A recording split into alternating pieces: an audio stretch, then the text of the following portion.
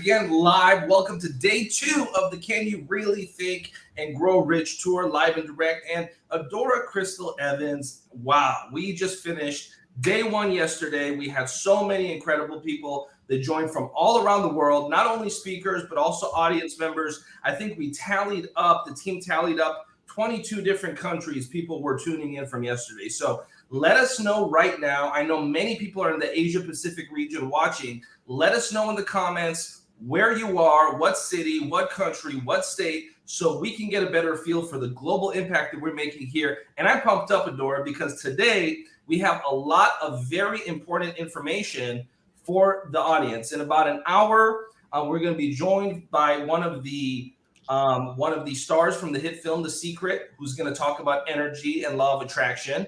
And before that, though, we're going to have a very powerful conversation about the economy today and some of the principles of Napoleon Hill and how to apply them in a modern era. You know, Adora, you and I both know that times are changing, right? What people call money is changing.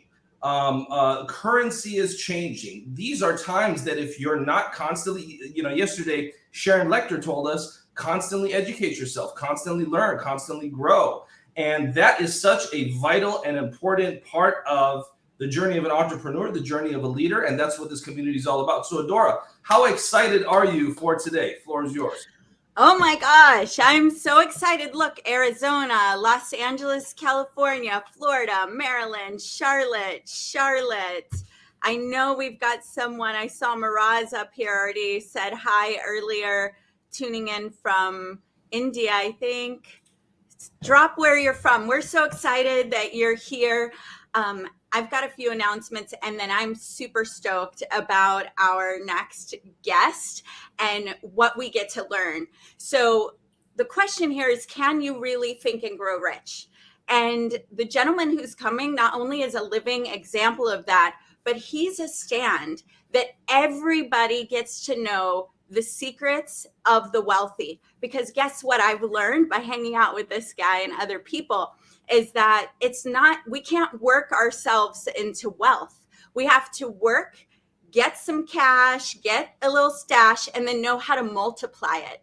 And so this guy is usually we have to wait and have so much money to be able to enter this game. And this guy is a stand that everybody gets to enter this game. Everybody gets to learn what the rich and famous know. And that's what really this program is all about. Yesterday, we had folks that touched base on really 5 areas of life, Adora: mentally, relationally, physically, spiritually, and financially. And so we have folks from all walks of life that are part of this global week celebrating the principles of Napoleon Hill. I'm going to keep asking the virtual auditorium. I love those Napoleon Hill Foundation books. I'm going to keep asking the folks in the virtual auditorium, let us know what part of the world you're in.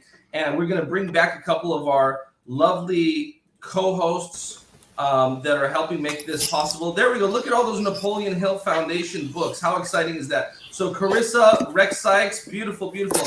I'm going to take a second and acknowledge some of the folks that are tuning in right now from all around the world. Good morning from Minnesota. Good morning, Antoine. Let's see here. We have someone in Seattle, Valley Springs, California. Someone else from Minnesota looks like. Hello from Virginia, Denver, Colorado. Mary, who is tuning in from Arizona. Andy Fernandez, who's tuning in from LA. Florida, Maryland, Charlotte, South Carolina, North Carolina. So a couple of neighbors are tuning in. Texas, Tijuana, Mexico, Vancouver, Canada, Barbados. Hello, Shanika from Barbados. Florida. Hello to Shireen from Ireland. Hello, Molly in Oregon. Diana in Colorado. Greg in Florida. Arnie, who's tuning in from Calgary. Eugenia in New Mexico. And of course, Lubika, who's tuning in from Slovakia, Central Europe. So we want to give a big shout out to our friends in Central Europe that are tuning in. And of course, we have Lori, who's tuning in from Horaceburg, Las Vegas. This will take just another 30 seconds, folks. Let's see here. We have friends in Canada. We have friends in UK. We have friends in Vancouver. And we can't go through each and every single person right now, but we want to thank everyone who's tuning in from all around the world for this global event. And we especially want to say hi to Al, who's tuning in from Malaysia. We love our friends in the Asia Pacific region. And with that being said, wow, we have a very diverse group of folks from around the world. And so before we bring in Corey, who's going to share his perspective on what it means to think and grow rich in the modern era using modern tools, I'm going to give it to Carissa Johnson to just ask her, how excited are you for today's program, Carissa? I have been waiting for today. Feels like there's just so much momentum and excitement coming, especially kicking it off with Corey. I got my pen, I have paper. I've been dancing all morning, getting excited about like, how do I take the money that I have and multiply it to make a greater impact, which was all what Napoleon Hill was about, right? Taking our money, giving back, being generous, living a rich life, not just quality of like how much money we have, but being able to give back. So I am over the moon excited. I'm so pumped to be here. Thank you all for just showing up for today, for yourself, for the world. Let's do this. Rex, how are you feeling today? I'm great. I'm going to fist bump you. Let's do it. Hey, so I got a question to ask before I get into the, how was dinner last night? I had a great dinner last night. Thank you. Yes, I took myself out on a little celebration dinner. I told everybody in the audience, you know, really inviting them to participate in this process of self-love and really honoring ourselves. So it was beautiful. Thank you for asking. Beautiful. Awesome, so awesome. And so with that being said, sorry to cut you off, Rex, but we have to bring in Corey now because the audience is excited. So folks, have a pen, have a paper. This is going to be a powerful session that Corey is going to have with Adora for the first few minutes to really break down really what does it mean in the modern era from his perspective to think and grow rich. So Corey Cromway, CEO of Driven Trading, one of our friends of this program. Welcome to the Can You Really Think and Grow Rich tour. Oh, man, what an honor it is to be here. Congrats to all of you on such a successful event thus far. I got to tune in for a couple hours yesterday. Joe Vitale and Neil Donald Walsh, man, what an amazing life-changing experience for so many people. It's like, this is just kind of one of those pinnacle moments where we get to capitalize on the digital revolution and the decentralization of information and being able to impact millions of lives through this type of stuff. It's really an honor to be here, guys. Thank you for having me. Well, it's our pleasure to have you, Corey, and we're going to sit back and have you and Adora really break down the fundamental question, first of all, of can you really think and grow rich? But also, Corey, there's a lot of people that are having a tough time adapting to all of the noise that's happening right now in the financial industry. With all of the different new currencies, with all of the different things that are really moving at a Mach 10 speed, there's folks that are getting very overwhelmed. So part of what we really want you to do is kind of slow it down for the audience and give people kind of the cliff notes for those that may not have ever gotten exposure to trading or to cryptocurrencies, because for a lot of folks, it's interesting, but they don't really understand it. So we want you to help break it down in layman's terms and also tie that to the principles of Napoleon Hill, tie that to the principles of faith, the principles of Mastermind, the principles of, the laws of success and Think and Grow Rich and how it all works together. So with that, Rex, Carissa, and myself will step back for a little bit. And Adora, the floor is yours. Hey, awesome. So I want to introduce you guys a little more formally to Corey, formally, informally, and we will jump into that. But I also want to let the whole audience know that Corey put together a 2-hour masterclass that everyone gets free. Okay, so that's in your free gift. So, so Corey Cromway is hanging out with some of the people that you're probably watching on TV, like some of the people like Juan Pablo Montoya. He's trading for, he's hanging out with people and trading dollars for some of the big platforms, people that work at big platforms like Facebook and other places. And we're going to dive into his story. And that's when you look at his profile, you see lights, camera, action all the way, like nice cars. You gave away a $300,000 McLaren wrapped in an NFT, never been done before.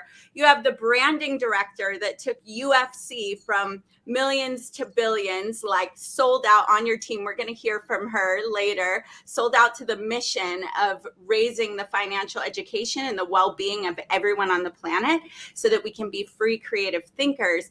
But when people just see that, they just see that, like, oh, you've always been a genius. Oh, you've always been trading. But the question here is, can you really think and grow rich? And I know personally that's not where you started. So let's lightly give the highlight reel that is a low light reel that gets high, and then we'll come back to this. Yeah, of course. So first of all, thank you so much, Dora. You mean the world to me, and one of the most amazing women I've ever met in my life. Guys, I just want you to know, a lot of people that are on the outside looking in at all the success and all the accomplishment, a lot of times we get trapped in this drifting mentality. And Napoleon Hill used to talk about all the time, especially in Outwitting the Devil, where he says, we get in this drifting kind of like caught in the snare. And you look from the outside looking in at somebody like me or all the people that you're going to hear speak throughout this event and say, well, if only I had the ability, or if only I, was born into wealth, or he must have had it really well off. But if you only understood my circumstances, you would understand why I can't do it. I'm a 16-year-old high school dropout. I grew up in a very poor family, a family that, struggled to eat, no wealth in my family at all. And I dropped out of high school when I was 16 years old because I got in a bad car accident. A friend of mine got killed in that accident. I had to take a lot of time off of school. I was in a coma. A lot of bad stuff kind of happened to me through my young adult life. And, at 21 years old, I kind of got out of that really bad, dark path that I was in, which included, drug and alcohol addiction, homelessness, just everything that you could imagine. The world was against me in my mind, right? I was caught in the snare like you would not believe. And there was no light in my life. In fact, there were some times where I actually didn't really care if I lived or died, but I just didn't have the courage to take my own life. Like, that's how bad it actually got at certain points. 21 years old, I kind of got out of that, drug and alcohol addiction. And I got a job working construction, $10 an hour cash as a grunt laborer, washing dishes for minimum wage on the weekends.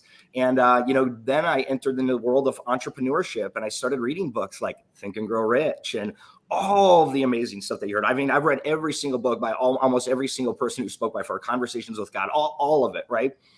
This, what you see to me, or what you see me as today, and the story that you're going to hear is a indirect proportion to the amount of work I've done on myself. Through reading books, through listening to audios, through attending seminars like this, through, I used to attend a seminar every single month, right? Every single month for years of my life, for like 6 years. Every single month I would attend some type of seminar on personal growth and development. I have read hundreds of books, right? I was in the Book of the Month Club. Then I started 2 books a month. And I'm going to tell you right now, all of this that you see today is because of the amount of work I did here. All of it.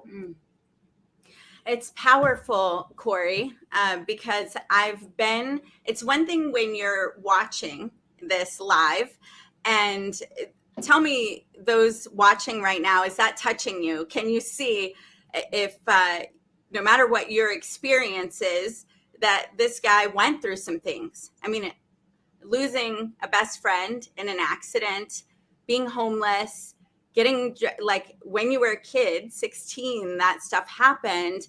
And then figuring out that's not the end of the story for you. Right. So those of you walking through something, it's not the end of the story for you either. And that's the message that we're sharing right here. The other thing that you're saying is that you're a product of self-development, and like at high levels.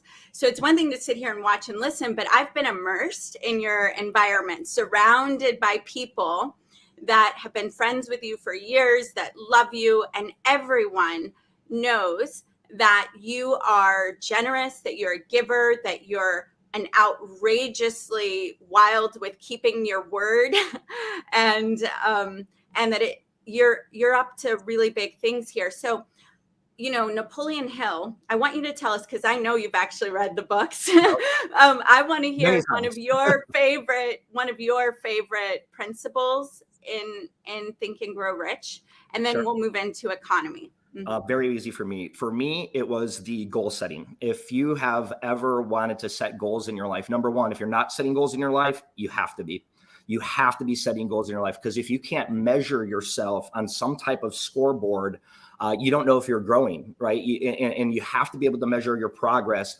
And I don't think that there's any better coach in the entire world than Napoleon Hill, and through his goal building exercises to where you can learn from. And, and I'll tell you the next from there is that I'm so happy and grateful. I implemented that into my life when I had absolutely nothing, but I would wake up every day as if everything that I ever wanted to manifest was already relevant in my life. I'm so happy and grateful now that I have, this. I'm so happy and grateful now that I have $1 million a year coming into my household. And I had maybe $2,000 a month coming into my household. I could barely afford to pay my rent and was 3 months behind on my rent. And you know what I mean? But you have to speak it into your life as you're living it, right? And then in The Secret, I learned also, right, which is also all of the same teachings, right? Is all the teachings from Think and Grow Rich about, when you write down your goals, you write them down as if they're already manifested in your life. And then, or you write them down as if like what you want them. But then you also write next to them as if they're already there. Now that I have obtained this $1 million a year income, I was able to retire my mom. I was able to, buy my dream cars and buy my dream houses and impact thousands of people, whatever that might be. So I would say my two most important is you have to create that. I'm so happy and grateful now that I have $1 million a year coming into my life. I'm so happy and grateful now that I'm able to impact millions of people through financial education. I'm so happy and grateful now that I'm able to, retire my mom, retire my dad, buy my dad his dream car, buy my dream house, have my dream family, whatever it is. Even though it's not relevant in your life today, you need to speak it as if it's so. Very important. That is the key principle in Think and Grow Rich. I think if you just adopt that one, your whole life will shift. But you got to believe it. That's another thing. I'm so happy and grateful now that I'm sitting with Corey Cromway, our title sponsor and one of the leading contributors to what we've been able to give back to the Napoleon Hill Foundation, both in reach of your community, the financial backing, and then what you're going to share here that really allows for an opening, because it's the visualization. But before we jump in to and bringing the rest of the team on to the actual like wealth transfer that's happening in the world and the decentralization of wealth and information and how we can jump on that bandwagon. I know you've generously given us a few more times, even a trading panel of experts. So if this all is calling to you, keep coming back and let it wash over you, because we have more for you. But let's talk about that moment where you're making millions. You're sitting at your desk. Let's go there briefly, because I know they're eager to get on with us. So I got into the world of entrepreneurship at 21 years old. I joined the industry of network marketing, which everybody told me it wasn't going to work, right? It's a pyramid scam. It's this, it's that, whatever. Every single person I talked to that was close to me in my life told me I would never make it, right? Oh, you're not going to make it. Oh, he's in this little juice business, whatever it was. But then I would go to these seminars and I would see people from all different walks of life having huge success in the business, like lawyers, doctors, accountants, very, very high-end professional people, realtors and mortgage brokers and stockbrokers. And I'm like, there's no way they could fool all of these people. And maybe these people just don't know what they don't know. And that's a key point right there, right? Don't get information from somebody in life that doesn't have the results in life you're looking for. That was a big thing for me in the beginning, because I almost let other people crush my dreams a couple times, especially on those early on days. But I immersed myself in the personal development. In fact, that was the best thing that network marketing ever did for me, is it forced me into the ability of, well, how are you going to build a big organization of people and lead these big teams if you're not the leader worth following? Why would they join you if you don't have some type of value to offer them, right? And I realized as this 21-year-old kid that knew nothing about business, I dropped out of high school when I was 16 years old. I needed to grow. So I just did everything my mentor told me to do. And I read and I read and I studied and I studied and I developed myself. And pretty soon I was having these conversations with very high-end people. And I'm realizing, whoa, this is, and almost like you have a conversation too, and you're like, well, where did that come from? You know what I mean? It just kind of comes out of the subconscious. And I was able to make millions of dollars in that industry, right? And of course, I didn't understand financial literacy back then. So I made my first million, lost it even faster than I made it, and then made my second. And I thought I was going to be smart and invest in businesses now because I had it all figured out, lost all that too. I had to rebuild it a few times, right? And I stayed on that track for a while and ended up exiting that industry because Amazon came into the marketplace, consumers were getting smarter, and I could just see, people being able to pay a fraction of the price for the same product. And I really wanted people to experience actual value in the product I was offering. So I exited that, built a consulting empire in my mid-20s, forgot about that residual income piece, was working 80, 90 hours a week, trying to spin all these different plates, made millions in that. But even, consulted for 3 Fortune 500 companies. Here I'm a 16-year-old dropout consulting for 3 Fortune 500 companies, right? That was pretty cool. And then I got introduced to the industry of trading about 9 years ago, 2013. I was out on the golf course golfing with this guy. He was a captain for the Ohio State Buckeyes golf team, lived in the same complex as me. And we would golf together, and he'd always be on his phone looking at these charts. And it was more of a frustrating thing, like, dude, what are you doing?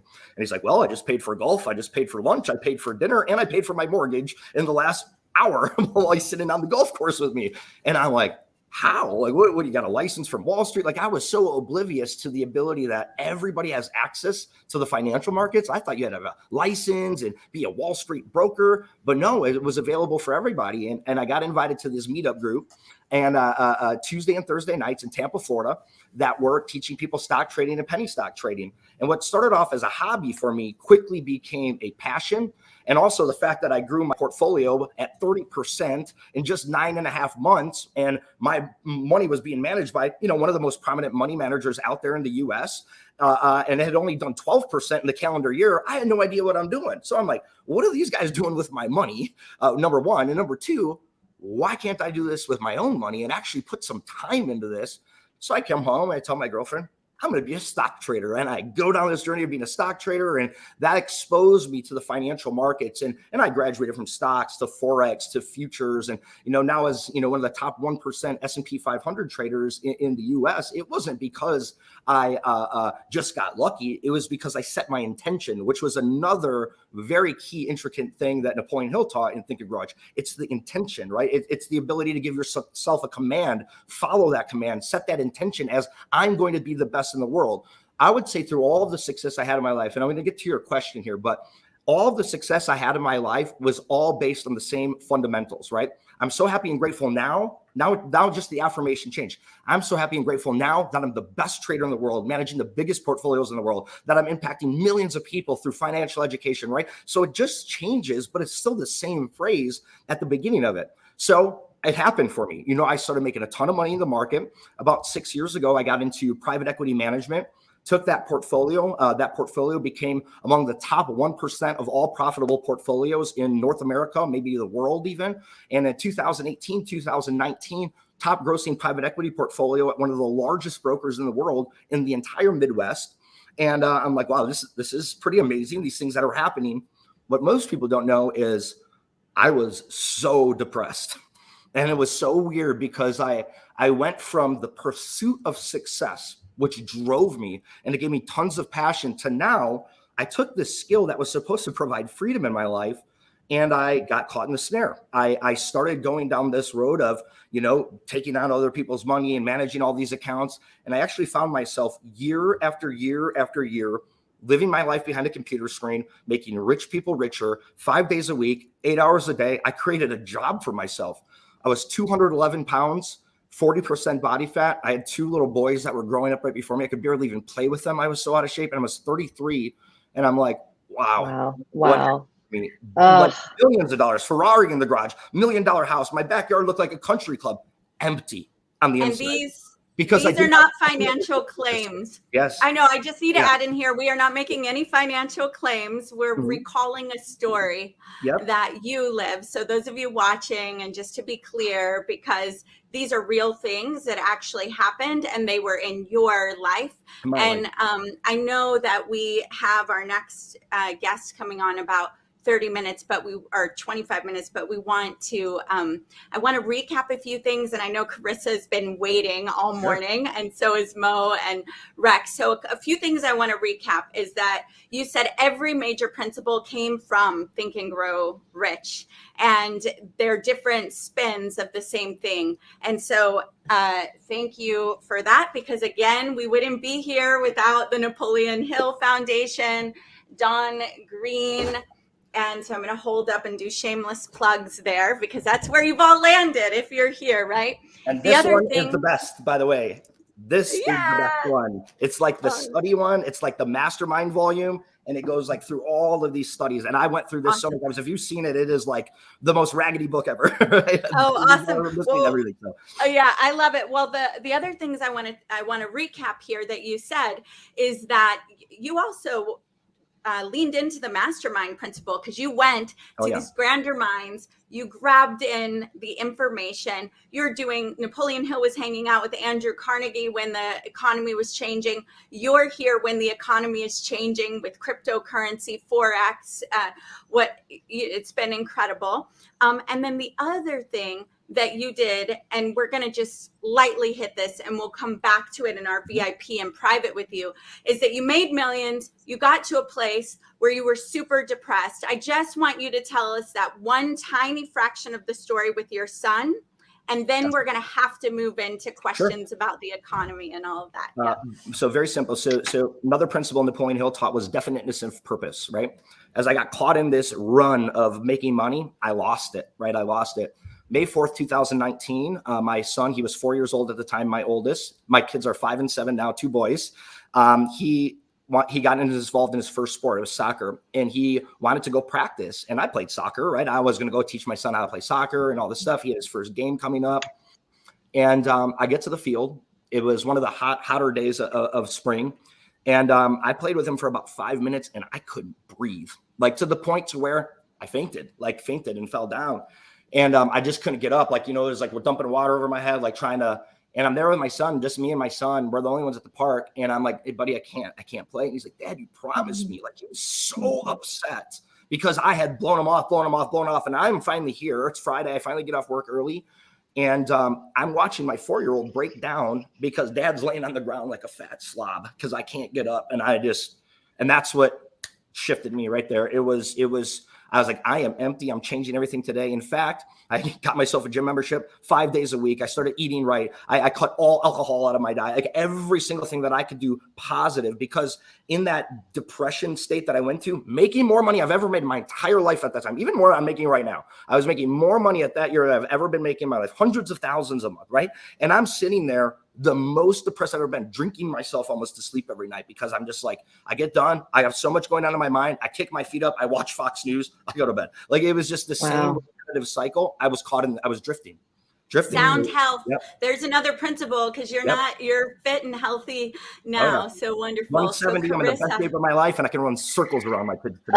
Wow. You have such a powerful story. I just want to just bring awareness to a couple of things. Is the fact that you had this money and then you lost it really speaks to the power of the subconscious mind. You can work your way into wealth, but in order to keep it, there has to be some reprogramming there. So I want to shift into a little bit here about what's happening in the economy. And as Mo said, let's break it down really simply. So I want to propose to you a question. I'm just waking up. I was asleep for the last 20, 30 years. I have no idea what's going on with the world. What's actually happening in the world right now as we shift with these currencies? Let's keep it really simple for our audience, because I know myself as well. I'm really curious about what's happening, but not having a high level of awareness. So what would you say to people who are like, what is happening in the economy? What is going on right now? Sensitive question, for sure. Without getting too deep, I'll just say this, right? The dollar is dead. You know what I mean? There's really no other way to put it. It is the most artificially inflated currency that I've ever seen in my life. In fact, in 2016, I believe, I was actually really deep diving in economic study. And the United States dollar at that time, the United States as an economy, we were 114% over the GDP, which was double the amount of the rest of the world combined, and just gross domestic product debt. Obviously, we came out of that and started cleaning that up a little bit. But I want to tell you right now, like, if you think about this, 80% of all the currency that's in circulation today has been printed in like the last few years. 80%. That should show you the devalue of the dollar. I mean, look at gas right now, $10 a gallon in some places. In fact, I just went and put diesel in my truck yesterday, $6.49 a gallon. It's crazy what's taking place. So what do you do? I'll just put it like this. If you understand the financial markets and you know how to read the financial markets, you're not going to be you're not going to be operating from a place of scarcity, because you learn how to play it in your favor. And while the dollar still exists, you can make a lot of it. In fact, you can make so much of it, and then you can diversify, right? Gold and silver, I think, are very strong, right? And I'm not an advisor to tell people what to do with their money, but I will say this: you have to diversify right now. There is absolutely no way, and I don't think that there's anybody on here that wouldn't agree with that. I think we all see it. We don't need to be, a really rocket scientist to figure that out, right? You can't print that much money and put the dollar in that much debt and expect to get out of it. In fact, right now, we're printing it at a rate to where we're basically dumping it out of helicopters all over the place, like literally. So if you can just keep doing that, and every time we're in trouble, just print whatever we want to get out, obviously the other countries aren't going to agree with that. And as the United States dollar serves as a global reserve currency, we can already see the major countries that are partnering together to position themselves out of that. And I think that there will be more financial opportunity that exists in that transfer than ever before in history. Yeah. But I also think that you need to really be in tune now more than ever with that shift that's taking place. Beautiful answer. Thank you so much for that. Yeah, as you're talking, I'm like, I want to make sure that people know that things are shifting and that some fear may arise. But let's talk about the opportunity that you were mentioning a few minutes ago. What does the opportunity look like here for people who are applying some of these think and grow principles around desire and faith? How can we take these principles from this curriculum, this knowledge, and start applying it to changing our financial trajectory as individuals?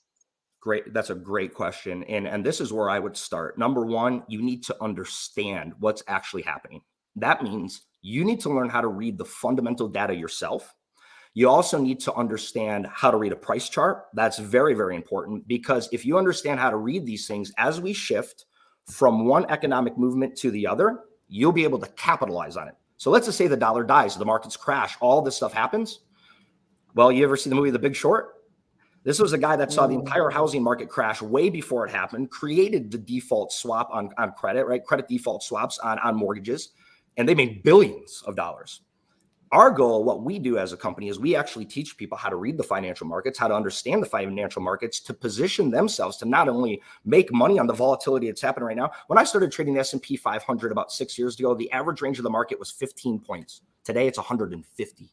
Wow. That can just put it into perspective. So what if you could capitalize on those movements? I mean, that's a big deal, right? Get yourselves in line with what the big boys are doing, and then understand, well, if I can create and capitalize on all this dollars now, I hold all of that liquid wealth. I wait for everything to fall down. And guess what? You come out of it better than anybody. This shift happens a lot of times in our lifespan, right? It happened with our forefathers. It happened with George Washington. He was actually one of the first pioneers that capitalized on the shift. It's going to continue to happen. I believe we're looking at one of the biggest ones we've ever seen, the biggest one we've ever seen. I just have to chime in here and say, Corey, you're one of my favorite people, one of the people that I'm learning from and so excited to share. And as a network, we have to say that you're the financial pro.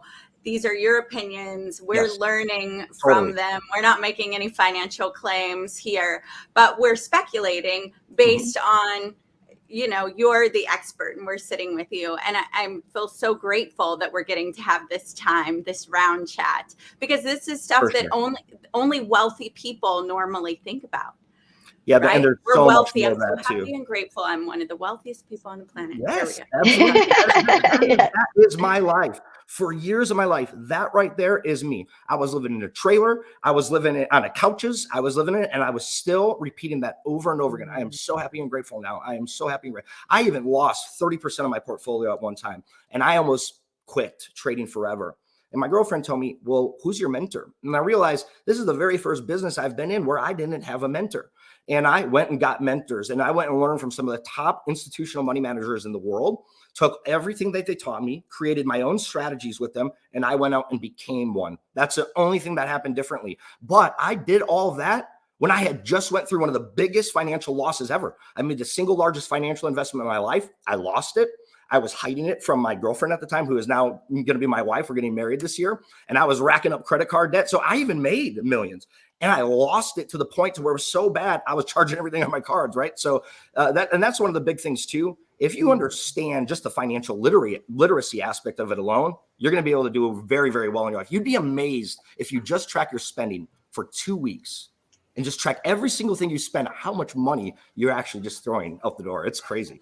Absolutely. In fact, Brian Tracy, who's a good friend of ours, who was on our last program, mentioned the same thing, Corey, about just writing down your spending habits and how surprised you're going to be. I want to talk about one of Napoleon Hill's principles with you, because as we're hearing the story, many people in the virtual auditorium are getting touched, moved, and inspired. One of those principles, of course, is going the extra mile from his laws of success. And when we hear you speak and your story and your opinion and your perspective on different matters, it sounds to me like there's a lot of going the extra mile, a lot of persistence. So I'm going to bring in Rex Sykes as well, who's been studying Napoleon Hill's principles for many decades, and Carissa, who of course is also very well versed in these principles. So we can focus on some of these Napoleon Hill principles, like going the extra mile, applied faith, definiteness of purpose, as you so eloquently put it. And we're going to sit back, take notes on these principles, because you have we saw the workbook right next to you. You live these principles. They mean a lot to you. And so we want to learn more and do a deep dive in the 20 minutes left that we have with you and focus on these principles. And with that, Rex and Carissa, the floor is yours. Rex, you're muted. I get a cup. Corey, this has been fabulous, and I really appreciate it. I appreciate you. And I want to make a comment, and I have two quick questions. But the comment is that I love what you said earlier, that there were a lot of people who told you, don't go into this, stop doing that, that's bogus, and you didn't let that deter you. It doesn't mean that you ignored feedback or what they're saying, but what it means is that you sought accurate information from credible sources instead of relying on the opinions of people who don't know what's going on and don't have any expertise in that. That's beautiful. So congratulations. It's a very important principle that Napoleon Hill expounded on. Two questions. One is, I don't want to do this. I mean, in other words, not me personally, but I'm just saying, I'm a person, I don't want to have to learn the stocks. I don't want to have to learn to trade. Is there an avenue that I can pursue that still allows me to diversify, as you suggest? And the second question is, there are a lot of people who may be watching who go, I'm where you were at, in that I have no money or I have very little money. How do I jump into this? Or can I take $5 and start investing or trading in some way that allows me to start building a nest egg, even if I'm starting very tiny? Or do I have to sell the house in order to do that? Which sounds like, just to clarify as well, that's kind of like the principle of desire. Where does desire sort of fit in taking this to the next level for people? Well, that's really great. And that's big, right? So that could be very, very loaded. I'll say this, just to go back to your comment real quick. I would say a man convinced against his will is of the same opinion still, right? So yes. I realize that if you keep sharing your dreams and goals with all of the people that are miserable in their life, you shouldn't do that, right? And I'm not saying cut your mom off or cut your aunt off or cut your cousin off. I'm saying there's a season of separation. And that season of separation happens when you are focused on where you're going. I'll also say this, never focus on what you're going through, focus on where you're going to, right? Those are some really key points there. But I will say this. So $5, I would say, you better save a little bit more, right? I wouldn't say start buying $5 worth of stock, right? I would say take that $5, put it in an account, don't touch it, and keep growing that up. Now, when you get to like 100 or 500 or maybe 1,000, you can start doing some good things. Like, think about this. If you took $1,000, you compounded at 10% a month for 6 years, it's $1 million, right? So there's a quick path. It's a 6-year path from $1,000 to $1 million. You learn a skill where you can actually grow your money at 10% a month. So does it have to be trading? No, but you definitely, in order to capitalize on this big economic movement that's happening, you have to create passive income. So whatever your passive income vehicle is, you have to find it. And you have to be able to generate income outside of what you're doing. Jim Rohn used to say, you spend your 9 to 5 making a living, but you build your dreams on all the after hours. Instead of going to volleyball league and pool league and all that stuff, you stay focused on your dream. That's where you build your fortune, right? And so in all of that, I would say this. Where the markets are today, average ordinary people that have unordinary dreams and goals in life are able to achieve them because there's new market conditions that exist today. There's new asset classes like micro futures, right? Where you don't have to have $25,000, $30,000 in an account anymore to trade the S&P 500 or NASDAQ futures market. You can get started with $1,000. You can get started with $2,000 because it's 1/10 of the position. And then you can just load up micro lots. Those opportunities didn't exist 5 years ago. They've just started to now exist over the last 3 years. These are major things that should be taught in school, and they're not. You're not even taught how to balance a checkbook in school. And it's so crazy to say, listen, you're making all this money. People say, well, I don't have any extra money. Great. Track your spending for 30 days. You probably have at least $500 extra that you're blowing away on fast food. You're blowing away on going out to eat. So I would say this, how important is it to you to change your life? Right? Yeah. Mm-hmm. So it sort of reminds me. Money.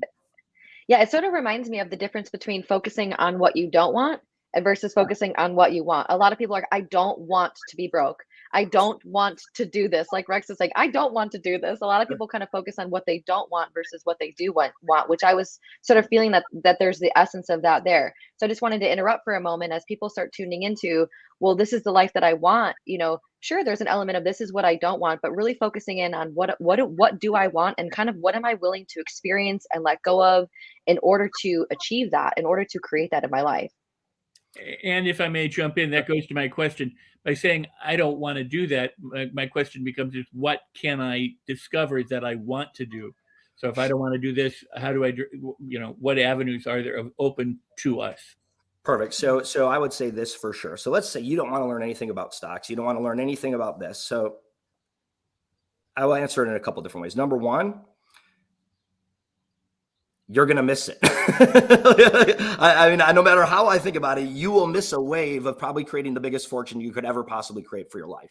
But if you're not going to want to learn this and you don't want to go down that avenue, you need to figure out an avenue that can get you as liquid as possible as this kind of crash is going to be coming to light, right? As this is going to happen, and as we see these shifts happen, and we see us moving into digital currency and digital assets, if you're not positioning yourself at the forefront of that, especially as you're hearing about it now, right?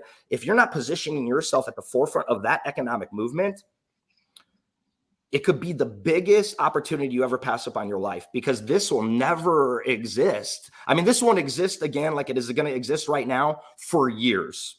This is the shift. This is the biggest bubble. This is the biggest shift of wealth. This is the biggest. And you have to, in order to capitalize on it, there is really not too many other things that you could do to capitalize on it this big. But you can also, get involved in the real estate market, but you got to be really careful there, because the real estate market's at its high right now. It's at its peak. That market's going to correct. Also, there's other things that you can get into too, like, the exotic car rental space, the jet and yacht renting space, but you have to have a lot of money to do that. So this is the fastest thing that I know in order to take a very, very small amount, understand and learn new principles. I believe that there's no skill more essential to the American dream, or any dream for that matter, than learning how to make money with your money. I just truly don't believe it. Right. And then to second that, I don't think that there's anything that can get you further faster than understanding that. And let's say it took you a couple years to learn it. Let's just say it was something that was a little bit more difficult than what you normally have experienced, but it's one skill, one time for the rest of your life that you can check that money box off for sure. For sure. I've done it with thousands of people and people that you would never even imagine, like a pig farmer from Missouri, right? like that are making so much money. It's insane, right? So there is other ways to generate money, of course, in the economy right now, but nothing this big, this fast with this little money. I want to ask, again, two very quick questions. One is, going back, a lot of people on fixed incomes, whether they're old or young or unemployed, or, they're working paycheck to paycheck. They take that money, they save up enough money. You mentioned a 6-year plan with a 10%, increase in your money monthly or whatever. Can you talk a little bit about that? And then secondly is, how long do you think this window is going to last where people have this opportunity? Is it going to happen 3 weeks from now and then close down in 2 weeks, or is it going to be, a little bit of a window that people can jump into? So I'll say this. So the person that has that kind of fixed income, they might have a 401k or an IRA, something like that. Or maybe not. Or not. Number one, it's you can always find a little something, right, to start putting away, right? Yeah. So even if it's $100 a month, in 5 months, you got $500. with $500 in learning new skills. I mean, I got a guy that I'm mentoring right now. He's 74 years old, right? And he's getting this, and he's trading his own money now, and he's making money right now. He's been working with me for about a year and a half. It's taken him a little bit longer to learn than some of my students. Some come through and learn in 90 days, right? Because they're young, they're fresh, and they understand technology and computers and all this stuff really quick. But he's been working with me for about a year and a half. And he's making over 15% a month on his money. And he's just started with like $5,000 that he had just put in this little retirement account that wasn't really doing anything. He pulled it out. He's managing it himself right now, and he's doing really, really well. So there's always a little bit of something somewhere that you can find. Maybe it's $50, maybe it's $100, maybe it's a couple $100. I would say cut out all of the things that aren't servicing your future, just short term. It's not saying that you can never put those things back in your life. Just make the sacrifice short term, right? Sacrifice is nothing other than the production of sacred things. So take that sacrifice in your life right now. Take all that money that you're probably wasting on different things and put it to work for you, right? Learn, study, grow, or you know, and at the same time too, you know, maybe somebody is a little bit older and they just don't have the capacity to learn. Well, you need to find somebody that understands it. Find a good wealth manager. Find somebody that's capitalizing on the shift in the new era. Maybe a crypto fund or something like that that's going to grow at a much more rapid rate than your typical, you know, 401k or IRA. You know, I sat down with one of my clients the other night. They said, you know, the portfolio that they have in a money manager grew 12% in 7 years. They've been working with me for the last 2 years. They're doing 12% a month. And they're like, what are you doing with my money? But see, they don't care. They just put it into the market. It goes up, it goes down, it goes up, it goes down. And as all these positions are happening, they're getting paid. Whether the markets are going up or down, it doesn't matter, right? So that's the reality of things today. Well, that is what I meant when I said I don't want to learn this. I want to be able to park my money somewhere and help it grow, you know, and manage it, you know, as little bit hands-on as possible, and yet still reap the benefits. Is that possible? It is. There's programs out there. You know, we actually have a program too where you can actually come in and you can start studying the skills and you can start learning the skills. And while you're learning, we actually have something called a trade guidance system, which is like having a mentor in your pocket telling you what to do next, where we show you where we're getting into the market, where we're exiting the market, so you can actually learn how we're reading the market and you can align your positions with what we're doing. Wow. So there's programs that exist like that out there. You just have to make sure you find the good ones, make sure they're reliable, and make sure they have a proven track record of authenticity. Muted.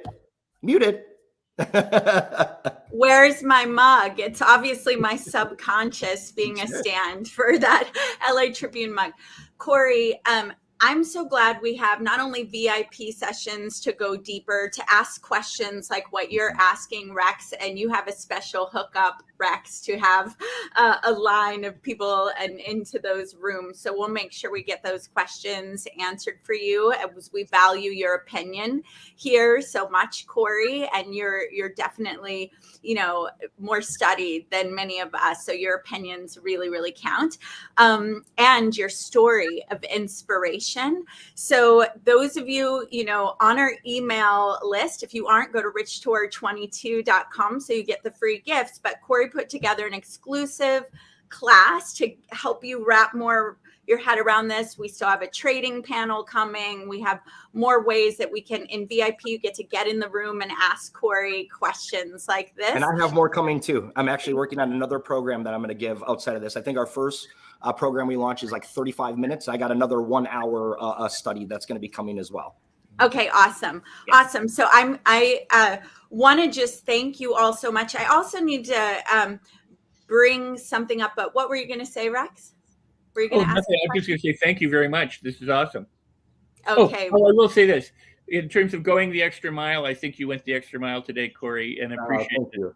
Appreciate it. Mm-hmm. So grateful. Yeah, drop it in the comments. Do you feel your heart and your mentality opening? Because look, some of these conversations, they land like busy, confused, and those are ways that we can stop ourselves. You know, when confusion is the opportunity for clarity. Like anything you learn new, it feels a little fuzzy at first. And so, yay, your brain is trying to get clear, but you've just stepped into what it is to be wealthy. Because it's one thing to think one day I will be, I wish I was, I want to be wealthy. But when you start having thoughts that run through the minds of the wealthy, now your mind is elevating. So you just had some wealthy thoughts just by sitting in on the conversation of what's going on in the market. Where is it going? How's money going? What can I do to multiply my money? So we have all been energetically elevated, and your subconscious is back there working on it. And some of you are already having light bulb moments.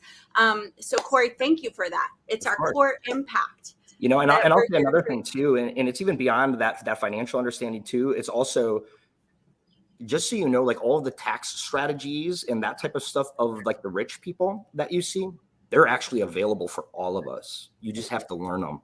You just have to learn what they are, like tax-free retirements and even making money tax-free in the markets. Like there's programs out there. You can take a self-directed IRA, roll it into an LLC. I can make millions of dollars on that money a year and not pay any taxes on it.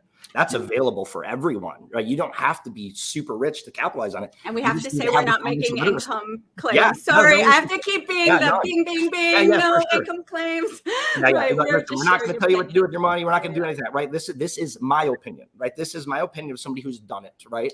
And I can just say this, they're available. So don't think that, oh man, you know, if I only got treated like rich. No, you are rich. You know, you just have to capitalize on where you want to be. You are there. You have to embody it right now. You want to be a millionaire, you walk like a millionaire, you talk like a millionaire, act like a millionaire. You program that into your mind, and the physical equivalent will catch up. It will be in alignment with you. There's a creation vortex that happens, right? You know, who is that? Abraham Hicks, I think, talked about the creation vortex. Your body will disconnect from that. It will magnetize it into your life. It will happen, but you have to stay focused on it. I love it. I just want to say I love that, because you brought it back home. Think and grow rich. If you think the thoughts of a millionaire, you can be a millionaire. That, you know, Hill said you have to develop money consciousness in order to be wealthy. And a lot of people aren't there yet, but they can be. And just by listening to you and the others in this panel talk, they get to absorb those thoughts of someone like yourself, millionaires who are thinking those thoughts. So thank you for the example. Of course. All right. So Corey, we're going to have you back again soon. Thank you for your sponsorship. Thank you for your support. Thank you for who you are on the planet. I'm going to bring the team back up and we're going to wrap. I see our next guest in the room. So Corey, thank you so much. Wonderful. Thank you, Corey, so much. Thank you, Corey Cromway, and Cromway rather. And I loved that. I loved personally learning. For me personally, that was a very enlightening time that we spent. And I'm very excited about our next speaker. Before we go to the next speaker, I'm actually going to play a quick clip of somebody who we were able to give an award to for the work that she did. And she sent us a thank you and sent a clip to the LA Tribune that the people loved this speech. It's very brief. So we're going to go and watch this clip that was sent to us, come back with some housekeeping notes, and enter our next segment. Hi, Lisa Nichols here. And I wanted to thank the Los Angeles Tribune for the Lifetime Achievement Award. I'm grateful. You know, during my career of over 21 years, all I've ever wanted to do was to help transform, help impact, up-level, elevate the lives of those around me. When I started my career over 20 years ago, I never knew that I'd be here. I was a woman from Los Angeles wanting to change my life and my son's life.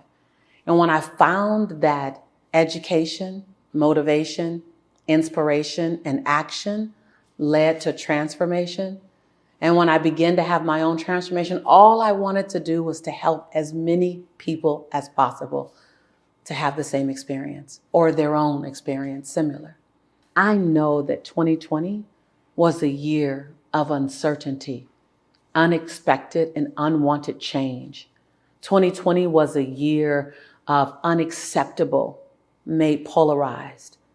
2020 was a year of release, relinquish, reset, recharge. 2020 was a year that we all navigated through, but we made it to 2021. We made it to 2021 still with hope, with dreams, with belief. In spite of global and national upheaval, we've pushed through it and we're here today. I'm honored by this award because it's an award that's acknowledging resiliency as well as commitment. And each and every one of us have that. I'm grateful that I can inspire someone else to keep getting up. I say oftentimes, I didn't avoid being knocked down.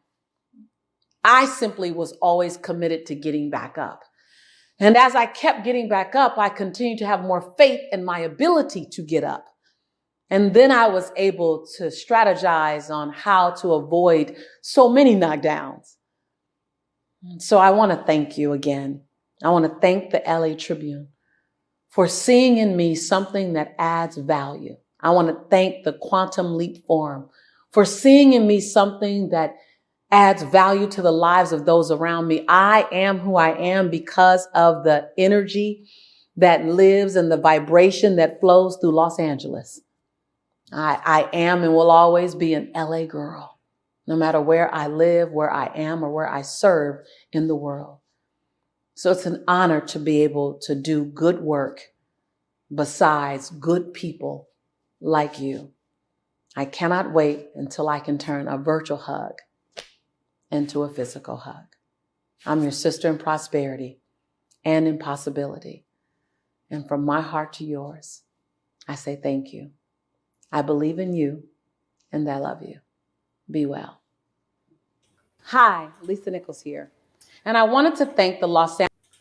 Thank you so much for that, Lisa Nichols. What a powerful, powerful woman that was gracious enough to send that to our community and be a friend of our network. Now, before we go into this next segment that I personally have been super excited about, want to just remind folks in the virtual auditorium, let us know what part of the world you're from. Let us know what city you're from. We have people from dozens of countries watching this right now, so keep us posted in the comment section. There are a lot of random people in the comment section being selected by our team to win these mugs, get these hats. But in order for them to notice you, you got to keep commenting. So let us know what part of the world you're from in the virtual auditorium. Also, another quick housekeeping note, just a reminder that we have so many different people from all around the world that are part of this tour, dozens and dozens and dozens, and their views do not necessarily reflect those of our network, but we love learning from everybody and all of the experts, and every person only speaks for themselves and not the Los Angeles Tribune. And with that, I'm excited, Adora, for the next speaker, who is a delightful, lovely human being, who's a friend of mine, who I really respect and appreciate so much for the impact she makes around the world, has made around the world, a real global leader. And of course, that's Marie Diamond. How excited are you, Adora, to be able to spend some time with her? She does so many different things. First of all, she's been called the secret behind the secret, right? So if you've been impacted in any way, shape, or form by the film, by the book in the last 15 or so years that it's been really out there, you have this next guest to thank for that, in my opinion. Speaking of, the word opinion seems to be the word of the day, Adora. Lots of opinions. Lots of opinions, which I also have an opinion that I'll express before I express my opinions about Marie Diamond. Hence, I super dog love her. Okay, so one opinion is, well, the truth is there are a lot of different Napoleon Hill books out there, but only some of them are actually from the Napoleon Hill Foundation. Like the one Corey held up, good news, it's from the Napoleon Hill Foundation. Yay! So I know this is from the Napoleon Hill Foundation because Don Green personally sent it to me. So I don't think he would make that mistake. Yeah, and my mentor, the Napoleon by Don Green, that is also from the Napoleon Hill Foundation. So we always just, be mindful. Most of us don't know. You just go pick it up wherever you think you're supporting. But the Napoleon Hill Foundation does more for the community, for spreading this work, getting it into colleges, getting it into schools, sending great events like this. So we always want to make sure we're supporting the source. So definitely check your copies and go get that. Now, Marie Diamond, she's also Dennis Waitley's dear friend. And I have her app on my phone. And she's an incredible, profoundly connected, energetic being of light. So we're about to elevate it some more. This app is amazing, by the way. I have the app too. I mean, it is really, really, really powerful, and we'll talk about that. Now, before we bring her on, I'm going to take a quick minute to acknowledge the folks in the virtual auditorium. Let us know, where are you right now? What part of the country, what part of the world? So we have Vito that's tuning in from New Jersey. We have Damien who's tuning in from Georgia. We have Natalie from Phoenix, Mario from Florida, Joanne from Pennsylvania. We have Molly from Nebraska. We have Nolan tuning back again from Johannesburg, South Africa. Want to say hello to Shirley, who's in Georgia. I want to say hello, and forgive me, by the way, if I mispronounce anyone's name. Luknaka Michiachak. I apologize. I can't pronounce that. My apologies, but we have a special friend in Poland. We have another Marie tuning in from Quebec, Canada. We have someone on Facebook who's tuning in from Arizona. We have Bethan who's tuning in from South Wales. Hello to South Wales. We have friends in Vancouver. We have the lovely Doria Cordova, who's in San Diego, heading back to Maui, tuning in. You never know with Doria whether she's in San Diego or Maui. You have to flip a coin. We have Eric tuning in from Vegas, Loretta tuning in from Florida. We have folks that are tuning in from Georgia. Seems to be, I didn't know that Georgia was going to be such a popular day for us today, Adora. We have friends in Nashville, Tennessee. And we cannot go through all of them because we have to bring on Marie Diamond in a little bit, but we want to acknowledge as many folks as we can. We have Omar, who's tuning in from Iceland. So we want to say hello to Iceland. We definitely want to say hi to Miraz, who's tuning in from Bangladesh, Asia. We want to say hi to all of our friends, and we will have time to acknowledge everyone later as well. But I'm excited because we have a global audience right now. And this global audience, hugs from New York, hugs right back. Robert, who's tuning in from Canada. Trina in Atlanta. Daniel in San Juan. Barbie here in California. I mean, wow, we have people from all around the world right now live. And so we're about to bring her on right now. Let's go ahead and do that. And welcome to the Can You Really Think and Grow Rich Tour, Dame Marie Diamond. How are you today? I'm doing great. It's so exciting to be here with Mo and Adora and all of you from all over the world. And we have Alexis in Sweden, and that'll be it for now. I mean, it's kind of addicting to keep clicking on those comments and seeing all these people. I'll try to control my finger. But with that, Marie, you are truly somebody that has already made a global impact, right? If it was not for you, there would not be A Secret. There would not be the film impacting as many people, the movie impacting as many people. Going back to opinions, Adora, that's my personal opinion, right? Am I allowed to share my personal opinion? I hope so. And so when you think about that, the rise of consciousness, how many people were sparked, how many people got led to a journey of self-help, personal discovery, because for a lot of people, that was like an introduction. And, on some cosmic level, I feel like that was, we all have a purpose. And I think that was part of your purpose to shift the destiny of humanity. Now, maybe I'm talking big, but that's just what I generally, truly believe. And so I want to give you the floor to share your thoughts on that. And we'll give you the floor now, Marie Diamond. Well, it's lovely to be here with all of you. And yes, some of you know me as one of the master teachers in hit movie and bestseller, The Secret. And we have, of course, I would say, an energy that came together, not just from Rhonda Byrne that received the download to do this book and this movie, but also the speakers that are in there. I had this conversation with Dr. Joe Vitale, I know who's coming in later, that he was asking me, Marie, do you think this is something we created or was it part of our purpose? And I said, well, I really believe it was part of our purpose to come together and to uplift more than 500 million people. And that was actually the focus I had when I was 15 years old. After a near-death experience, I was on the other side, and there I got the message that I was here to enlighten more than 500 million people. Of course, I had no freaking idea how I was going to do this, right? I was a teenager of 15.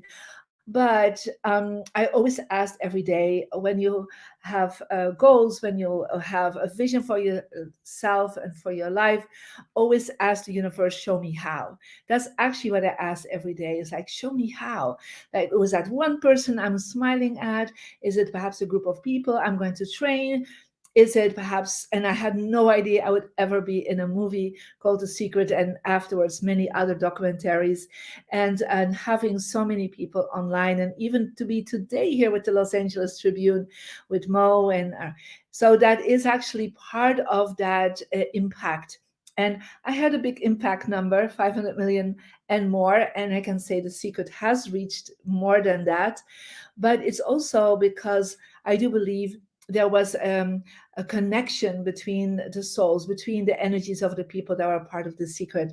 And I think it's really beautiful for all of you. And that's what Think Rich, Grow Rich is about, is like you have a dream, and you, when you have a vision or a dream for yourself, you want to manifest that dream.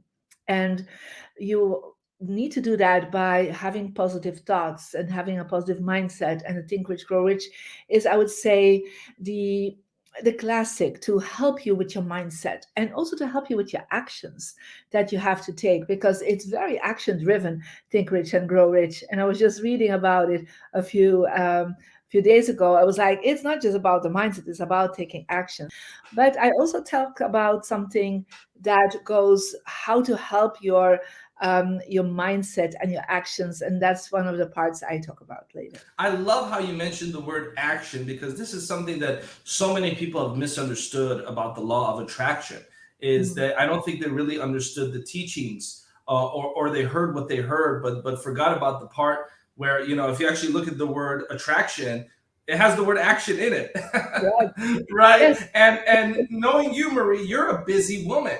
You're traveling all the time. You have a family that you're raising. You have a business that you're running. You have apps and technology endeavors that you're putting to the market. One thing about you is you take action.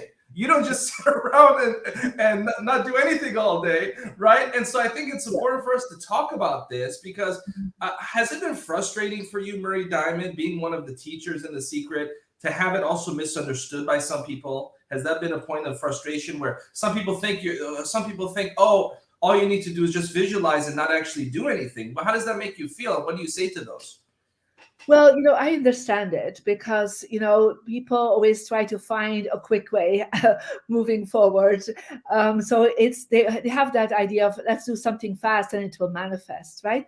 But it's one of the things what I love about the work I bring to the law of attraction. It's very practical, and it actually helps you to change something very quickly, but with amazing results. Because like I shared, people have a mindset and they want to take action, but they don't always know how to take action. And so the I'm speaking about is how to take action in your home and your environment, because your mindset is affected by the mindset that is around you, and that is where you live, where you sleep, where you work. Everything that's around you gives you a subconscious message, and if you can shift that very sweet and quick, then suddenly your mindset is doing better. Because a lot of people have a hard time to really take action because they just don't know where to start. So I'm never frustrated about it, but I understand it's just they just don't know how to start. Got it. So thank you for clarifying that. And I'm so glad you're sharing that for this global audience. And I think that take action, right? Take action is an important part. If you have a dream, if you have a business you want to do, you have to do something, and I know that this community, there are a lot of action takers, but there's still some folks kind of stuck. So I'm glad we're able to address that to help them, to help clarify, because it's difficult to get a whole message in just one movie, right? I think that's a good starting point. But Yes. you got to look at, read, think, and grow rich from the Napoleon Hill Foundation. Listen to workshops and programs like the one that we're offering today around the world. Listen to people like Marie Diamond. Do deep dives. So I'm going to step back and let Adora do a nice deep dive with you for a few minutes. And we have a couple other co-hosts that are going to come in, Marie, and we have about 45 minutes left with you. And so we're going to sit back and enjoy the program. I have a pencil right here. I'm excited to take notes personally, right? So I'm going to have a lot of notes that I'm going to take as we listen to the incredible Marie Diamond. And you're muted, Adora. You're muted. So you know what that means. I get a mug. Marie, our core conversation is around, can you really think and grow rich? Because, Napoleon Hill started the conversation in a big way years ago. So I want to know, in your opinion and everything you know about Napoleon Hill and his philosophies and the things that you've integrated in your own world, do you think we can think and grow rich? Yes, I would say for sure. First of all, there's millions of people that have practiced this already with amazing results. So I would say the results are, first of all, there. And of course, Napoleon Hill was a, a pioneer in explaining it, right? It's just the last 100 years that I would say this information came out. I do believe that information was available to certain families, probably information was available in certain circles. But I think it was the first time that there was somebody that brought this information to the greater public. And I think in that way, I believe the secret was like the second wave of making this information become public to in a greater wave, like what Napoleon Hill did with Think Rich and Grow Rich. Therefore, I always say, there will be two classics about manifestation. There will be Think Rich and Grow Rich and The Secret, because The Secret made it more visual, of course, more perhaps down to earth or more in sound bites. And then from there, because it was to open up people's awareness, and from there, people went into studying with the teachers like me and so many other of my beautiful colleagues, also to find again the books that were the foundations. And of course, Think Rich, Grow Rich is the foundation of this. And then other wonderful teachers that were talking about it. And of course, we had the late Bob Proctor in The Secret. That was, I would say the one that really was the big Think Rich, Grow Rich mentor of the last 40 years. And so I do believe that it was just a wave that kept coming and coming. But now, because we have television, we have, phones, we have YouTube, we have so much other technical possibilities, it went beyond that, we could say. And I've traveled, in so many continents and to so many people. And it's just been always like, it opened up an awareness that is never to stop again. That awareness cannot be closed again. So that's closed. Cannot be closed. Once you know, you cannot deny what you know.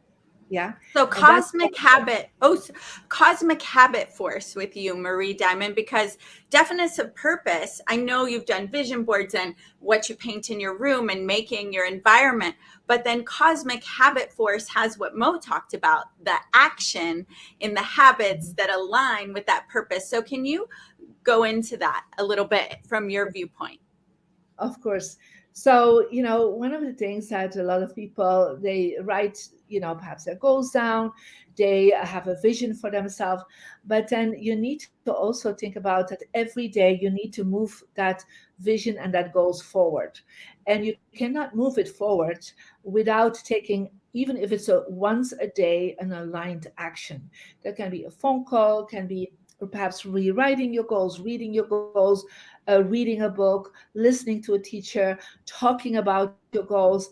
You have to move it forward because there has to be energy in it. And so things cannot manifest if you don't put energy into it. Of course, positive energy. And positive energy can be through your gratitude journal, can be through talking positive about yourself, talking positive about the future. But you always have to think, I take everyday aligned actions to connect it with my goals and my vision. And after a while, it doesn't becomes once a day. It becomes like your whole life.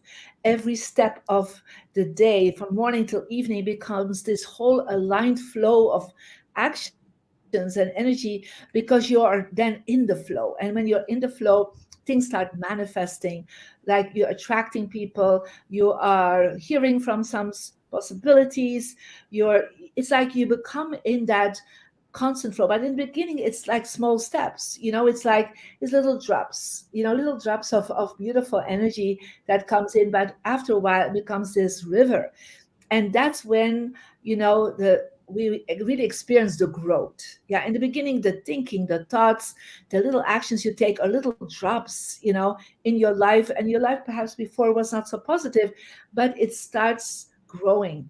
And because you're giving it all the day, every day, you give it some positive vibration.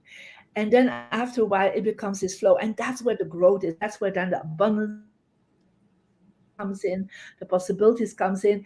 And then you live completely, think and grow rich in every aspect of your life.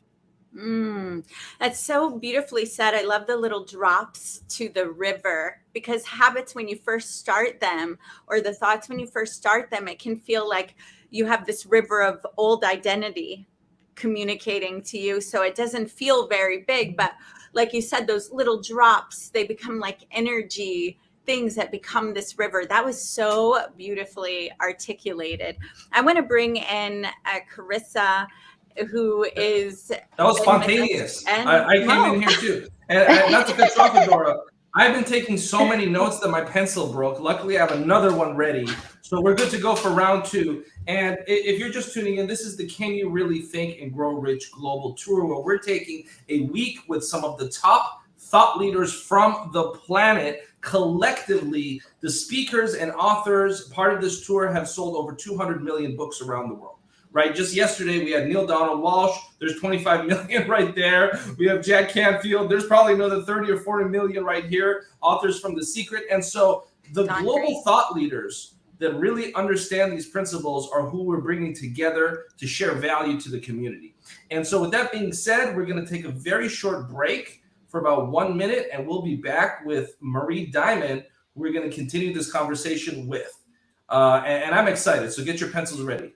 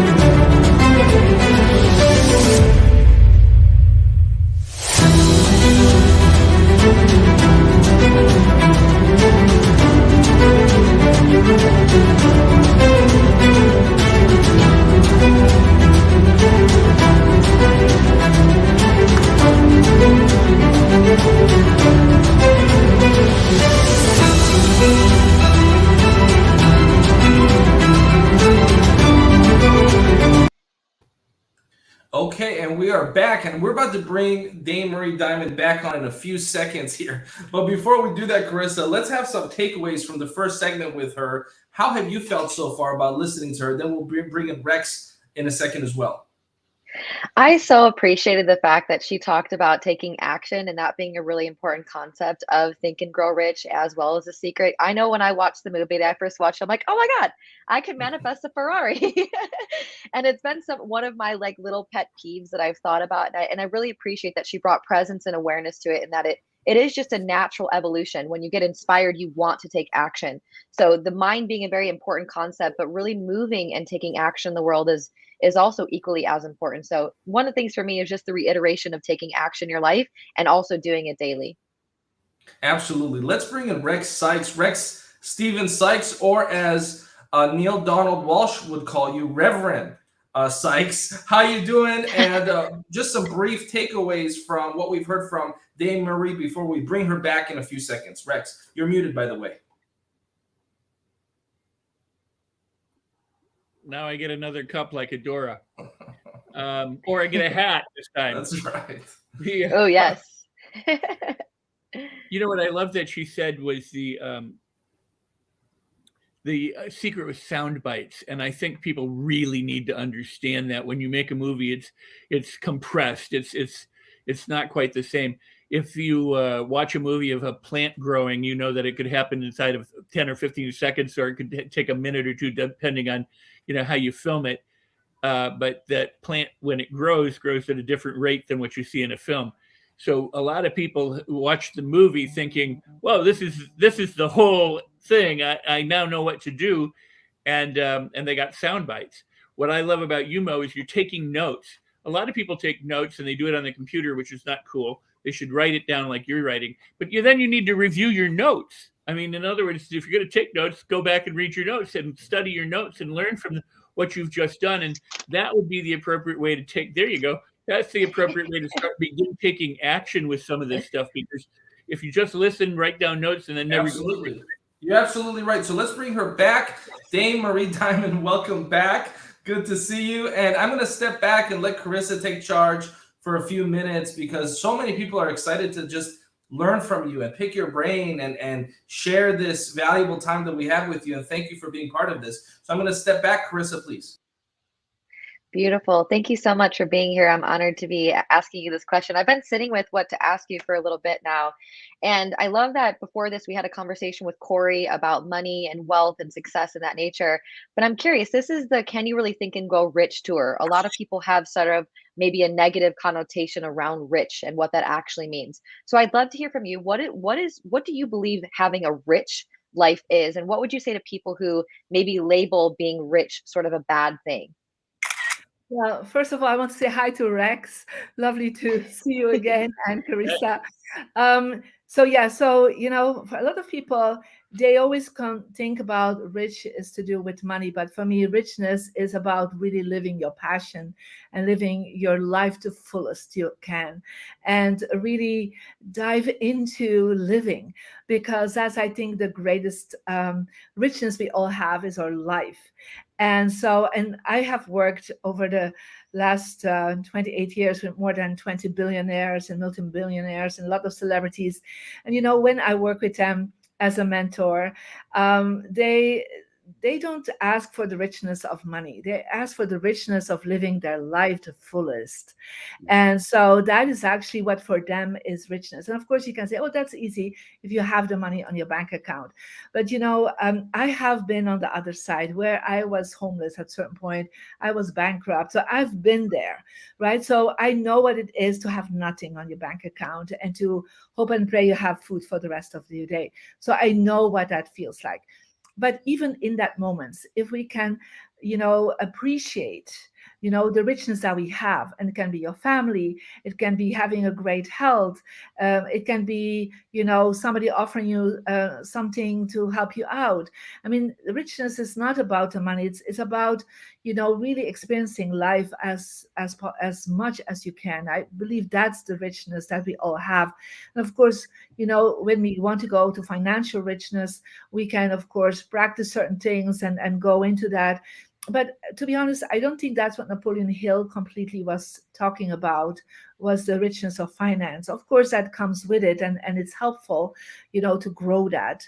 And he gives amazing information about that. But when I read the book from Napoleon Hill, it always feels like I'm so inspired.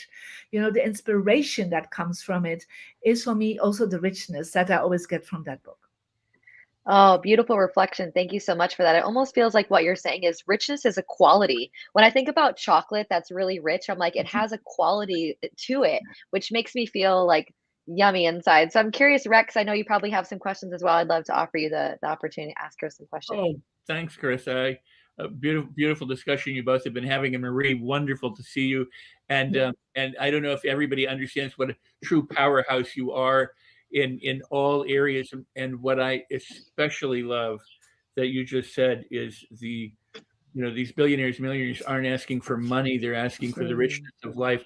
Napoleon Hill did say the people who think about money most often are the people who don't have it. the people who have the money don't think about it that much. You know, they are, and toward the end of his life, he wrote another book and that said out of 520 people that he modeled, only one had a successful life, and that was John Burroughs, the naturalist, because he sought peace of mind in his life, where everybody else was seeking wealth or riches or money or something like that. So they lived more turbulent lives than John Burroughs, who had, you know, peace in his life. So you are talking such gospel here, and I appreciate that so much. Could you continue to elaborate, because this is so beautiful what you're sharing? Yeah, and thank you for pointing that out. And for me, I always, when people said, Marie, do you have it all? I said, yes, I have it all. I do have it all, because I have a darling husband that has been supporting me in my vision and mission. I have 3 darling kids and a wonderful grandson. I have friends all over the world. I have students that I am been teaching all these years. I have, really traveled the world. I have these opportunities to be like with you, amazing people here with Los Angeles Tribune. I mean, the richness, for me, when I think about richness, I never look at my bank accounts. Yeah. I only look at what I call the energy accounts. And it's the account of the energy of my life, and the energy I give and the energy I receive. And I always get more energy than I give, because that's how it really works. Richness is when you receive more than you give more. And you can say, well, don't you give a lot? Yes, I give constantly, every day, from the morning till the evening, I give, but I still get so much more. The universe has a way to give you more and more interest on your giving. And so that is what I believe, the energy interest that you get back from living, that rich life, in sharing and giving and impacting people. What you get back from it, that is for me my true richness. Well, if anybody knows about energy, it is certainly you, Marie. I mean, that is really wonderful how you have shared that with so many people worldwide. Somebody said to me the other day, so-and-so is okay, but they drive a crappy car. And I was like, well, Warren Buffett lives in the same house that he's been in for a long time.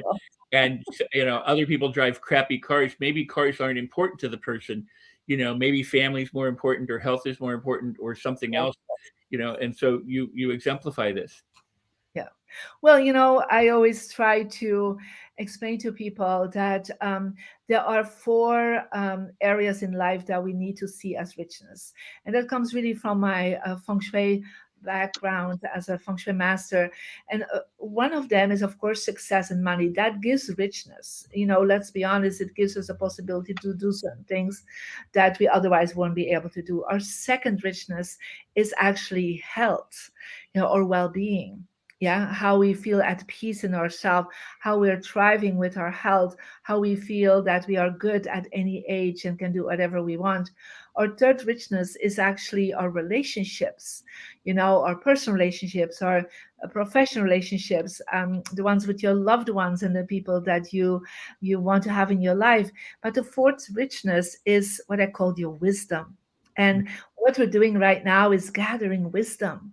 We are receiving this amazing information of all these top speakers and teachers. And thank you for Los Angeles Tribune to give us that opportunity to gain a very important richness, and that is wisdom. And some of them, people will say, well, perhaps the wisdom of my intuition, but it can also be the wisdom of your teachers, the books like Think Rich, Grow Rich. That is actually a foundational richness, that when you have that, and that's why you need to keep focusing on that as much as you can. That's why reading every day something in a book, or watching a video, or listening to Rex, for example, on Clubhouse, and anything that you're doing is like you're building this up, your wisdom, and that's your foundation. And that's why books and teachings are so important, because if you have that, then the rest will build upon it. That was so good. That was a beautiful question, Rex. Thank you so much. And Marie, thank you for elaborating on that. I have a question that I've really been sitting with, that I'm really wondering if the audience is resonating with this as well. You are an energetic practitioner. You're an energetic woman. Like, you are absolutely radiant. I really love the fact that you owned, I have it all.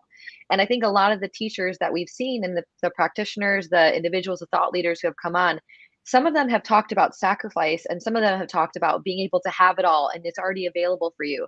What's your opinion on sacrificing in order to have it all? Do you believe that we have to sacrifice and we have to save and hoard all our money, or like what is your opinion about sacrifice and sort of like minimizing our lifestyle in order to have it all later?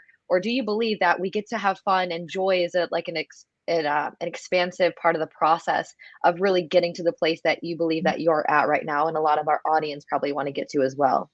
Well, I think the aspect of sacrificing, it's really connecting with some religious background, to be honest. We when we look at different cultures, different religions, it's always like to really satisfy, your satisfy that energy of the universe, of God, we have to suffer. Right. And I do believe suffering is not something we have to look for. Suffering is happening anyhow. Right. So, like we said, SHIT happens anyway, right? So why do we have to look for it and think that we need to suffer before we can get somewhere, right? Don't attract it by just focusing on that suffering. You will attract more of it because, as you know, what you focus on is what you get more of. That's what the law of attraction says. So I don't believe in the fact of suffering. Did suffering happening in my life? Totally. Right? There was really, really difficult times for me when I was younger. But what I've learned from it through the power of forgiveness, and that's very important, through the power of letting go of that suffering, through the power of forgiveness, is that I don't have to carry that suffering anymore. Yeah. Mm-hmm. And so, and when you do that, you're opening up your heart for joy and fun and, and living the best life you can. Does that mean that it will be always smooth? No, things happen in life. But if you stop carrying it so much on you, we don't have to have a cross on us. We really don't. We just can say, look, I choose for happiness. I choose for love. I choose for fun and joyful experiences. And that is exactly what I do believe that also the secret and the Think Rich, Grow Rich movement has brought to people is that you don't have to suffer to get somewhere. Now, does that mean you can't save? Of course, you need to do some savings if you can. You have to anticipate sometimes for the times that it's not going so well. But don't do that based out of guilt, out of fear. Do that because it's smart, because it's intelligent to do this, but not based on a negative feeling or a negative inspiration, because ultimately you will then start attracting more of what you have been focusing on. What a great question, Carissa. That was look at where that went. That's very cool. Thank you, Marie. Can I ask a quick question? And that is, you said health, and then there's wealth, and there's wisdom, and there's relationships.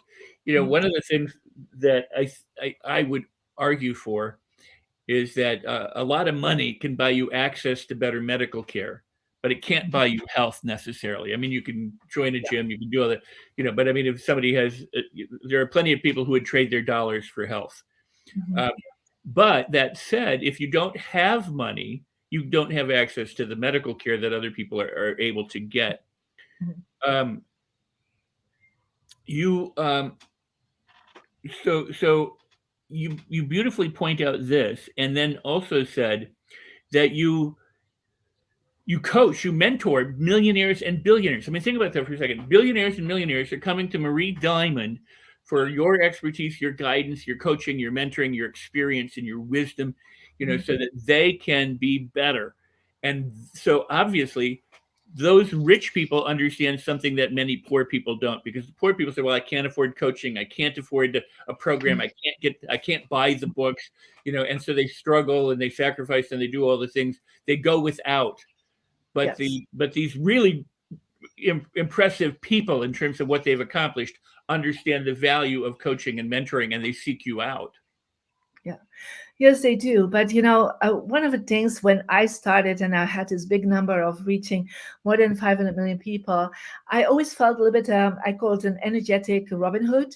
So I always felt like, there will be wealthy and people coming to me and they will pay me super well, right? So great. I love that. But with this, I can create an app that is for free. I can create YouTube channel. I can create possibilities to speak, or to connect in Clubhouse. So for me, it actually gives me time to do things for people that cannot afford it, because there were times that I could not afford it either. But then I went to the library, to get a book that was for free there. Or I saw a book with a friend and said, hey, can I loan it for a while? Because I really want to read it. I mean, there's so many ways to go there. So, having no money is never an excuse for growth. Yeah. So think about that. It's never an excuse. Yeah. Because especially today in this world, there's so much available for free. Yeah. And so I'm perhaps personally one-on-one coaching you, but I've been creating systems, and I know a lot of the teachers have done that, creating systems that you can receive our wisdom in a way that at least it's available on your level of your financial possibilities. Yeah. And that is what right now, there is never an excuse anymore to grow, because, if you cannot afford it, there's a lot of free information. If you can afford it, hey, there is a book perhaps you can buy, or an ebook, or an audiobook, or a Kindle version, or whatever it is from books and information. And then if you have more, then perhaps you can do an online course. I remember this one person, he's from LA, and he connected with me 3 years ago, and he lived in a tent camp in LA. And he said, Marie, I have no money to afford you. And he sent an email to us, and we said, well, we're going to give you one course. And it was actually an online course that it was called Abundance Magic. So I gave him that course just for free. And he started practicing with my YouTube channel, and he started practicing with my free app, Marie Diamond, that you can download. And he started doing that in his tent. And literally he started using Feng Shui tips and put little Post-it notes out, literally with no money. And then a few months later, somebody offered him a car. So then he had a car. And now 3 years later, he has an apartment, he has a girlfriend, he has a really good job, and he pays me my mentoring price. Yeah. Wow. So in 3 years, and I said to him, everything is available. You start where you are. And he said, that was my big vision. I wanted to one day pay Marie Diamond's hourly price. And he's doing that right now. Wow. So never say there's no excuse. You can do it. Wow. Yeah, going back, that was a beautiful answer. And going back to big vision, one of my favorite principles is imagination. I love to kind of live in my world of imagination. What would you say to somebody, thinking about the principle of thinking and growing rich? What would you say to somebody who thinks, or who is somebody else is projecting onto them, that their vision might be too big? I mean, you've obviously had an immense impact. You said that this vision sort of came to you after or a download or an idea came to you after this near-death experience, that you were going to impact this many people. As the role imagination plays, do you think that there's such thing as too big of an imagination? No, I think people don't imagine big enough. Actually, that is really what they're doing. When I ask people questions and then they say, I'm thinking this, that, is that all you're thinking? Is that all you're imagining? It's just so small. Why think bigger? Like somebody was coming to me, it's like, oh, I want to impact 40,000 people. I'm like, is that all? Why don't you think 400,000? And he said, yeah, you're right. And then within like few weeks, he landed a role in a big television show because he was opening up. So the more your numbers are opening up, the more the reach will open up. And that is one of the things that I say about imagination, is that you can create a vision board, and that's really amazing if you can do that. But I always say, as a Feng Shui master, your home is a 3-dimensional vision board. So it is possible that you have a mindset and you have some vision, but then I say to people, walk into your space and see if that space is reflecting the vision that you have. If you're thinking, I want to be rich, but everything around you looks poor, right? And it looks cluttered and chaotic, how can you ever attract this, what you want? In every place you have to think, I'm the queen, I'm the king, I'm the president of my life, I am the best of my version. But make sure that your space around you is reflecting that, because it reflects your subconscious mind constantly. And so whatever is around you is actually affecting your inner life. And so you need to think about that. You perhaps have a good vision board, but when you look around, you open the door, you know, you go in your bedroom, you go into your office, you go into other spaces that you live in, it's telling a different story. And because it's cluttered and chaotic. And so you have to understand that is what I call the part of the law of attraction that most people have not been focusing on, because they are thinking if it's in my head, that visualization, it's okay. But I said, no, everything is part of your visualization. So if you want to really think rich and grow rich, but you're all the time being afraid to go in places that have that richness. Yeah. So I remember when I was, you know, starting in LA, really, and I had nothing, right? And this is like 20 years ago. I literally went to the Beverly Hills Hotel, sitting in the lobby just to feel the richness energy. Yeah. And so I could not even afford, you know, to go to dinner or lunch there. Right. But I had a book with me, an inspirational book. I was reading it. I had my bottle of water with me. I was sitting in a rich place just to feel it, you know. And then a year later, I could afford, you know, having a room in the Beverly Hills Hotel because I opened myself up. So if you don't have that energy around you, make sure that you go to places that have that feeling, that gives you that inspiration. And if that is not close to you, well, just, you know, I would say if it's on a travel or a moment that you go somewhere, try to always go to places that feel rich and that gives you that feeling of being uplifted, being inspired, because that it will help your subconscious mind to imagine bigger. This is beautiful. Can I jump in here? Yeah, go ahead, Rex. Thank you. There's oh gosh, Louise said, really liked what she said. Your home is a 3D vision board. This is a beautiful concept that a lot of people don't appreciate or begin to understand.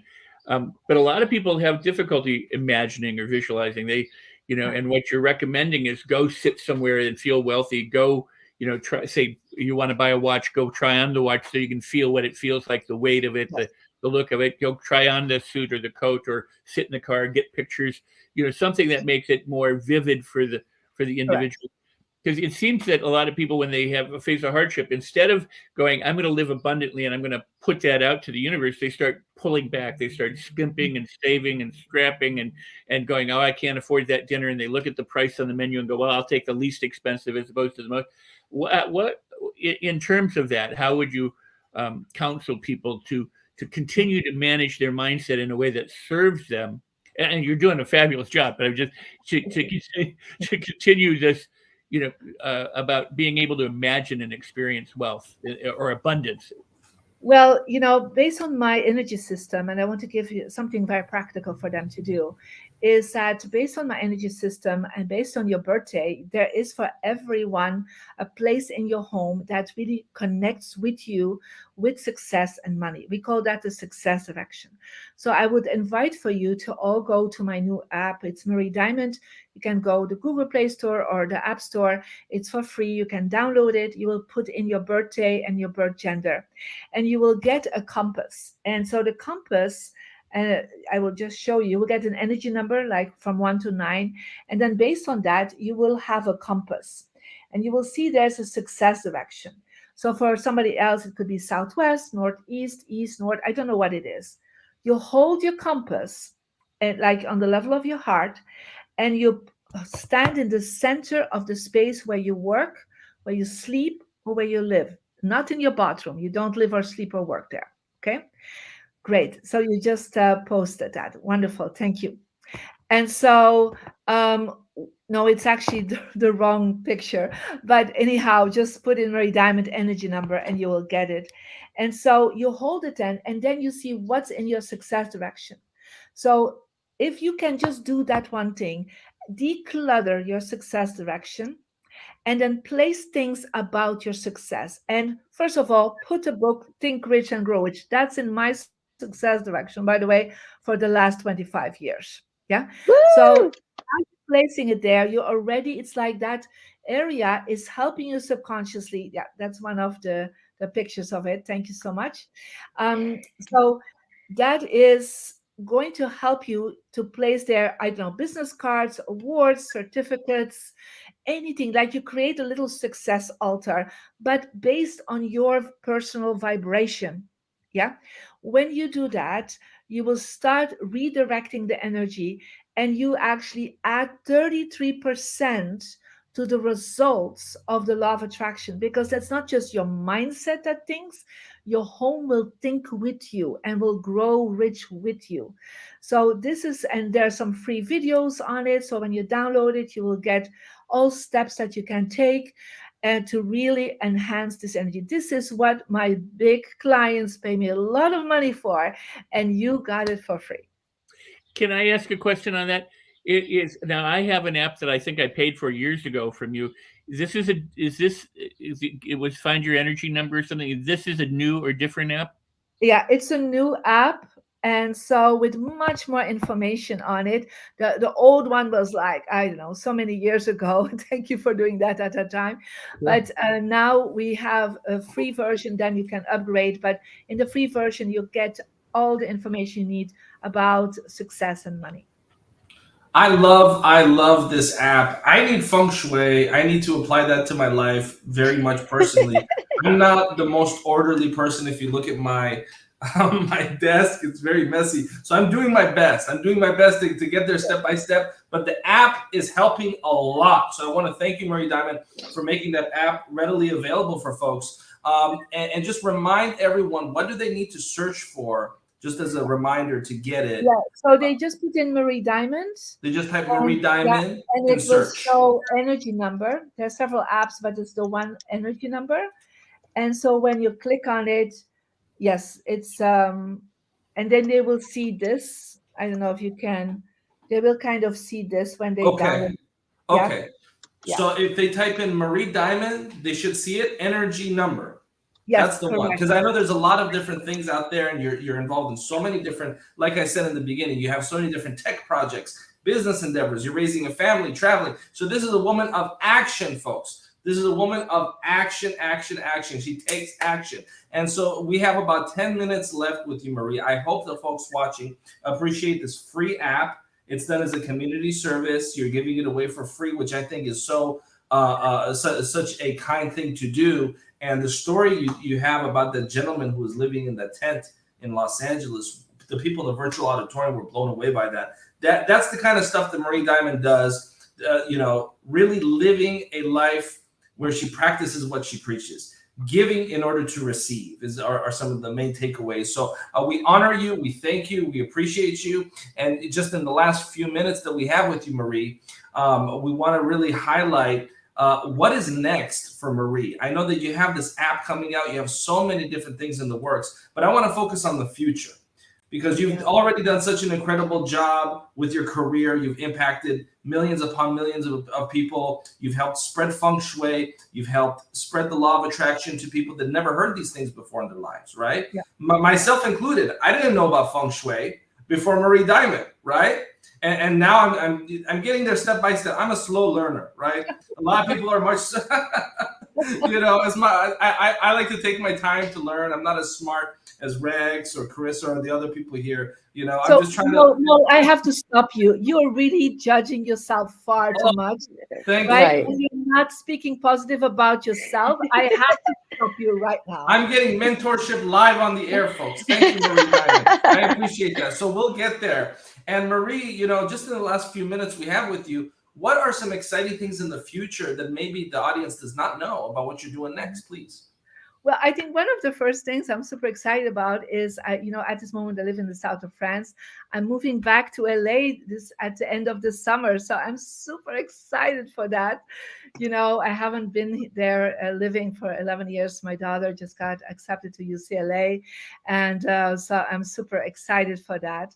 And then I hope to really have some more time again to do in-person workshops and traveling the USA as the last year it's been on and off that I could come in, but I was focusing more on Europe. So to really see people again and to travel in, and we have several new projects coming up on television and books. So this is kind of an unfolding state right now. But I think the greatest thing is for me to come back to LA. That's where my heart sings. I think so too, and Los Angeles is so excited to have you. On behalf of, I speak for everyone in LA, so everyone in LA is excited to have you. But I think that your mission, go into town, and we welcome you back. Thank you. Thank you, Rex. And what you're really doing though is so profound from the standpoint of Feng Shui is a philosophy that we, as folks in the West in particular, and I know that this is a global audience right now, we have people from all over the world, but those of us in the West, we're not really taught Feng Shui. I mean, if you go to a traditional school or this culture doesn't really embrace or talk about it very much. So what you're doing is very vitally important because so few people are actually taking this Eastern modality and introducing it to the West. So I applaud you for your mission of helping people with something that they're not exposed to, that they don't understand, that they don't really get. And you do it in a simple way. You're using modern day tools. You're using an app that people can download on their phone, on their iPhone. So you're taking something ancient and actually turning it into something modern using technology, which I think is super brilliant and powerful. So thank you for doing that. And with that being said, Marie, we're going to give you the floor just to share your final thoughts for a couple minutes before we go to our next segment. Please, Marie Diamond. Thank you so much. For me, when I really learned about the law of attraction, I was studying with my grandmaster, and I'm trained as a traditional Chinese Feng Shui master.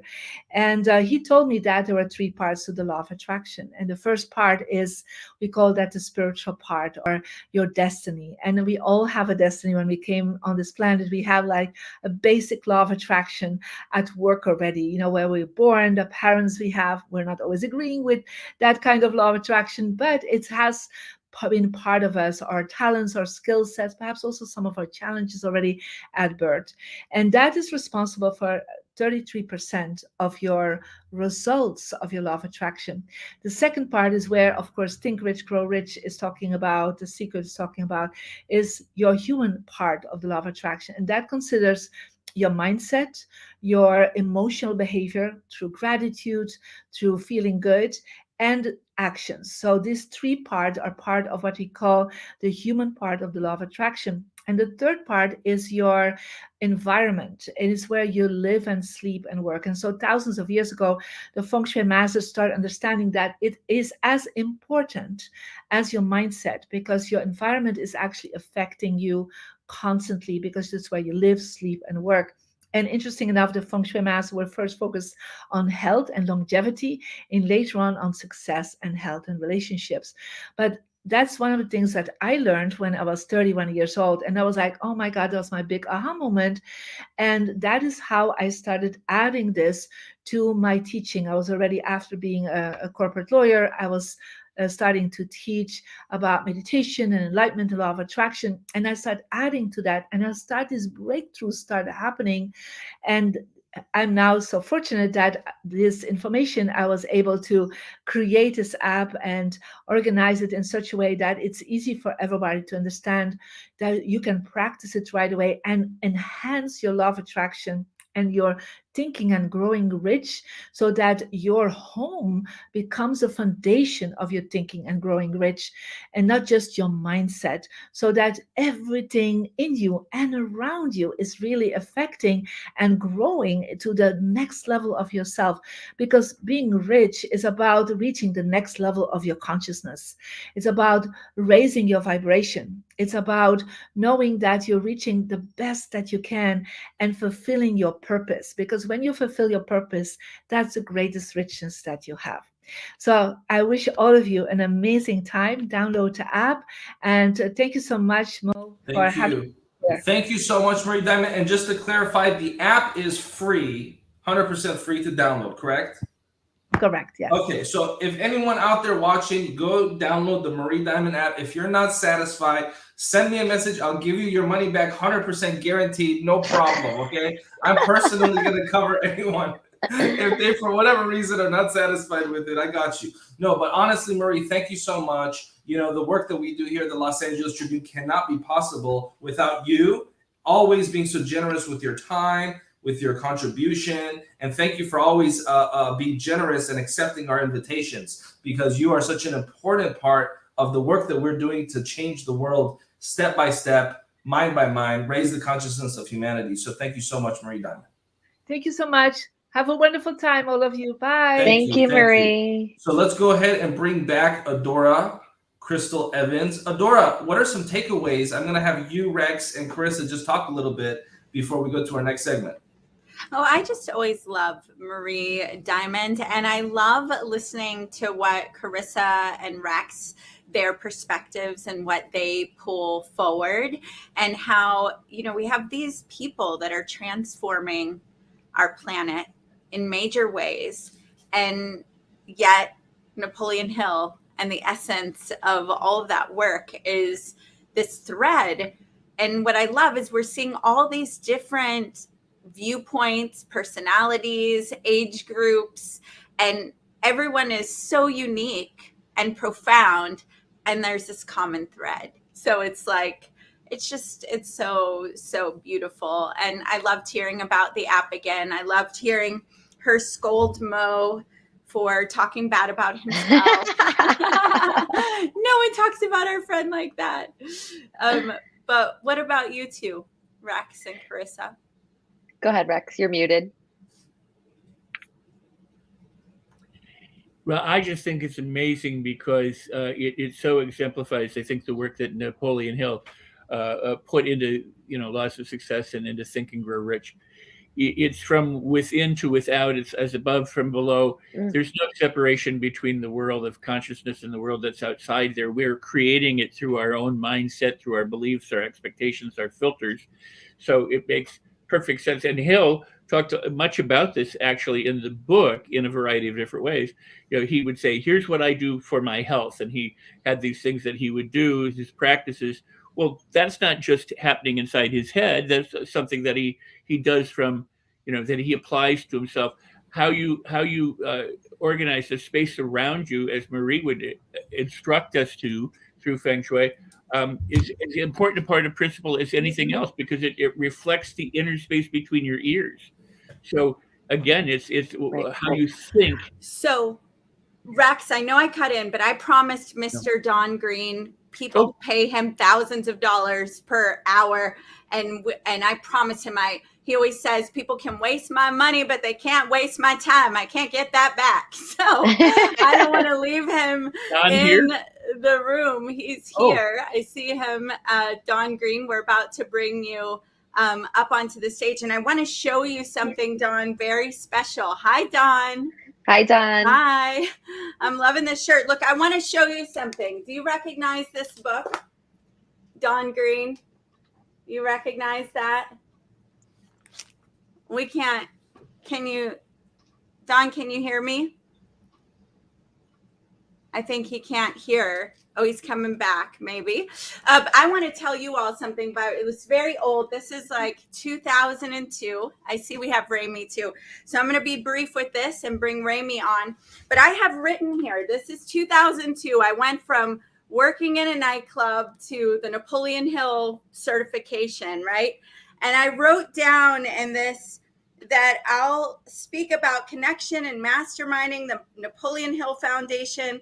I will help them make appearances all over the world. They didn't need my help. They're making appearances all over.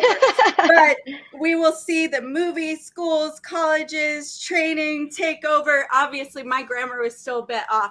But it's so cool because I even have listed in here one of my mastermind people will be right there, Don Green. Wow. And this is from like 2002. I see Raymie smiling. That's amazing. That's amazing, Adora, and a testament to a lot of the principles that we're talking about. And so, you know, if you're just tuning in, folks, we have a global audience right now. This is the Can You Really Think and Grow Rich global event in honor of Raymie's book in honor of all of the incredible things that Can You Really Think and Grow Rich book has done around the world. And of course, the Napoleon Hill Foundation books. Look at all these wonderful copies of Think and Grow Rich designated by the Napoleon Hill Foundation. So we're going to take a very short break and we're going to come back with the next segment. So you have a minute or two, folks, to stretch, to prepare, grab a pencil and get ready because we're just getting the ball rolling.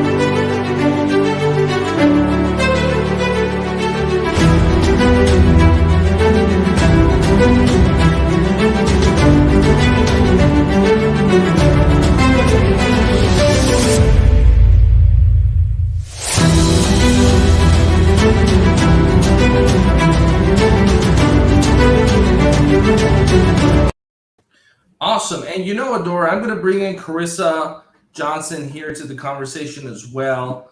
And I'm going to have the two of you speak a little bit about this next guest, Adora, and kind of do a deep dive with him, because can you really think and grow rich is a profound question. And it's also a question that is from a profound book, a book that this entire tour is really dedicated to because of the principles of the Can You Really Think and Grow Rich book, which is what we're here to celebrate with people from all around the world, and then diving into different principles and concepts. And so, Adora, we're going to give you the floor to kind of do a check-in with our audience, and of course, let people know what's next.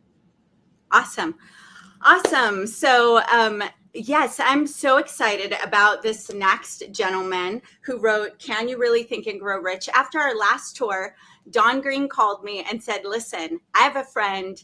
You've got to read his book. He's really done some incredible things. He's a very generous guy and he really lives the principles. So I said, Don, we'll build a whole tour around it. I'll do everything I can to get as many people around this conversation.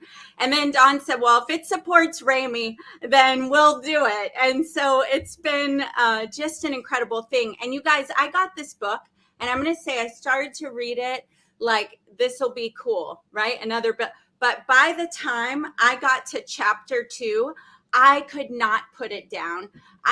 It is literally riveting. You are going to be blown away by some of the stories that you hear. And we've got Don Green in the audience. So, Carissa, how excited are you before I bring him on and you step back for a minute?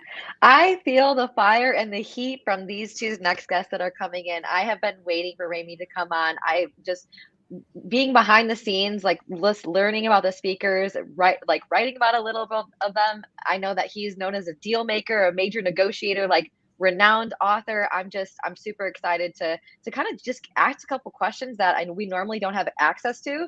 So this feels really exciting for all of us.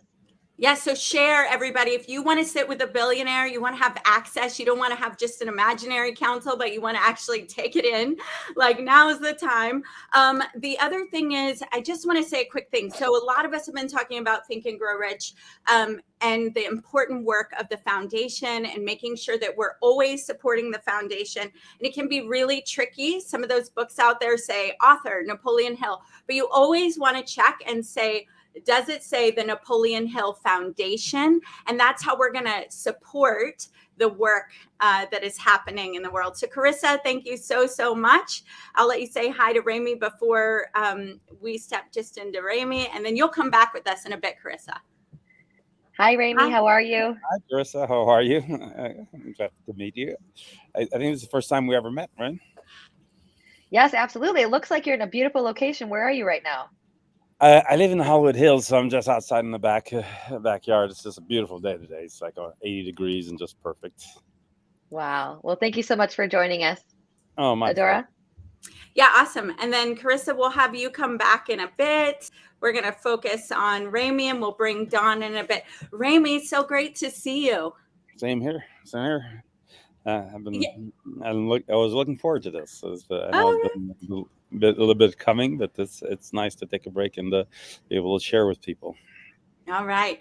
So what you guys may not know, and I know you don't want to go way back here, Raymie, because you're like, it's an old story, but you didn't start as a billionaire. I mean, you started in dire situation like many self-development authors. Will you lightly hit there, and then we'll dig in on the more relevant? Yeah, I'll definitely go back. But the beginning is important because it is what it all started. I mean, I was 12 years old, and I was a kid that everybody beat up in school, had really nothing going on for myself. And somebody gave me Think and Grow Rich.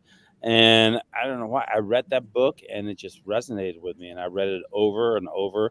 And I think I read it 20 times, and I just read the principles, and I really believed it. And the good thing about having it that young, you're kind of dumb enough to believe everything. You haven't been corrupted by the rest of the world yet, saying that it's impossible to do things and everything. And that book just said everything was possible, no limitations, and I believed it, and it became part of my psyche. And one of the things Think and Grow Rich put in there was, procrastination is the number one killer of any success. So I said to myself, I can't wait to do any of this. So I said, I could spend 3 more years in high school, another 4 years in college. I said, that's 7 years wasted for me. Or I could start right now, apply these principles, and just go for it. And I left home at 12 years old and decided to hitchhiked to Florida. Well, I was actually going to just go to America. I was in Montreal at the time. I knew the success was in America because the whole book was written about America. And I was just in Montreal, wasn't that far. So I hitchhiked to Florida. It was 2 rides, and I ended up in Tampa, Florida. So I started at the beginning of my life, basically 5 years homeless. I was 3 years in the streets. On the 3rd year, I bought a $300 old Cadillac that I slept in for 2 years. But I wasn't depressed. I wasn't worried. I had that book. I knew where I was going to go. I knew I was going to do it. I just knew it just was my journey. And I just figured out and tried and tried and tried. And by the time I was 17, I made the first $1 million. So it was the book proved itself that it was right. So it was it's definitely a book that it stands the test of time. It's been written almost 100 years ago, and it's still one of the number one, I think, selling book for self-help or motivational books, because it's there, and everybody takes from that book. I even take from that book to try to show people what it takes to succeed. Yeah, it's so incredible. So as I started reading your story, I mean, 12 years old, you're out on your own, you're creating a life. We've heard a lot of crazy stories, and that is crazy. It is not the norm, but a lot of people in our industry have some wild thing. But when I looked and started reading what you did in order to create alliances with billionaires and to create success, like, I couldn't even believe some of the stories. I'm like, this guy is wild. And when I called you about it, you said, oh no, it was just, you got to be fearless. And I'm thinking, okay, Raymie, but if people went and did what you did, many of them would end up in jail. So I'm like, you had a certain amount of knowing and faith. So will you tell us the story of, whenever you go find that gentleman? And I won't tell all the stories in the book because I need to get it, but tell us that story, and then we'll bring Dawn Green in and some other people and keep going. But go ahead. Yeah, I mean, again, the word fearless is very important, because also one of the things I learned very young also was people are really controlled by fear. And the fear of loss is greater than hope of gain almost in anybody. So they're not willing to risk the things they have to achieve whatever they dream about. And very young, early on, I got rid of all those fears. I learned how to reverse that psychology and have my hope of gain greater than fear of loss. So that also, when people learn how to do that, it's a freedom. You can achieve anything you want, and when you live without fear, you're not worried about anything. You're not worried about people stealing things from you. You're not worried about losing your money. You're not worried about it. And you go and do what's in your mind that you really want to do, and you do a lot of things like Think and Grow Rich has in there. And this is part of the story. I'm saying this, why I'm leading into it, is like there's a story in there about a general who burnt all his ships and told his soldiers, it's either do or die. He was outnumbered 10-1, and he didn't leave himself a retreat. And at the end, he won that battle. So they could have been sitting there in fear, had the ships just in case to retreat, and they would have half-heartedly went into battle and probably would have lost, and a lot of it would have died and went back on the ship, and they left and would have lost the battle. So part of doing this is getting rid of that fear. So like this, you're not worried about it. So as you're reading the book in progress, one of the best examples, because of a lot of things that the Napoleon Hill's principle is, one, believing in everything that you do, that there's no limitations to what man can achieve, and also burning your bridges, and also persisting and never giving up. So one of the best examples is definitely the story with Adnan Khashoggi. So by you guys wait, tune in. Believe me, if you're somewhere where you cannot hear, you do not want to miss the story. I had to beg him to tell, because he's like, the stories are in the book. Tell them to. So I like, brace yourself. It's about to be like a movie. Okay, go ahead, Raymie. All right. So if anybody knew about Adnan Khashoggi or knows his name, he in the 70s and 80s was the richest man in the world, and he was a global wealthy man. And by the time of my age 23, and you'll see, I went broke a couple times from the time I went 17, but by 23, I hit $50 million worth of net worth. And I thought I was God. I achieved my goals. I just had the best car, the best house. I was just living life, and I thought I did it all. And then one day I was watching Lifestyles of Rich and Famous, and at that time it was my favorite show. And I had a few people over, and they had a 1-hour special on the richest man in the world. It was Adnan Khashoggi. And that show just blew me away. I didn't realize, and he started with nothing else. I didn't really comprehend what you could really achieve. And actually, when I was a kid, when we were reading at 12, that's what I was dreaming of, to be him. And I sat there, and it was great. I mean, his 35 homes, 7 jets, his lifestyle was great. But what really impressed me is the multi-billion-dollar deals that he did, how he entered in every country, was building pipelines in the Sudan, doing things that only people dreamt of. And I saw myself that being there, and I said, this is where I need to be. I want to achieve what he achieved. And I said to him, the only way to do it is work with that guy. He's the only one who's ever really done it this well and this successful. And when that program was over, I was just convinced. And I told the people around me, one day I'm going to be working with this man. And everybody laughed at me. He's untouchable. You can't reach him. He's around the world. It's impossible. And I love when people doubt me. When people tell me it's impossible, it's definitely a motivating thing, because there's really no better revenge than success, and to prove people right, because it is really an important thing. So just as Napoleon Hill, and again, every principle came into play, persistence and everything else, because the first thing I had to do was burn my bridges. I couldn't fall back and say, oh, don't worry, I have 50 million worth of companies, dealerships, insurance companies, real estate that I could fall back to and everything. So right away, within weeks, I sold everything, and I sold it at a fire sale, and I got maybe $10 million out of what 50 million was worth. But now I was free to focus on the goal that I had in hand, and was to go after Adnan Khashoggi. And then again, this is where the persistence comes, because I believed I could do it. It took me 2 years of looking around the world to find one person that knew him.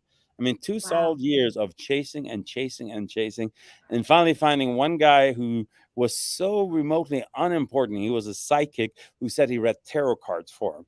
So from that psychic, I flew him down to make sure, and he said, yeah, he reads tarot cards. Adnan likes having done it. It was more for entertainment than anything else, not that he believed in tarot cards. But I paid him like $10,000. So next time he saw Adnan, he would tell him that he see this guy Raymie coming in his future.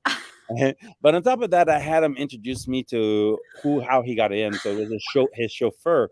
So from his chauffeur, I met his chiropractor. So I started to get to know everybody around his circle. So for the next 6 months, I was just building relationship around his circle, and slowly, Mr. Shogi, or AK, as people know, slowly heard my name, and eventually he said, I want to meet this Raymie. So now we're at 2.5 years later. He said, finally met, and I said, okay, now I made a plan to finally meet him, and now what do I do next? So again, I read the first chapter in Think and Grow Rich. It was all about Barnes, who wanted to work with Edison, and all he did was hop on a train with no money. I think he had 10 cents on his pocket or something, went to Edison and said, I want to work with you, and not for you, but work for you. And Edison saw something in him, and he let him work, and he became a millionaire marketing his typewriter or something like that. And I said, well, I work for Edison, it should work for me. So I went to Adnan, and again, we had coffee. But it was interesting. Again, you have to really believe it. So when I met him at his New York apartment at the Olympic Towers. He had 2 floors, 35,000 square foot, on top of the world. And it was the first time I saw such great wealth. I saw what billions buy and how you live. And looking at his 7 living rooms and looking at the window that circled all of New York City, and you're on top of the world, I just became to where I could be a billionaire. I could live this lifestyle. And then Adnan finally came down, and I was surprised he even knew my name.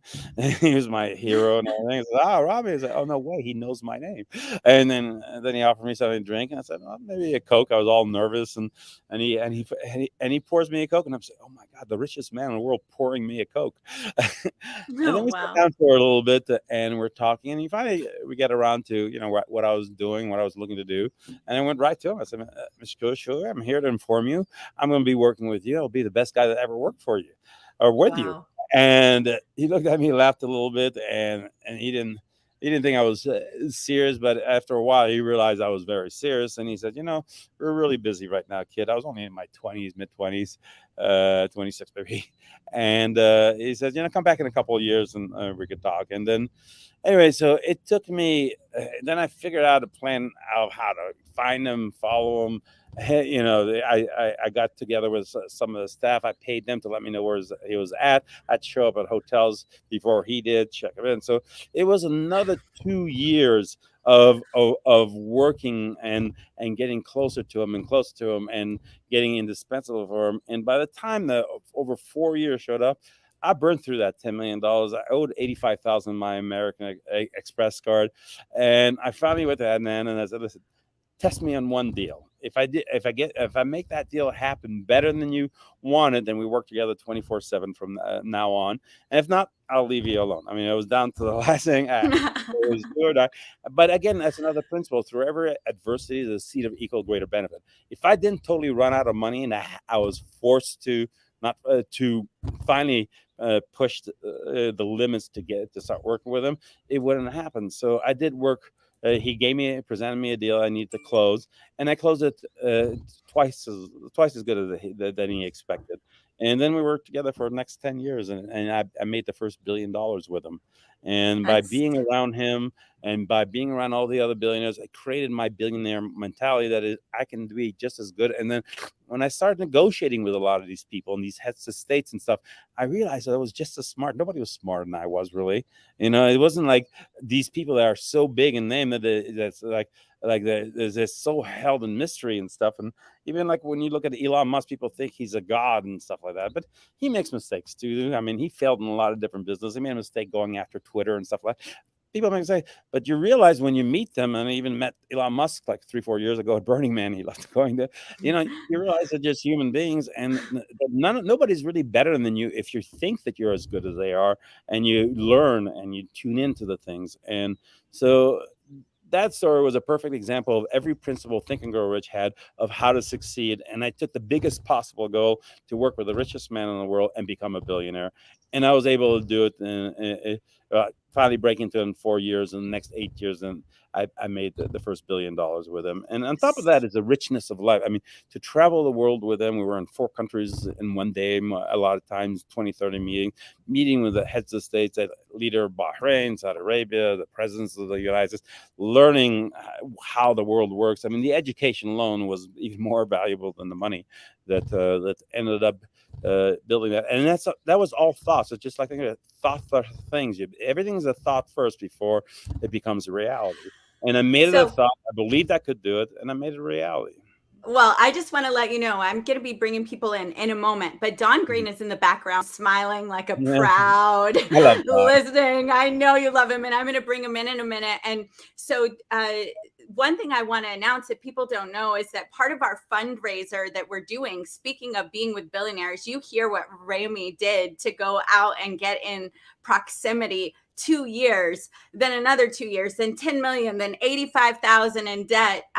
That's how far he went to get access. And as part of our fundraiser, Raymie is opening up at his home a certain amount of tickets that we get to sell, and a portion of all the sales go to the Napoleon Hill Foundation. We're going to mastermind in that beautiful home July 7th. And we're going to have something very special. There are very limited tickets. We're going to have so many at 500, so many at 1,000, so many at 1,500. Then it's done. So be listening for that. You hear everything that Raymie did to get in proximity. What will you do to get in the room and to have Raymie and other people, and look at his generosity, and that we get to get back to the Napoleon Hill Foundation, because time and privacy, you've spent a lot of money and effort to get away from the world, and now you're going to bring them into your home in support of the Napoleon Hill Foundation. So I want to bring some of the crew in, and we want to bring Don Green in, because we know we don't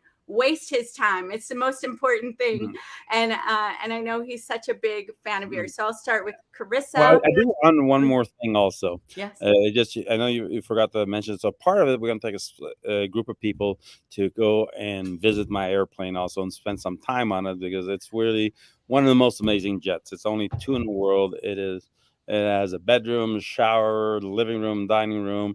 Don has even been on the plane. It's an incredible plane, and this way, after we finish our discussions in the mastermind group, when you sit in that plane, you realize what the possibilities and the way you can live and stuff. It'll be really I want this to make this a very special thing, and especially for the foundation, to get as many people as excited as possible. Not only to come to LA, be part of the discussion that will, I'm sure, change everybody's life, but then also to really experience really Oops, we're getting an echo from Mr. Green. So we got to remove for a moment. And Rex, if you could get with Mr. Green. I'm not sure if it's because of the 2 devices. All right, we're back. Hey, Don. Hey, how we doing? I'm doing great. How are you? I'm good. Yeah, it's so great to see you. Can you hear us, Don? He said it's so great to see you. Yeah, I can hear you. Yeah. You look relaxed where you're at, Don. I'm in the office. What am I going to click on to? This is Raymie. Huh? This is Raymie. Okay, I think Don may not be seeing the screen, so we'll let our team get in touch with Don so we get that worked out. Carissa, what did you think of that story? I think that Dora might have seen me in the back. The whole time I was like, oh my God, are you kidding me? This is insane. I'm just absolutely inspired by your story, but really kind of bringing it back to the principles. It seems like your persistence. I really enjoyed hearing about your persistence. If it's okay, I'd love to ask you a question that I've really been thinking about this whole time. My own belief is that, the saying, it takes a village to sort of raise a child. I think the same is true with a successful person. I think it takes sort of a village and a variety of people to really support that person in their mission and what they desire to do. And bringing it back to one of the principles around enthusiastic support, I'm curious to hear, who are the enthusiastic people and the support system that you have in your life that has helped you create this dream and bring this vision to life? That's an interesting question because it's been different people along the way. Because part of what I teach, and I think it's in the book, is you look at people who wins if you win. So because again, I was very independent and very young and by myself, and all you really hear from 99.9% of the people is criticism, and they tell you why you're not going to succeed. So it's really not much of a support system. But when you get into things like the deal, like when I was did the van center, I wanted to build these dealerships. Then I was thinking, okay, who wins if I had these dealerships? And then I figured out that the people who built the vans would win if it had a place and share the bigger profits in the dealership. So going up to him and even going to Hartwell, Georgia, and convincing this guy, it took a few days sitting there in Georgia, and he's a real redneck kind of guy with a shotgun.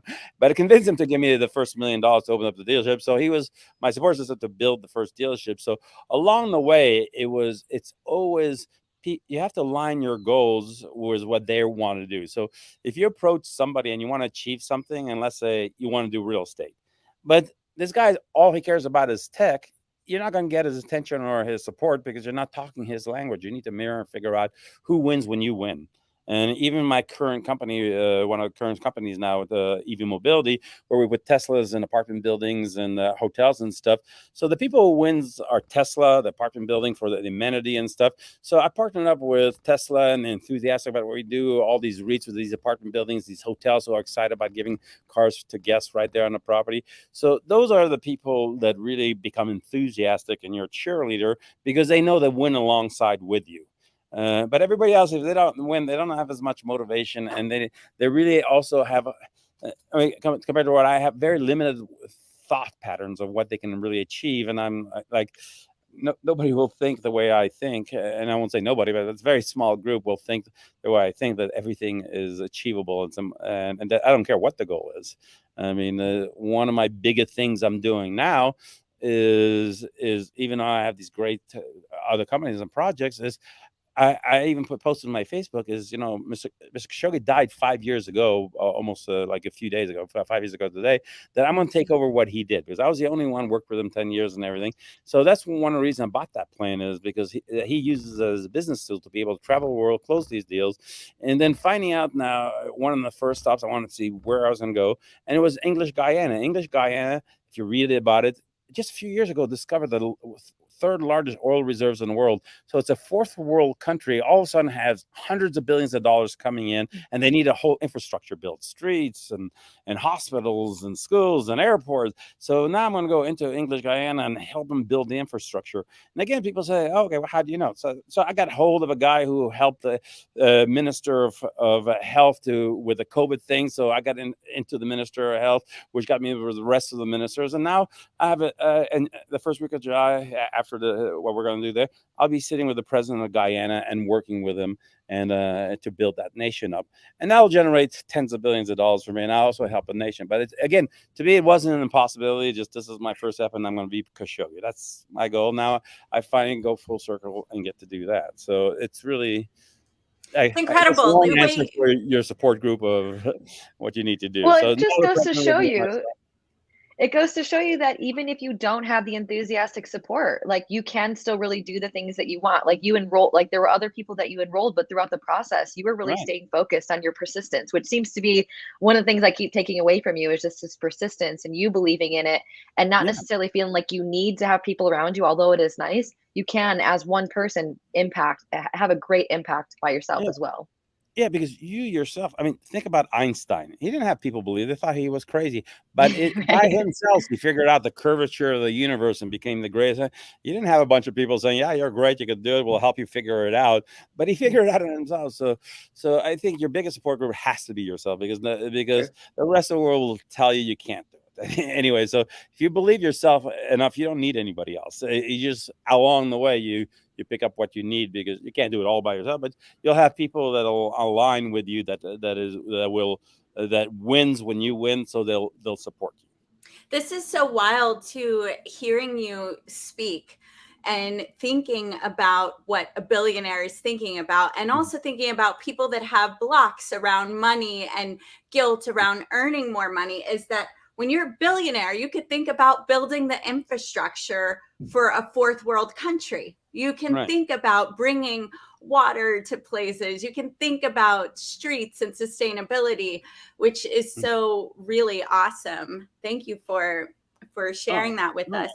No, but this book is not only about money. So if people are worried, oh, this is not, my goal is not to be rich or anything, but like I put one of the big paragraph is about my fight with the government. So there was a period of time when 9/11 happened. You know, the government thought, because Sure was my party was Saudi and the label arms deal and had an Arab name, they wanted to indict us and everything else for stupid things and made up stuff. So I fought the government for 7 years. And again, throughout the 7 years, a lot of people made deals with that. They always offered, you take 4 years, or if you lose in court, you're going to get over 100 years in jail. And the government wins 98% of the time. And again, I looked at the prosecutor and said, you might win 98% of the time, but I win 100% of the time. So I thought I'd rather fight and lose and get 100 years and just give up and take my 4 years that you're offering me. So throughout those things was very grim. I'm finding the whole United States government, the FBI, the prosecutors spent $50 million trying to indict me. And at the end of the day, that's why in the book, there's a picture of the letter when the government finally gave up. And send me a letter and says, okay, we'll prosecute these. I proved to them I didn't do anything wrong, and they were wrong. And it was actually at the end of the book, which was really interesting. That's a whole movie on itself. It was crooked FBI guys who was trying to take me down. And it all started even before 9/11 when I was a public company, when I was squeezing the shorts, and they were paid by the shorts to take me down. So my company would go down and they would make money. So at the end, 3 FBI agents had to spend 7 years in jail, and they finally had to let me go. But none of that would have came out if I didn't fight them for 7 years. So it's really, that's why that book is not only for making money. This book is staying persistent, living without fear, and fighting because you know you're right, and never giving up. It was a lot. I know a lot. When I was looking during that period of time, there was Skilling, there was Enron. There's a lot of lower level people that made deals of 3-4 years, and they didn't do anything wrong, but just to not be faced with 100 years in jail that they threatened because there's all these guidelines and stuff like that. So that's why that book and those principles work for everything. If it's this or finding love or anything else that you want to achieve in life, it doesn't have to be money. You win in anything. The book is called Can You Really Think and Grow Rich? And every day at the end of the day, the bottom of our emails have a link. You could buy it there. We also have a link to Think and Grow Rich by the Napoleon Hill Foundation and the Think and Grow Rich Legacy movie, as well as the PMA course by the Napoleon Hill Foundation. They're asking now, they're like, give me that book. I can't. It is going to be one, you're going to read it multiple times. Your persistence and that confidence, how do you transfer that? Because you said earlier, if you can see your hope of reward as higher than your fear of loss, you'll do the actions. But how do you move yourself into that place of very clear about the reward so that you can do that? I mean, people were quoting you, but how do you do it? Well, there's a lot of, like, even in Think and Grow Rich, what it says, how you really get to the really big goals and believe in yourself is you set your big goal, but then have little goals that you achieve to get to those goals. And when you start seeing successes in the little goals it starts building your confidence to achieve bigger goal and bigger goal. So it's by doing, you achieve it, and you feel you start feeling, oh wow, I can achieve whatever I set my mind to, and then the bigger goals seem a lot more reachable. So for a lot of people who are starting out, they might want to make $10 million or $1 million. Make a goal like I think Canfield was on there, and I saw him on The Secret. He said his goal was he wrote he's going to make $100,000 that year. So that was his goal, the first year, to make $100,000, and he figured it out, and his mind opened up and found a way, and he made $100,000 that year. And then he wrote another one for like $1 million or $2 million, and he achieved that goal. So he took steps to really start believing in himself and then became what he became. So it's almost like with everybody. So when I was first in the streets, first goal was just to survive. When I will survive, to start the first business, and then to raise the first dollar from somebody else, to have somebody invest in you. So there are just steps that, okay, I was successful doing that. I can then do more and more. And one of the lucky things that happened to me, also, this is also in a book, which I don't know if I call it, I was at 14 years old, because I was in Florida. I went down and saw the Coral Gables, the castle of the Coral Gables, the Coral Castle. And that was an amazing sight. And you can Google it, and people don't know about it. But if you go down there, but it's about a man called Ed Lanchant. And he was a 4'9" guy. He was from Latvia. He had no educational skill, but he fell in love with this girl. And on his wedding day, she left him. And he was, and part of the things I talk about and Think and Go Rich, the way you build anything, you have to build a burning desire. And the way you build a burning desire is you mix what you want with lots of emotion. And it doesn't have to be positive, or because negative emotion is the same thing. It's just emotion. It opens up your mind, but your mind doesn't know the difference, you know? So because he was in so much pain, and in his mind, he thought if he built a castle, he can win her back. So he ended up building the Coral Castle over a lifetime. But this is not a normal castle. It was the smallest brick in it is 2 tons. The door is 20 tons, perfectly pivoted on something. He had no tools, no help, no cranes. And it's not something that happened thousands of years ago. This happened like 75 years ago. It was just our time. And it's in Florida, and nobody ever saw him work. He'd tell people this wall will be up. Next day it was up. So somehow with his mind, he built this whole castle that they couldn't build today. When the door fell off the hinge, I don't know, like 10, 15 years ago, it took 4 cranes just to move it back on its hinge. How did this guy build this castle with his mind? So what it showed me was, if money is so plentiful and this guy built this castle with his mind, does mean I can do anything. Anybody could do anything. And it's just focusing. And again, I realized as my path went on, is just he was able to, he wanted a certain thing, and we're like a radio, and the information is out there in the universe. He tuned in how to build a castle, levitation, whatever, and he got that information. Same with Einstein. He wasn't a physics guy. He wanted to figure it out, and he was so passionate about it. He just tuned in to the right channel and all that information. I mean, to be able to see the curvature in the universe when nobody had ever saw it before in your mind, and then after that, for 12 years, scientists wanted to disprove his theory. And when they finally was able to build a telescope and everything to really measure it, it was perfect to the T. The measurement of how the universe worked was exactly as Einstein said. So it just shows that if you just take example like Einstein and him, or even Marconi, when you sit before there was radio, how do you imagine sending sound or radio waves and be able to hear it on radio? It's just like, and his family committed him to a mental institution, but he saw it and he was able to build it. And it's really so those are just examples to show that you can achieve anything. If these people can achieve things like that, money is really, it's just trillions of dollars flowing every day. It's just tapping into it. Just have to tune into the right station and wow. Trillions of dollars falling everywhere every day. Just tap into the right station. Yeah. Do you always want to tap into the right station? If you're ever going to do it, it's in this frequency. That is so powerful. Raymie, and then Chris, I'll pass it to you. And I can see they're working on getting Dawn Green. I see Satish Verma in the green room as well, smiling. Satish. So, one of the things you talk about that is so different than a lot of people, and I'd like to know which principle you think it comes from, is that when you go to put a business deal together, you are not just thinking about A to Z. You're thinking about all these other things in the bigger picture of the two individuals. So I want you to talk about your method of that. I'm not going to take all the words. And then I want you to tell us what principles are that, because everybody can elevate their life and income with what you're about to throw down and what you've already thrown down. So, well, it starts with just thinking about chess. Like the greatest chess players think 20 moves ahead. The ones that think 1 move ahead lose every time. So you have to think of many, many moves ahead and figure and plan it out. And at night, I sleep maybe 3-4 hours a night because all I do is think. So when I think of an idea and then I think how to achieve a goal or solve a problem, I think of all the 20 possibilities that might happen. And then I start thinking of all the 20 possibilities from that branch if that happens. And then I think about 20 possibilities of that branch that happens. So my whole mind is thinking of this whole web of all possibilities to achieve this one goal. So when I finally attack that issue or goal I want to do, whatever happens, I'm not surprised. I already know what the next move is going to be. So that does take practice. It takes work, but you have to understand, do some studies, and understand also human nature, things that could happen and stuff like that. So it's really, it becomes part of second nature, and it's something you develop.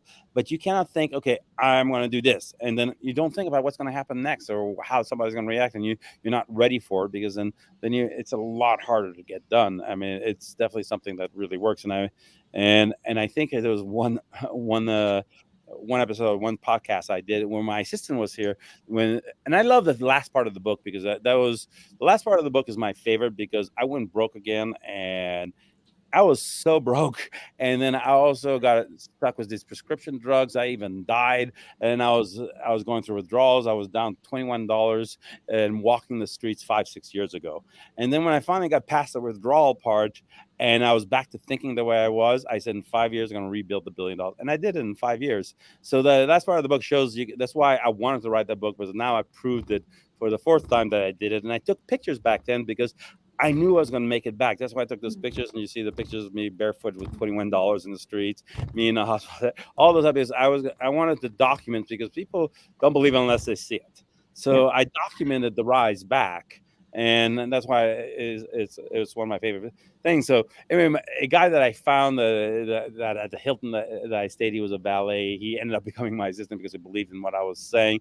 But I used to go into meetings, and before the meetings, I'd write down exactly how that meeting was going to end. And there'd be a room of 20 people and what everybody's going to say. So I used to put it in an envelope, put it to them, and I say, look at it after the meeting. And then by the time the meeting was coming out, it blew them away that everything that I said was going to happen happened. Because I got to a point where I can predict exactly what's going to happen in every meeting, because I know every. But that's because you're thinking about what people really want. Like the example you gave before is, if you're trying to put a deal together and they don't want to do the deal, you're thinking, oh, this guy needs to cover his mortgage, and now I can figure out another way to get that done for him. Like you do extra digging, and I love knowing what your favorite part is. Go ahead. Yeah, it's actually, and also like when you approach anything, you can't be in your body. Like when I'm talking to everybody, I'm like another player. I'm outside my body, looking down, like watching a movie. So I'm not now prejudiced by the way I'm thinking or feeling. Then I can really see what every player is saying, and then I know what my role is written. So if I wrote a script, okay, this is what I would say. If this person wrote the script for this person, this is what they say. So by being outside your body and watching and not being personalized with anything that's happening, you could figure out things better, and you could figure out what other people's motivation, because you're not stuck with your motivation.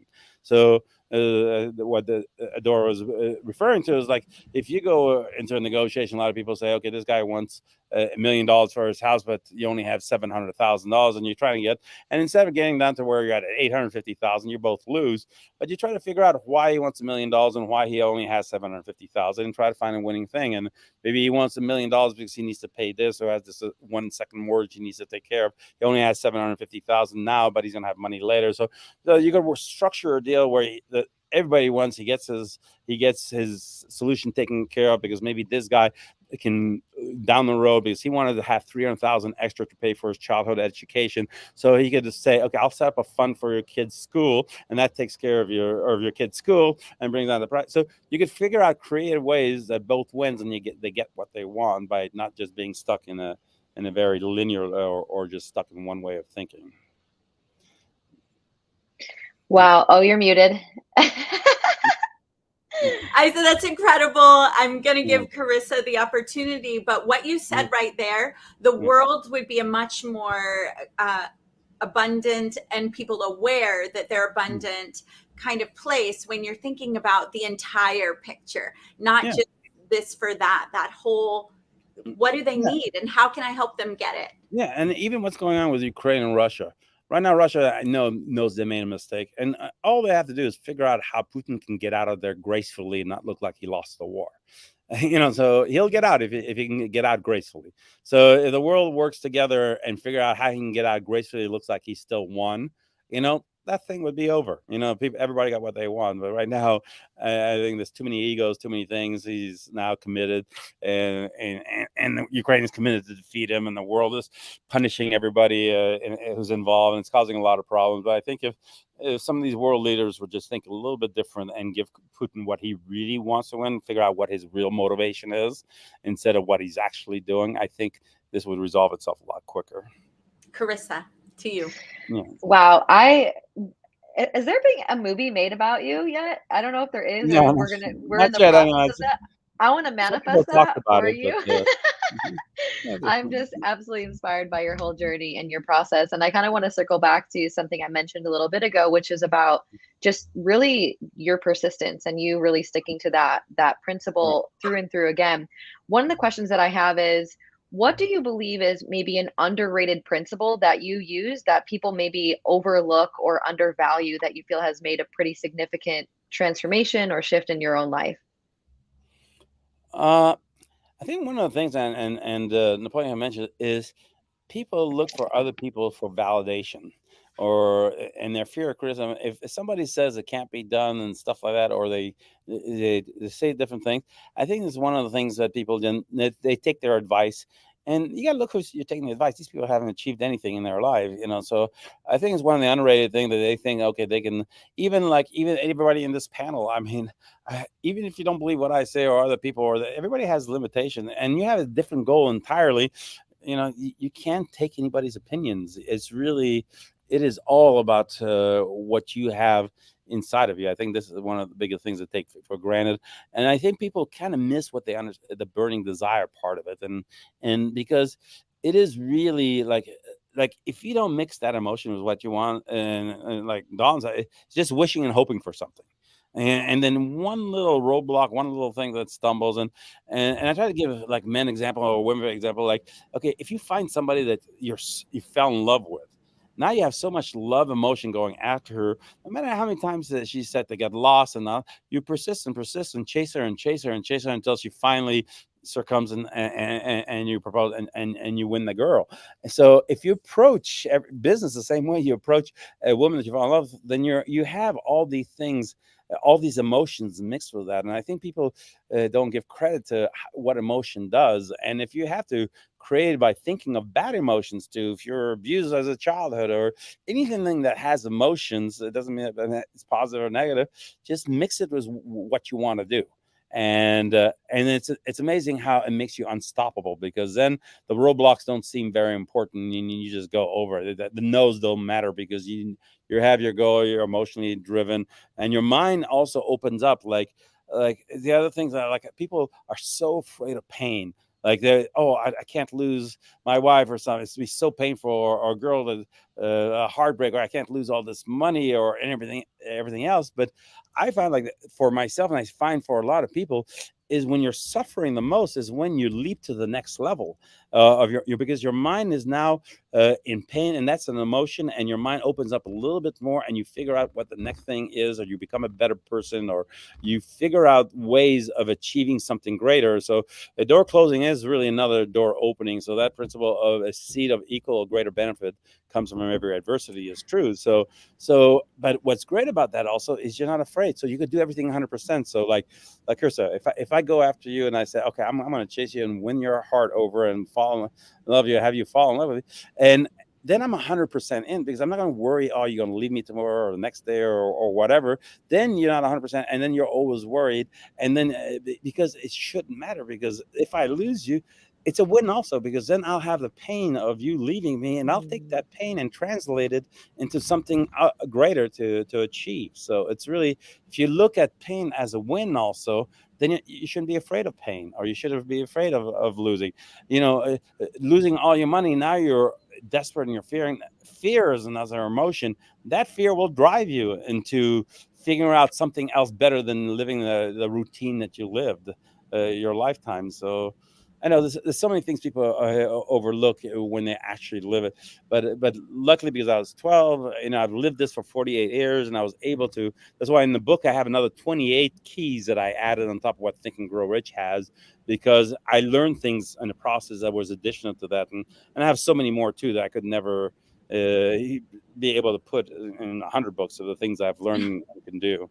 But awesome. Well, I want to take a little break here. We're working to get Don on. He was there early. Satish is here early. They're in the background. They're huge proponents and owners and impact makers in the Napoleon Hill work. But I want to let everybody know, because we've been getting messages in the back chat about this event that we're doing at your house as part of the fundraiser to the Napoleon Hill Foundation. And I want everyone to just celebrate our lady, Dame Doria Cordova, because she said, send me that link and I'm going to pay the $1,500 ticket. So she left open. I'm going to put the link in the chat in a moment, but I want to tell you the opportunity again. So it's part of a fundraiser. July 7th, we will have a mastermind at Raymie's home. And we'll get to share thoughts, sit in this essence, ask questions. You can ask questions about whatever you want. Raymie may or may not have the answers. My guess is he will, or at least some direction, right? Because he'll just like get out of his body. Gonna come right through characters and figure it out. I know. Yes. Yeah. And so we're going to do that. Then we're going to go to see the jet and take pictures and do all that. And there are only 2 in the whole world. This is happening in Hollywood Hills or Beverly Hills? The house is in Hollywood Hills, Okay. and the plane is in Van Nuys. Okay. And so we're going to have a great time together. That's July 7th. And so what I'm going to do is I'm going to put the link in the chat in a moment. Here's what you need to know. There are only 10 tickets available at the $500 amount. All right. And a portion of this goes to the Napoleon Hill Foundation. That's why we're doing this, to support the great work. Then so once those tickets are gone, it's not going to let you buy anymore.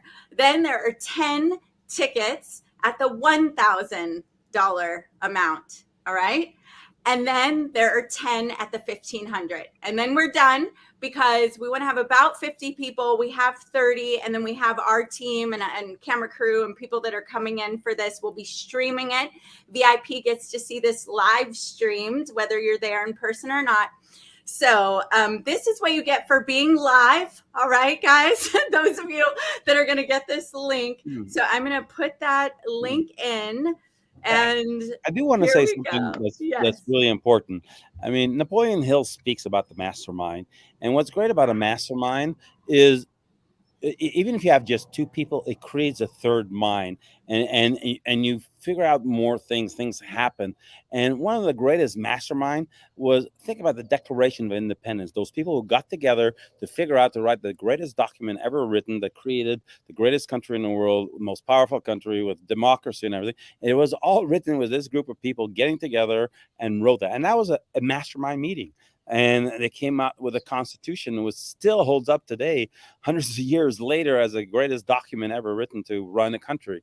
And so during the Great Depression, also, even Napoleon Hill was part of it. Roosevelt and everybody built a mastermind group, and then even back then, he got Congress, the Republicans, the Democrats together, and they had a mastermind and got themselves out of that Great Depression and was able to build a country. And I don't know if you guys knew that before the Great Depression and World War II, we were maybe 14th in military, or one of the last ones in the military. And so, but because of that mastermind and what happened, the Great Depression and World War II, again, the negative created a positive.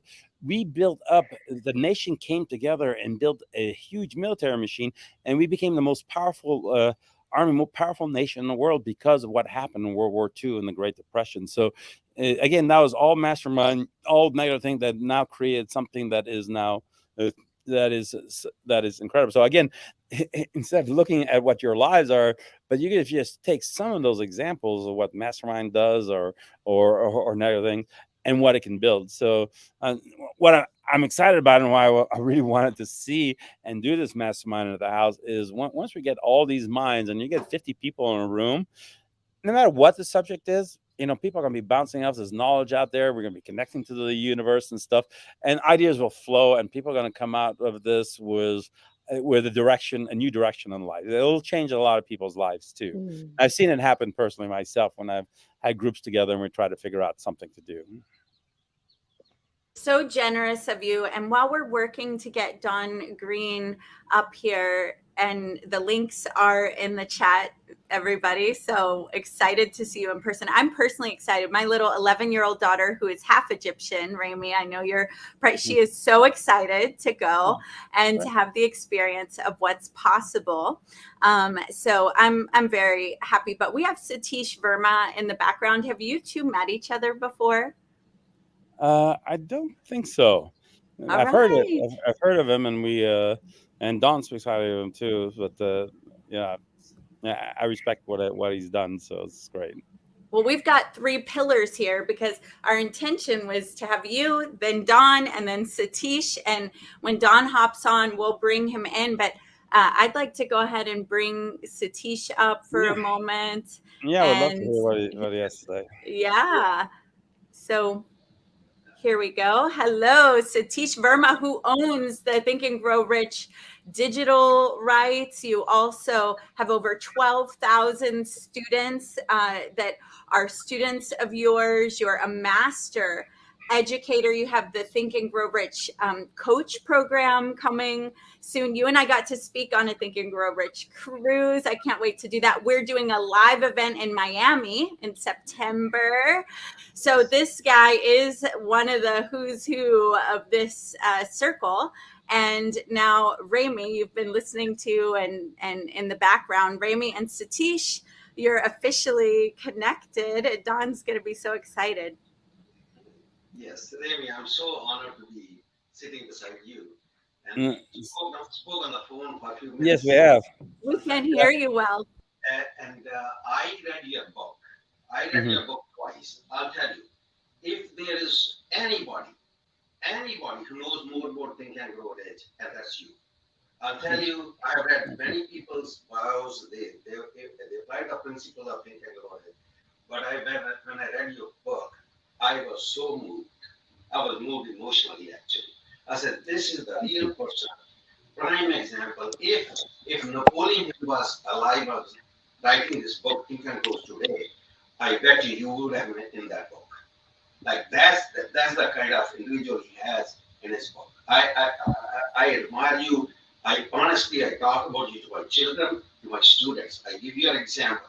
I said, read this book. I'll tell you, you have created such an impact on my personal life when I read your book, as if I was again new student of Think and Grow Rich. I really, I can't even tell you how emotionally I feel what you have done for Napoleon and for this world. This is when Napoleon needed people like you who can perpetuate this philosophy to the rest of the world, because this is the truth. You cannot deviate from. Look at this, 85 years or so in publication, still #1 personal development program in the world, still #1. And classic, absolute classic. I did my master's degree in English literature and psychology. I read Shakespeare, I read Freud, I read. But you know what I learned from Napoleon Hill? And it is totally unparalleled, I'll tell you. And he's like a classic like Shakespeare was. Shakespeare was in English literature. Napoleon is classic in personal development literature. And you personally, writing this book, have done a big favor to this world, I'll tell you. And my hat's off to you, Raymie. And when Don told me, and I ordered your book right away, and they said it will take about a few weeks to get up. More in the whole crew. Okay, I'm gonna cut my phone off. Yes. All right, we're gonna get up. Okay. All right. Don Green. It's been Satish, first, thank you for the compliment. That's a big compliment coming from you. It's not even, it's my honor. I'll tell you to speak like this about you. I'll tell you, it's just, I give you an example to my students. And that's like, You guys hear me? No. Yeah, we can hear you, Don. We hear you. And thank you, Raymie, for doing all this. Oh, my pleasure. My pleasure. I remember talking to you on the phone now. It was a real pleasure. Thank you. So, Adora, you're muted. While we're getting Don on, Satish does not give those compliments out easily. Wow. There are a lot of people teaching Think and Grow Rich. Satish is like, you guys need to sit down. Yeah. Let's remove Don from the screen for a moment. absolutely going to connect. I have this is my next desire. Okay, I put a note on it, and I'm going to meet him. Yes. Hey, Satish, so we get a little background noise from you. Is it all right if we have you come back with maybe some earphones? Are you all getting background noise or no? Sure. I think it just sounds like he might need to move closer to the whatever device you're using. I'm using a laptop, my MacBook Air. Yeah, it just sounds like echoey. So yeah, if we can get a headphones. Okay, I'm going to get the headphones. Okay. All right. This is live show. This is the way it happens, right? And so we couldn't hear Don. We could hear you, but you couldn't hear us. So we're going to bring you back in a bit and hope that we can hear you too. But Raymie, back to what you're saying. How did that feel hearing that from? It's a great compliment to have people teach it, and that's one of the things was also Don to hear from me. It's that coming full circle. I read that book when I was 12, and then when I submitted a copy of the book before I published it to Don, and he read it that first night, and he sent me a personal message, and he said, "You definitely this is the best book he's ever read," and I definitely proved out that you can really think and grow rich. So coming from people who understand this really well, like Don Green or Satish, or people been working with that, it's a huge thing because again, I didn't go out to like make a living of teaching or motivating people or inspiring them. So I just went and did it, and by just doing it and achieving it, then I could use it as an example for other people. So there's no like hidden agenda to make money off this, because I have enough money. I never charge anybody for talking to people or anything. So I do it to really inspire, and I tell my story and stuff, not to show off. Oh, I have this jet, I have all that stuff.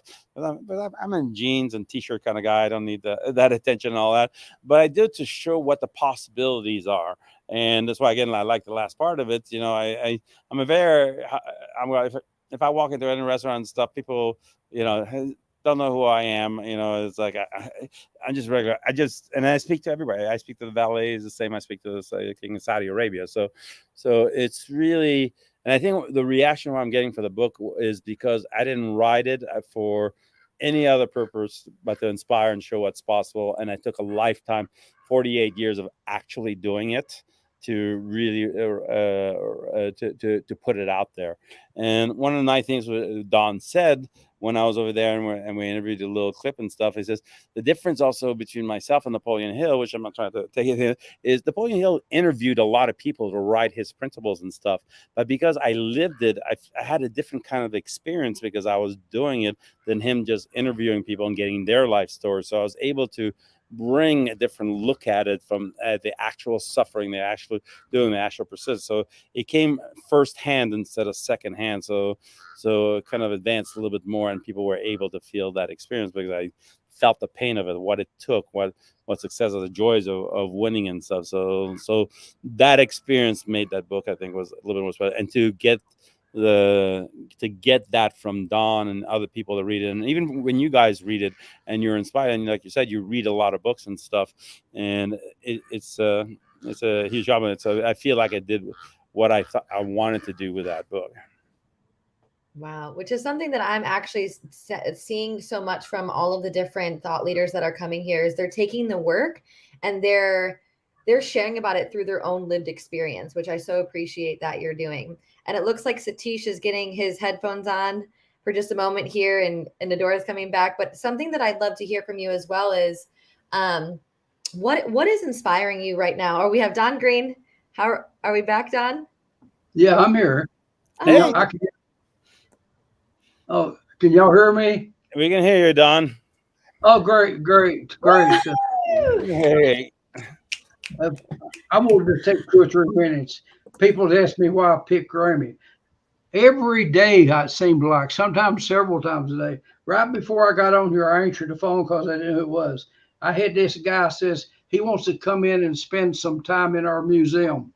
And I have to be rude to him and saying, we're here for people who's serious, not for people who's curious. And I guess I'm a pretty good judge of Raymie. When I got his material, when I talked to him, I've read everything just about. I read. But I remember the quote from Henry David Thoreau. He said, "I never sat down to write until I'd stood up and lived." Raymie, I tell, he already had a story. So many people, how can you sell success when you can't show it works? I don't know of nobody that's taken the material and applied it. You don't have a right to get out and sell. Raymie's a big time investor. When I got to talking to him, I have a good friend whose dad started the bank and I worked at 18 years. And he told me once that, and he's got like Raymie, he's not that much money, but he's got his own planes. He's built a multi-million-dollar house on the airport, and plus he's got a home in Florida and he's got an airport. His plane's not as nice as Raymie's, but he's got a nice plane with his pilots. And he said a man called him and wanted to sell him some investments, and said he made a time for him, and said as the guy come up to the office, he looked out and he's driving a beat up car, and so he asked the man, said, "This what you're trying to sell me? Have you made money on it? Can you show me where you've made a lot of money?" Well, of course, you know what the answer was. How can you sell something other that you don't know it works? Well, I guess you can use clown tricks or pull jokes or whatever. But it's not hard to talk to Raymie and see. When I read his material, he had lived this story, and he's willing to share it with somebody else. He's not putting that book out there to make a few dollars here and a few dollars there. But we get people. I've had thousands of people want to do books with us, and some of them may be legitimate or whatever, but most of them are wanting to ride the Napoleon Hill coattail. And we don't have time for them because we're small. We do charitable work for the college kids, and we're really, really, really busy in what we do, and we love what we do. And when we can't make a difference in it, I mean, the board's astounded at what we're able to do. Besides that's what we are. But I'm not comparing myself to Raymie, but I am a business person, and I know the principles, and I've taught them. And Hill tells us over and over again, just like from Raymie, be careful who you're listening to. Someone says something other. How do you know? That's one of his questions he would ask. How do you know? I mean, you think Raymie's got out there and got a right to sell stocks and investments in these billion-dollar companies when he's never done nothing? I mean, that's a 4-letter word for that, FAKE. Demonstrate it. You know what you're talking about before you get out and sell it. The first thing in life, one of his best books, the salespeople in 1939. In fact, I'm working on a book on his sales. He taught salespeople sell insurance, sell cars, when he was getting started. But you have to sell yourself first. You can't sell something if you haven't sold the people you're trying to sell to yourself. So Raymie's got a good story. He presents his story before he does a presentation. Well, he talked about, I can't say his name, Kashibi, but I knew he was recognized usually by most people as the richest man in the world. And unlike most people, he dealt with both sides. I mean, he dealt with the Saudis, and he dealt with us, and what have you. And that takes a lot of skill, and he made a lot of money. And so Raymie was determined to learn from someone who had done it. He didn't come to somebody's laying out on the sidewalk and never made a nickel in their life. He went to the source that he considered the best source available, and he used the word persistence. And if that's a quality you can develop, it's persistence. And if anybody's got it, I mean, he basically dog tracked that rich guy for 2 years. For 2 years, and a little bit more to him than that. How he made the contact, but I won't tell that. But he did for 2 years till he could make contact. And finally, I believe I got the impression that the guy said, "Well, I'm gonna have to do something with this old boy, or he ain't gonna never leave me alone." But once he got in his door, got his foot in the door, it was a money train from there on out, because he saw Raymie was serious. But it took him a long time. How many people would be after somebody for 2 years to get to see him? He went from one hotel to the next, found out where he is, and just to get to speak to him or listen to him or bump into him. And after a while, the guy said, "I better see what this boy wants." and it led to a business relationship. And of course, he's dead now, but he was a tremendous success in more ways than one. And his beginning and all just very interesting. And that's the people I want to study. I want to read a novel, a love story or something, that's fine. But if I want to understand some business and kind of listen to what they say and say, it's kind of like reading Warren Buffett. The guy's pretty good. And you say, well, maybe that guy says buy Apple, buy Microsoft or something. He's done a lot of research and he's got a good record now. This maybe I would listen to him instead of listening to my brother-in-law who's been in court for not being able to pay his debts. So you want to listen to someone who's a source that's true, not someone who's fake. And 4-letter word, F-A-K-E. So Mr. Rex Sykes wants to come on for a moment to be with you, Don, and Raymie before we bring Satish back in.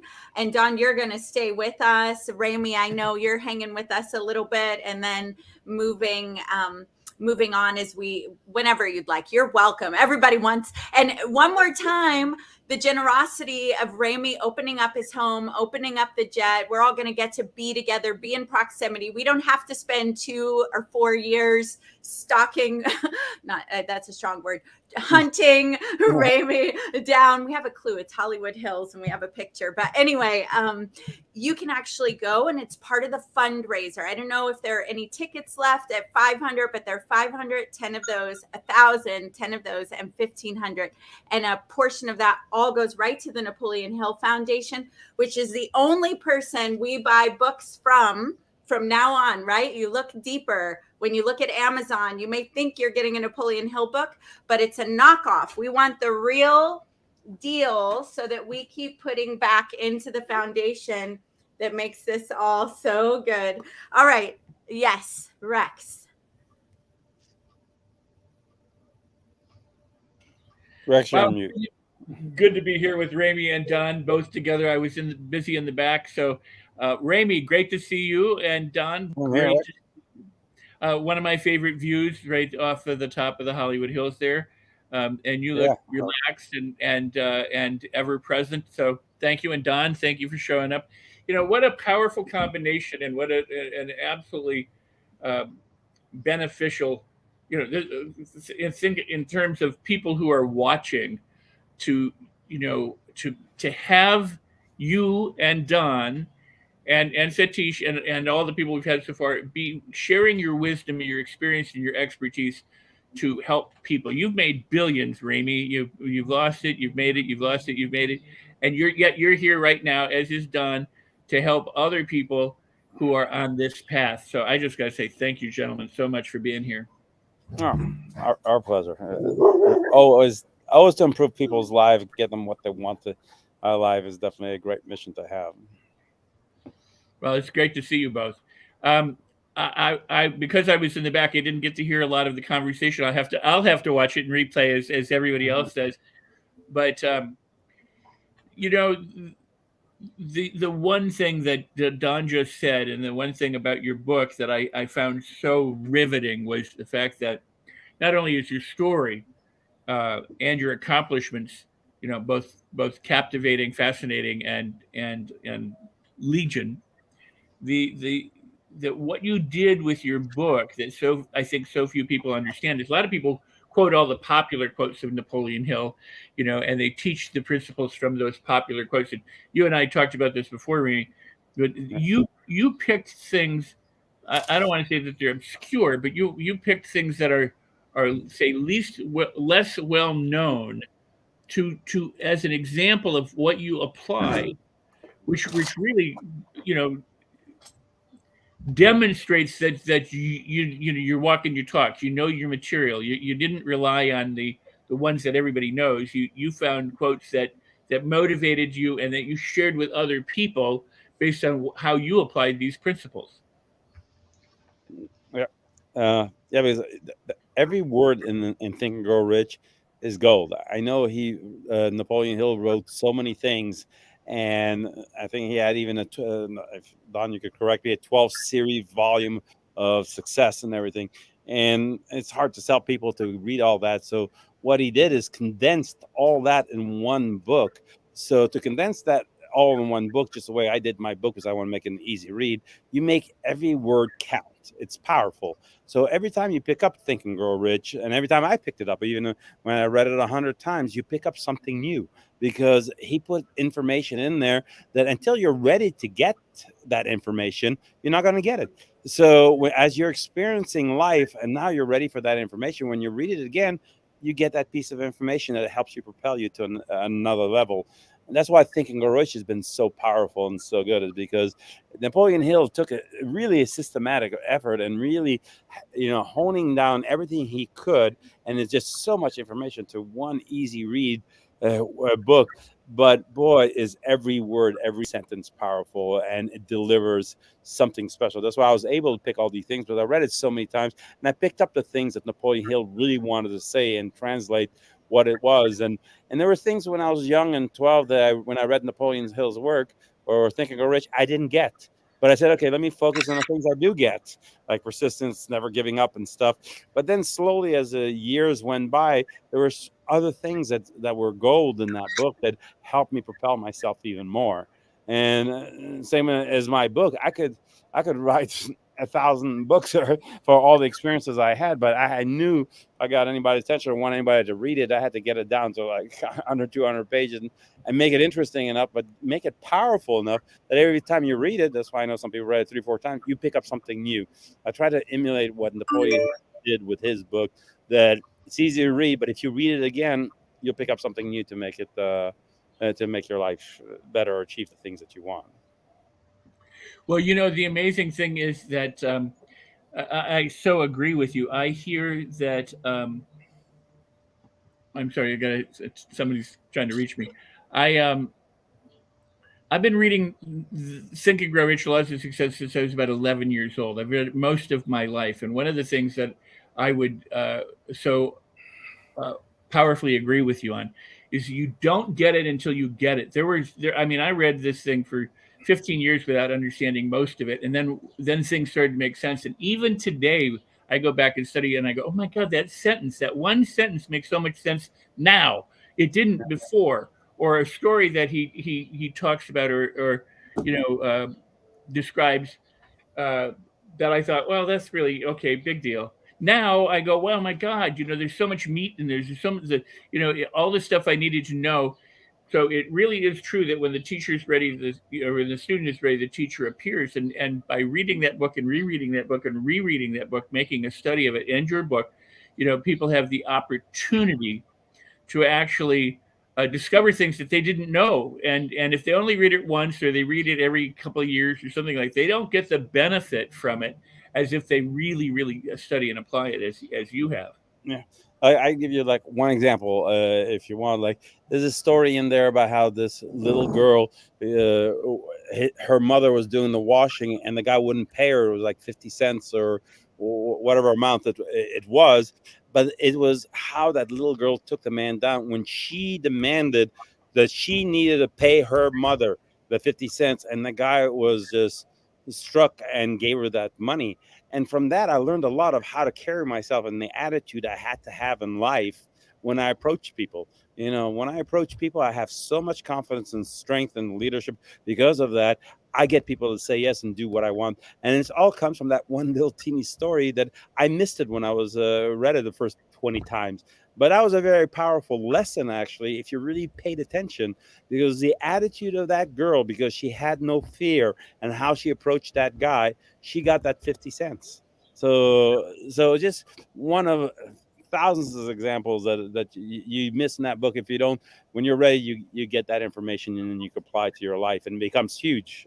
Well, and I'm glad that you said that. And I, Don, I think would agree. I mean, and that is, in that story, she wasn't focused on being afraid. She was focused on what she came to do. She was focused on her mission. She had a white hot obsession and a definite of purpose. She had to get that money for her mama.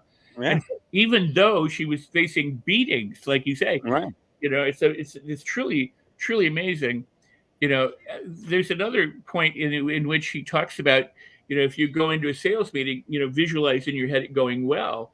in other words, it's kind of like sending out imagine how it can go, as opposed to what a lot of people do is they see a meeting and then they worry about all the things that could go wrong. Right. And you exemplify the opposite.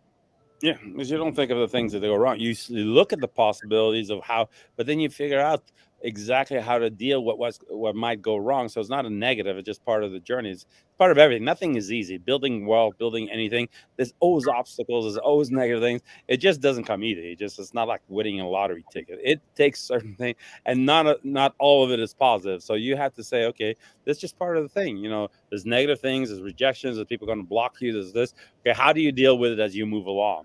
And don't look at it as an emotional thing or a negative thing that's happening. It's just part of it. It's just part of the puzzle and the game that you do. I mean, all these really great movies that we enjoy watching television, they create that suspense. They don't make the movie really easy to win the love of your life or something. Or if you watch Top Gun, that you automatically shoot all these Russian planes and everything. You got shot at and you lost things and you bugged out a little bit and came back. But that's how life becomes exciting and how you win, because you don't give up and you move forward no matter what happened. So it's so you can't look at anything that happens as a negative. It's just part of it. It's just that's just the journey. Is just the way life is. And if you expect everything to be so easy and hunky dory is going to come to you, and that's one of the few things I'm worried about the Z generations coming up, because they haven't suffered really yet, and things come too easy, and they all want to be instant internet millionaires or Bitcoin millionaires or so, and they think it's that easy, and they don't understand that life is really not that easy. And if they don't learn pretty quickly, then when it does come up to where they have to meet some challenges, they're not going to be up to it.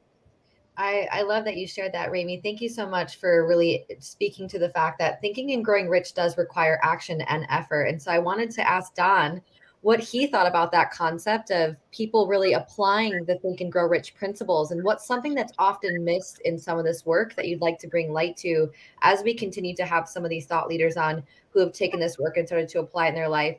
What is something that you think is often missed in this work? Well, when Raymie is talking about the 50-cent piece, I'm the same boat. I thought, kind of cute little story. A little girl, little colored girl got to have 50 cents. But what he's teaching us is persistence. It's persistence.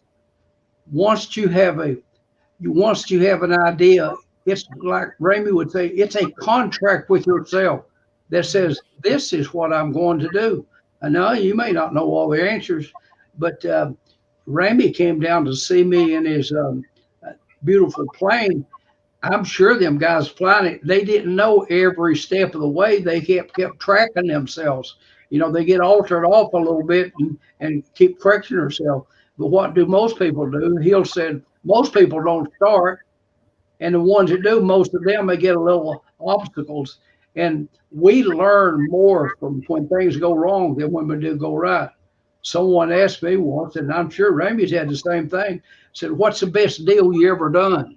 Probably the one I didn't do, because we have to confront that. That's what defines us and makes what they are. I mean, my mom, I wanted $8 for a Boy Scout uniform. Oh, honey, we can't waste your money. They considered $8 being spent on a Boy Scout uniform as waste. She said, your daddy crawls around in old mines and said he might get hurt or get killed any day. And you're a kid, that's enough to scare you dead. But said, your uncle ain't got no boys. Said, don't he pay you a quarter every time you mow his yard? Push more. And we picked up pop bottles, and I know I passed $10 and not too awful long. All of a sudden, I did not want to join the Boy Scouts, but I learned to make that money. And if it had been handed to me, I'm a stockholder of Walmart, and I love Walmart. I got the Sam Walton Award for community service one year. But you go into the Walmart in the entrance, and all these kids are putting that money in their machines. And I don't know what they think about it. But what I know is that kid did not walk miles picking up a pop bottles for a penny a piece. His parents or grandparents give him that money, and the money has no meaning to them. They're dropping coins in a hole. I bet you Raymie never did that. I never did that. Listen, I made $3 when I was 5 years old. And for digging ginseng, my dad gave me $3 my part. I didn't have a billfold. I wasn't in school, but I could count. I was 5 years old. I probably counted them three $1 bills 1,000 times because it was my money. I made that money. And of course, in the beginning, and Raymie knows, his home was at 12. He made money because he needed it. He was desperate. He needed the money. Later, he does it just because he can. My wife asked me, said, "Why would you start a cable TV?" I said, "What do you mean? You don't even watch television." I said, "No, but I analyzed the financial statement for a cable company. All of their money is going to keep borrowed money to buy out the competitor to raise your rates." I said, "We're paying a ridiculous amount for you to do it." I said, I sat down and looked at it. If I put the money in it, I can charge half what they charge, give the same thing they're giving. And if I set a door up and all of a sudden she's paying half what she paid, she's going to tell Rex, we never spent a nickel advertising, and we plowed the money back into it. We never took none out, and we never borrowed no money, so we could do it. And they aggravated the living devil out of us, going to buy us out so they could raise the rates. We opened one town, we did two towns, and when we started the third and fourth town, again, they're offering so much money, it was just ridiculous. And I told my partner, I said, "My God, we ain't never going to make the money out of this thing to take the money out." I said, "Besides, it's capital gains." I said, "We're doing spring water and a bunch of other things." I said, "Let's just take our money. It's capital gains. The rate's 15%. We go on to something else." And it was a tremendous deal. But sometimes you get to the point where you want to do something other just because you have a feeling you know you can. And in the beginning, and Raymie knows, I read his book. In the beginning, we had a thirst for hunger because we needed the daggone money. We needed the money. And somebody wasn't ever going to hand it to us to go to Walmart and stick it in them little slots, a handful of change. We learned to take care of our money at an early age. You know what? Don Green and the doggone money and no FAKEs in this house. Let me tell you something that is real. Don Green can dance. I've seen it. I've been able to dance with him. I hope that we get to bring Don Green somewhere. He loves dancing. I've seen you got some moves. We're going to bring Satish on in a moment, but Don and Raymie, before we bring, look at this, before we bring Satish back on, is there something either of you would like to say before we bring Satish's voice into the conversation? Well, age before beauty, you go first.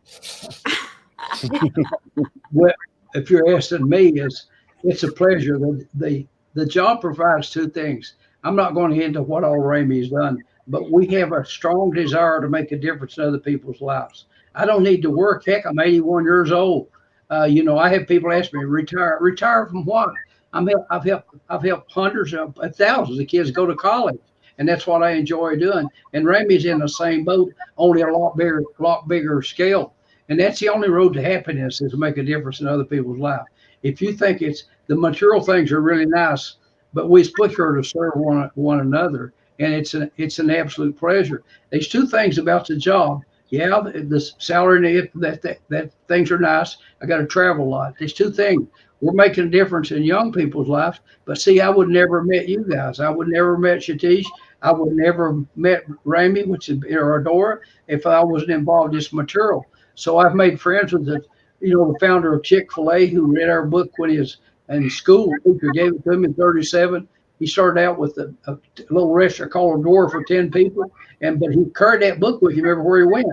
And I had 4 newspapers call me, and he died. He's in his 90s. He was worth $6.5 billion. And he helped every kid at work for his restaurants want to go to school. He helped them go to school. So that's the kind of legacy he left, and that's the kind of legacy that Raymie is doing while he's here. You don't have to wait and die to do some good.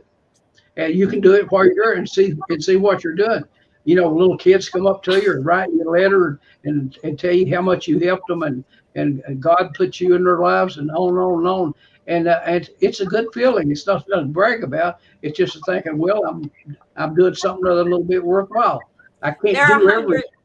101 people bragging about you here, including Dennis Waitley, and I got to brag about you as well. And this is just, if you haven't gotten it, 101 attributes you probably didn't know about your esteemed friend, Mr. Don Green.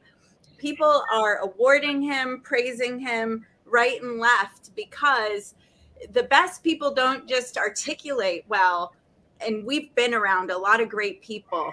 Mo and I have been around a lot of great people interviewing, but they live well. And what you're talking about is the contribution that you give, and you don't have to go pay for that. People are paying to brag about you. And what a great example that you are. And Raymie, what a great example you are. People in the comments are saying, Raymie, thank you for your generosity and the opportunity to mastermind. How many of you want to learn how to hover above your own body and see all the parts and learn, tap into some of the, yeah, me too, girl. I cannot wait. I cannot wait. Yeah. And Raymie, I bet so many people are going to come up and tell you that they're going to work with you. So we'll see which ones actually end up working with you. It's pretty incredible. And as we're, yes, Raymie. No, I said I can't wait till that happens. But I did have to thank Don, because I was really, that was a real pleasure. When I sent you my book before it was even published, what you wrote back to me right away, you read it in the same day, and you telling me, and it's coming full circle to have the Napoleon Hill Foundation, or what started me off, for you to tell me it's the best, or one of the best books you've ever written. I've really taken that work to heart and took it further. That was one of the best things, and made my day, and made me think really hard about that, and made me think about what I achieved in life, and that it did pay off. And so I was really touched by your note that you sent me when I sent that book, and that's why I had to come out and visit you in Wise, Virginia. All right, so you're seeing it here. It's happening here. Satish Verma is in the background, smiling. Can I say one thing about Raymie's book? This is what I want you to know about Raymie's books, you that's not ready. The question is, can you really think and grow rich? The book and his life answers that question. You know the answer is going to be yes, but his book plus his life together answers the question. You couldn't answer it no better. First, his life and the book, and he tells about it in. And he answers that question. Yes, you can really think and grow rich. There's more to it than just thinking. He mentioned the word action, which is in Think and Grow Rich 77 times. He mentioned all these Hill stories. But his book, the question he tells you, and his life he's demonstrated. What else more could you ask for? I mean, the lesson from that book is worth a fortune if you take it and do something other with it. Yes, that's right. Men and women, Carissa, we're women in the room. We're doing our best to live the principles, and among these wonderful, powerful men. Satish, welcome to the room again. All right. You're muted, Satish. Yes, Satish, you're muted. Satish, okay, let me try to You're muted. You're muted. Your mic isn't connected, it says. Okay. There we go. Now we can hear you. So I have been listening to Raymie, and I'm listening to Rex and Don. There's something I'm going to share with you, which not many people know about Think and Grow Rich. Okay. No matter how many times you have read it. There is a story about this book, which I came across about a year ago. Okay. When Napoleon, I'm going to share with you why Think and Grow Rich is so popular and so powerful. When Napoleon Hill wrote this book in 1930s, the country was in depression, recession, high unemployment. Everything was, nothing was good at that time. And Napoleon Hill wrote this book in the White House. What happened? Every day publisher will call him. He'd say, well, Napoleon, when are you going to send me the manuscript? And Napoleon Hill will not send the manuscript. You know why? He felt that the entire country is negative. The president is negative. The advisors are negative. The people I'm surrounding with are negative. And he felt the tempo in the book was slow because a lot of negativity had gone into the book according to the surrounding he was living with. He would not send that manuscript to publisher. So what he did, he went away for a day. He rewrote the same book word for word with a different mindset. And that is the manuscript he sent to the publisher. And Napoleon talks about later on. I'll tell you how I know this story, because I read so much about Napoleon Hill. He says when he published a book, and first week, I think 5,000 copies sold, and he started getting letters and telegrams. Oh my God, this wonderful book. How did you come to write this book? He said, first of all, I thought I missed something. Did I miss something in the book? People are liking it. Then he realized, this is what he says. I'll tell you where I found the story. I'm going to share with you right here. He said, because every word that I typed in that book had positive vibrations. And that's the reason he said we never had to spend a penny to advertise this book, and still 125 million copies are sold without any advertisement. And that is what I find is the real power in the book. This is the real power in the book, because he wrote this book with a very positive mindset. And these days, you see a lot of authors are coming up. They even don't know what the heck they wrote in the book, right? And they think they are going to sell 125 million copies. It's never going to happen, I'll tell you, until you have the same attitude like you had, like Napoleon had when he wrote Think and Grow Rich. So Raymie, when you were talking about your book, and when I was reading, I was feeling the similar vibrations, because your purpose to write this book was not to make money. Your purpose was to make a difference in the lives of other people. And you can sense it every time you read your book. I'll tell you something. This is how I felt. Normally, I'm a very well-read person, I have read a lot of books about Think and Grow Rich, and people wrote about Think and Grow Rich. But when I was reading yours, I was feeling the same vibration what you feel when you read Think and Grow Rich. This is the reason Think and Grow Rich is still #1 personal development program in the world, because of that reason. Now, I want to share this with you. Laura, put this on the screen, please. This book, I happen to annotate this book with a Napoleon Hill called Adversity and Advantage, okay? This story is in this book. Napoleon Hill talks about why Napoleon Hill has sold, why Think and Grow Rich has sold 125 million copies. And there are so many other powerful stories in this one. It's mind-blowing. Satish, Don, can you hold it up one more time? I heard you say put it on the screen, but I don't usually do that part, so we need the team to see it. Okay. There we Napoleon go. has Adversity and Advantage, and I happen to annotate the book. Don Green gave me the honor to annotate this book, and I did this. And I'll tell you, this story I read, and it changed my perspective about my own life. I said, I'm not going to take any shortcuts in my life. I'll tell you, it has to be right, otherwise not right for me. And Raymie, I felt those vibrations in the book when I was reading yours. You can see everything is, even your weaknesses, you exposed it so well, which actually are the strengths through which you came out. I made a lot of notes on your book. I could write a thesis on your book. That's how much I read about your book. Okay. So my hats off to you. I really commend Don, you, and putting this together, this wonderful piece of work that you brought to this world next to Think and Grow Rich. That's, I think everybody should read it. Along with Think and Grow Rich, it will make tremendous difference in everybody's life. Yeah. And you know, Adora, my mission, as I took the rights for Think and Grow Rich, teach this course, that's what I want people to know. How effective it can be in their own lives, right? Yeah, please go ahead. You're absolutely 100% right. That book was written, and you feel it from Napoleon Hill. Yes. You feel a negative thing coming out of it. And when I wrote my book, I didn't want to write. It's so easy to write, okay, I did this and I built this success and everything else. Sure. But it's not as impactful if you don't point out the negative things. That's why I wanted to share when I got hooked on those drugs, or when I died, or when I was in the streets again, it was $21, or so I wanted to share, because it's the journey is that way. It's like, it's not an easy journey.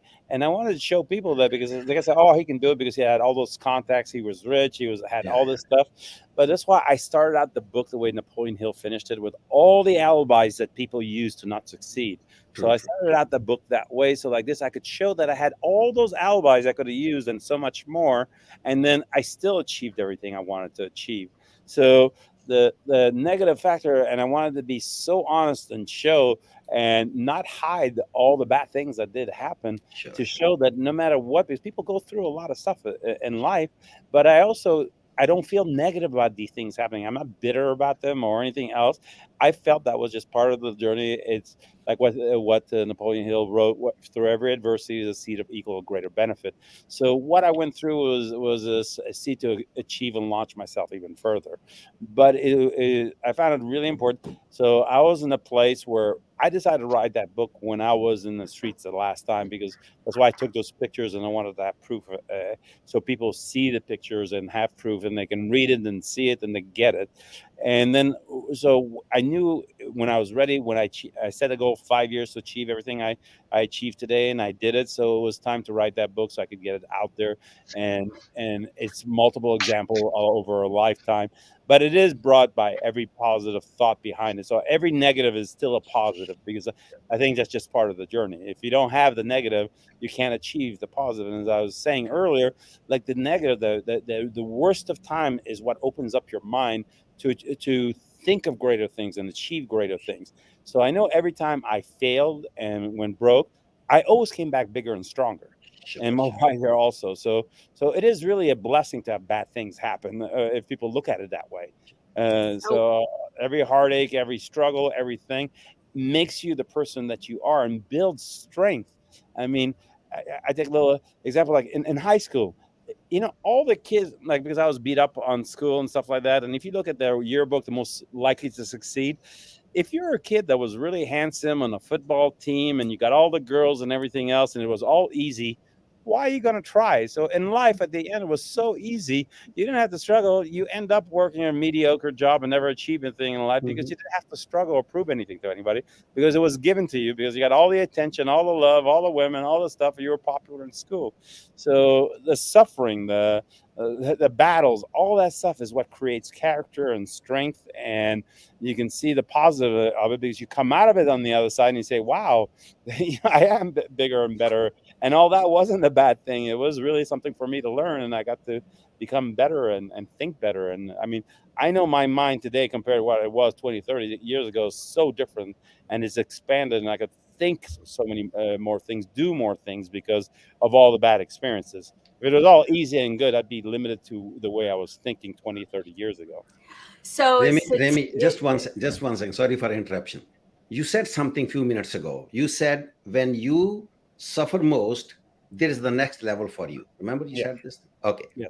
Exactly the same thing he talks about in Diversity and Advantage. He says when you have used every possible power within you and you are about to give up, and that's the time you give an extra push. He said that's the time the entire power of the universe opens up for you. Right. This is what he said. Exactly the same idea. He said the entire power of the universe will open up for you once you give that last push, which you didn't want to give. How beautiful, how parallel you are with Napoleon, this great man. I hats off to you. Yeah. Amazing. Satish, we're going to get to go deeper with you in another session. So I want to remind everybody of that, because Satish has so much wisdom and is really going to take us to a deep level. But we've got about 15 more minutes. And Don was like, I want my friends with me. And he's been just smiling ear to ear, because Don, how are you feeling seeing Napoleon Hill's principles side by side with your homies, with your crew? You don't say homies, but how do you feel? Well, it's a pleasure. I mean, I sat at his desk, and he went to California in '43, and interesting. I think I showed it to Raymie when I got Andy Lou's stuff a couple of years ago when Charlie died, our chairman. He had all of her material from when she died. She had a book in there. He was teaching a course in Presbyterian College in Clinton, South Carolina. And he met this woman that worked for Jacobs Press. They published, and he was also president of the college. But he gave her Think and Grow Rich in 1941, and he said to Annie Lou Norman, which that was her name, who has initiative and nice personality and so forth. And then on December the 23rd, 1943, 2 years later, he wrote in the book, he said, "You had the book and now you got the author." That was the night before they got married. So she held on to that book it was in storage from 84 until a couple of years ago. And so we made it a part of the archives. And of course, I've had his desk for years. When he died in 70, his nephew that he sent to medical school, Charlie Johnson, who's a cardiologist, Charlie used it until he retired in his 80s.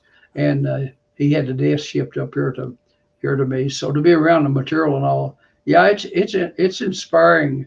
And gosh, there's so much of the material and all. It's just so much of the material and all. I've had Mo help one of these up. This is a real deal. Sometime or another, I'm going to photo. I have done a few. The college and they're not, and they don't Xerox them. They photocopy them, and it'll look better than this one. And so I just picked this one up. It was out of and it was this was June 21, and in it is a story on how to build self-confidence. Okay, he was writing such things as how to build self-confidence over 100 years ago, and so I thought, well, I can get all them put together and make an actual copy. Somebody might want to buy a set of them. I haven't even counted them. I don't know, these 30 or so. It's a lot of work, but that's one of my back burner things that I intend to accomplish them. I've got most of them on PDF files now, so they won't be that hard. It'll be a better grade of paper. It'll be a much better grade of paper, and there's no distortion like in a Xerox. It's a photocopy, and just a wonderful wonderful magazine. And you can see where he wrote about the things, and he wrote about them later that they appear in his books and so forth. So, Don, the book or the course that we're offering, is it based on this one? Yes, yeah, that's the course that we teach. It actually was a teacher's manual. It covers all the 17 principles. Now, when I was teaching at the college, I did a workbook, and which I would encourage. And here, in fact, if we print one, this is one. It's ain't been out too long. It's an action guide. It's 170 some pages, but it follows Think and Grow Rich. That's the reason it looks like it. But if the student will use it goes through each one of the principles, and it asks questions and so forth, and it covers all the points. And heck, we had it, and I had people start asking about them. We've almost licensed this to all the countries that are doing Think and Grow Rich through the foundation. You have as we're starting to wrap up, Don, do you have your phone case cover? Can we get one of those? I want that. Like, bring it back out, that phone case cover in your pocket. Reason I did that, Mo was showing that. What's the date on that of yours? This is January 1922, so over 100 years ago. Yeah. Yes, I have. January. I've done a couple of them, but I guess that's on a project. Things changed. When I started, I had to hire these college kids to type them up, and they had to be edited, and took forever and ever to get a manuscript done. But now I'm on a college campus, they're kind to me. I can get a manuscript. Bob and I'll go through it 3 or 4 times. I'll compose it, put it together, and I'll let him edit it, and I'll let somebody else edit it. And we keep checking the verbs and the commas and stuff like that. I said, I give it to college. One day they make me 2 copies. They'll scan it into a PDF file, and I can start sending it out to the publishers. So the business has changed so much and so much more efficient.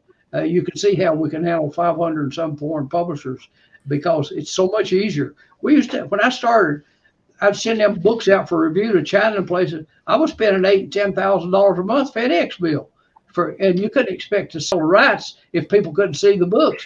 But now they're on PDF file, and Zana will just push a button and send them a PDF file, and they can review it. And it saved us a fortune, and plus a lot less in personnel. But these are actually on a PDF file, probably 25. Well, you know, I'm just personally also such a big fan of Napoleon Hill. Personally, for my life and career, Napoleon Hill has made a major difference. And this magazine, Don, is so fascinating because there are things in it that you can't find anywhere online. There are articles. I mean, there are some people, I searched their names, I couldn't find anything. You know, 100 years ago, there were some people that contributed to this magazine. I mean, it's really a rare gem. So I don't know if it's available on the Napoleon Hill Foundation website, but I know that there are a lot of great things for people that are fans of Napoleon Hill on the Napoleon Hill Foundation website that we encourage the folks to visit. And so thank you for bringing that up. I'm going to revisit this, Don. We'll put all that together. For example, we know about the law of attraction and so forth, like it's something new. I published a book about 15 years ago with John Wiley's. It's called Napoleon Hill Golden Rules. In March 1919, he wrote a chapter on law of attraction over 100 years ago. And then, of course, The Secret's a good title, and it got a lot of attention. You get on Oprah, you can sell a lot of books. But it wasn't nothing new. Hill was writing about this in 1919. And it's just amazing how far ahead of his time that he was. I mean, just amazing the things that you'll see in the thing. You know, I remember there's one little story. We got the press clipping. He covered the flight for the Wright brothers. In fact, he took a 10-mile ride on it from D.C. to Alexandria. But he covered the flight, and we got the newspaper clipping. Young cub reporter by the name of Oliver Hill. He was going by that at the time. His first name was Oliver Napoleon Hill, and covered the flight. But Napoleon said it's funny. Said they was there watching that thing. You know, some second he'll take off, some won't. When it was in North Carolina on the sand. Said an old farmer standing there, and he said that thing won't fly. It won't fly. Said God want a man to fly, he gave him wings. Yeah. thought it was funny, but they told that one of his story. But he actually covered the flight of the Wright brothers, and we have the newspaper clipping to attest to that fact. He had so much stuff. One of his little travel books in the 40s by car, DeSoto. He spoke in 84 different cities. And he kept a log, and I've got that little log book. It'd say bought $2 worth of gas in Phoenix and stopped and ate somewhere $1.15. And he was meticulous in keeping his things. And his fact is, I'll share them sometime. I've got a whole stack of notes or talking notes, and usually they're done on the back side of a stationery where his hotel. Because our chairman framed one for me and sent it to me, and it's in his handwriting, printing, and it's on a hotel in Phoenix, Arizona. And he put such things in there. My stepmother and W.C. Stone. He worked with W. Clement Stone. My trip to Australia and different topics, and that was it. He didn't have the speeches. He just had some notes, but it saved all them. I got letters and letters and letters that he wrote his wife when he was out traveling, you know, and he had a nickname for him, whatever. And we got a whole stack of letters from. I know y'all know who Edwin Barnes is. They carried on a conversation, letters back and forth. And of course, from us, we got the letters Barnes sent in his handwriting. He had a nickname for Napoleon, called him Sap. And they visited each other. He retired. He was the only partner of Edison, was Edwin Barnes, and they kid with each other and so forth. They so much stuff there, and some just reading the letters and the things that he got. We got boxes and boxes of it, and people say, "Why didn't you do this? Why didn't you do that?" Well, you can't do it all at one time. You can do something, but you can't do it all. So we'll keep presenting as long as people enjoy. You know, we're here in the last few minutes of this this segment, and I've just been so honored to sit back and take notes listening to Dom, listening to Raymie, listening to Satish, because here we have folks that, like me, are first and foremost admirers of Napoleon Hill. Like, if you come here and look at my library, I have such a collection of so many different versions, so many different things that I found over the years, which is part of the reason that we at the Los Angeles Tribune are excited to be a part of this. And consequently, one thing I did want to ask you, Don, is if you examine The Success System That Never Fails by Clement Stone, and if you examine Think and Grow Rich by Napoleon Hill, and if you read them side by side, something that I was curious on is what, in your view, are the main distinctions? Meaning that, you know, Clement Stone was his own man, Napoleon Hill was his own man. But if you read these two particular books side by side, what do you think someone would notice as some distinctions? I'm curious, Don, to hear your views on this. Well, you know, The Success System Never Fails. Mr. Stone was similar to Raymie. They say he become a billionaire, but he started out destitute. He's selling papers in Chicago, 6 years old, get beat up with the other boys, and his mom, he was a single parent, and but he met Napoleon, and actually he gave the foundation $500,000 in 62, I guess, to get the foundation set up and get all the stuff put in as a nonprofit status. They paid him back later without interest, but the fact is he gave me the job, and when he asked me to come and have dinner with him, and I did. Thought it was an honor. I was a bank president. I didn't need it, but he said, "Boy, you know more about these books than I do."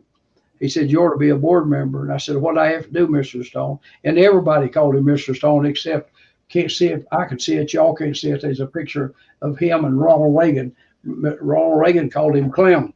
Nobody else called him Clem. There's a picture of him in the White House, and he says, to my friend Clem from Ronald Reagan in the White House, because he was a big conservative Republican and supported those people. But he was a unique person, and again, I would kind of compare him to Raymie. He got so much done. You wonder where it all come from. But one of the guys that was a college president, retired, helped educate Stone's people, and he was in with Mr. Stone one morning, and he said he was sitting over at the desk. Mr. Stone would not pick up a phone. He said he thought it was waste because he had a speakerphone. He'd hit the button so he could write at the same time and not waste his time. And said, so the phone rung, and he's sitting over there going over something or other, and he hit the button, and he said, "Clem, this is Ron, the White House," and said, "I need some help from you." And he said, "What is it, Mr. President?" He said, "Well, there's a little school down there in inner Chicago getting a lot of bad publicity." He said, "It's a poor neighborhood," and said, "It's about to go broke." Said, "Wonder if you could raise them up some money." And he said, "No, Mr. President," said, "I don't have the time, but this man sitting here at my desk will take care of that for you." And early, and he said he'll take care of it. But and when I went to his, he didn't call it a funeral. He lived to be 100. He told us, I didn't have the nerve to ask him. I wanted to. We was at a board meeting, and he said that he was going to live to 100. Well, he was 90 something other end, and I wanted to ask him how he figured that out. And one of the other guys did. "Is that right, Mr. Stone?" "Yeah." He said, "I got my schedule lived out." And he said, "I'll have to live to 100 to get it done." He lived to 100 years old. He invited us to his celebration of life. He didn't call it and Paul Harvey was there from most popular radio program in the world at the time. And Nixon's cabinet was there. And Robert Schuller had a big church in California. Mr. Stone gave him his first $1 million to start the church, and it was an interesting group of people. But behind me was all these people from Chicago. We had side seats, and I was sitting right behind the family, and all these people back there. And I think, boy, this is an unusual family. All these African Americans, and of course I asked. And he had done so much to help them, and that's the reason they were they were part of the celebration. Well, you know, one thing about you, Mr. Don Green, is I can sit back and listen to you for hours upon hours upon hours, because you just the way you share your stories is with such detail that you actually feel like you're living the life that Don Green lives, because he doesn't miss a piece of detail when he shares a story, which I can appreciate. So I wanted to take a second to thank Raymie, thank Satish, thank Don Green. Thank you so much, gentlemen, for being the kind of leaders that the world currently needs, and for inspiring other individuals to make a real difference with integrity and to be leaders that serve first and foremost. Which is, if you read this magazine from Napoleon Hill from 100 years ago, you can tell that that's what he was really all about: serving, making the world a better place, one human spirit, one human mind at a time. So we'll definitely be inviting Raymie, Don, and Satish back to be involved in the next few days. And with that being said, we're about to head to our next segment. So wanted to thank you, question everyone. real quick. Yes, please. So Don, are you coming out on the 7th? Ooh, on the spot. The 7th, July 7th. To my house in LA for the Mastermind meeting. Will you come, and I'll take care of the cost of bringing you here? Is it on this? Yeah, July 7th. They're doing all this special thing at my house, a Mastermind thing, the fundraiser we're doing for the Napoleon Hill Foundation. July the 7th. Yeah, I think that's a yes. That sounds like a yes to me. No, I'm going to help out what little bit I could, but you talk about telling stories. Gary Goldstein introduced me once I was in California. He's a guy that produced a movie, Pretty Woman, and he said, Don's a great storyteller with a Southern drawl. And I said, Gary, when you come to Virginia, you one's going to be talking funny, because we all talk like that. When I was chairman of the board, was at the college here. He said one day, he said, I was just teaching a night course and giving them money back. And he said, Don, the students just love you. He said, I listened to them. I said, love me. I said, they think I'm funny. He said, no. He said, every one of them says you have stories. He said, they keep telling me their professors ain't never done nothing, but you have. You're telling them stories about things that you really done. Speaking of being student, Don, one thing about you, you're still learning. It looks like you're still always educating yourself, which I think is a testament to the kind of man you are. But we're going to work offline, Raymie, about the Don Green thing, and we'll make it happen. So we're going to take a quick break. To have you here. We're going to take a quick break, and when we come back, we're going to start a next panel. Thank you, Satish, Don, and Raymie. Wait, what did Don want to say? Yes. I just said, Satish is a wonderful story. Meeting Raymie, Adora, back in 2001. She rode with me out to the little mansion we was putting on a program to. It's 2001, right? 21 years ago. I went in Pennsylvania. You're making me cry. So there's all kinds of good stories, relationships. I mean, like Raymie, Satish, money couldn't buy relationships like that.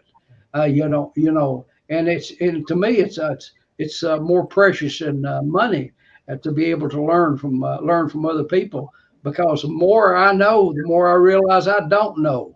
And when somebody thinks they know it all, I had a guy call me one time and said he knew more about Napoleon Hill than anybody alive. I said, well, you may do it. I said, I don't never say that. I know a lot, but I won't never say that. I said, if you know so much, which war was his grandpa in? He said, I don't know. I said, he was in the war. I said, do you know what he's drawing attention for from the war? He said, I don't know. I said, well, I read his military records.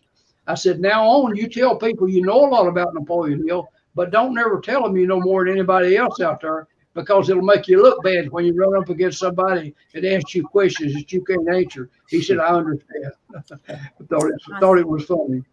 But all right. Well, we love you. We love you so much. None of us would be the people that we are without the work that you've dedicated your life to. So we are definitely bringing you back. We're bringing you back into VIP. We're going to do everything we can to get you to Raymie's house. And maybe it's music and women dancing with us, Raymie, that'll get Don Green. But we're going to figure it out.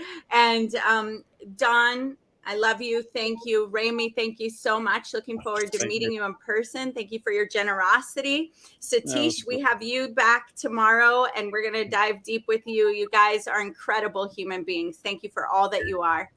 Thank you. It was a All great. right. you. Mwah. Bye, Appreciate guys.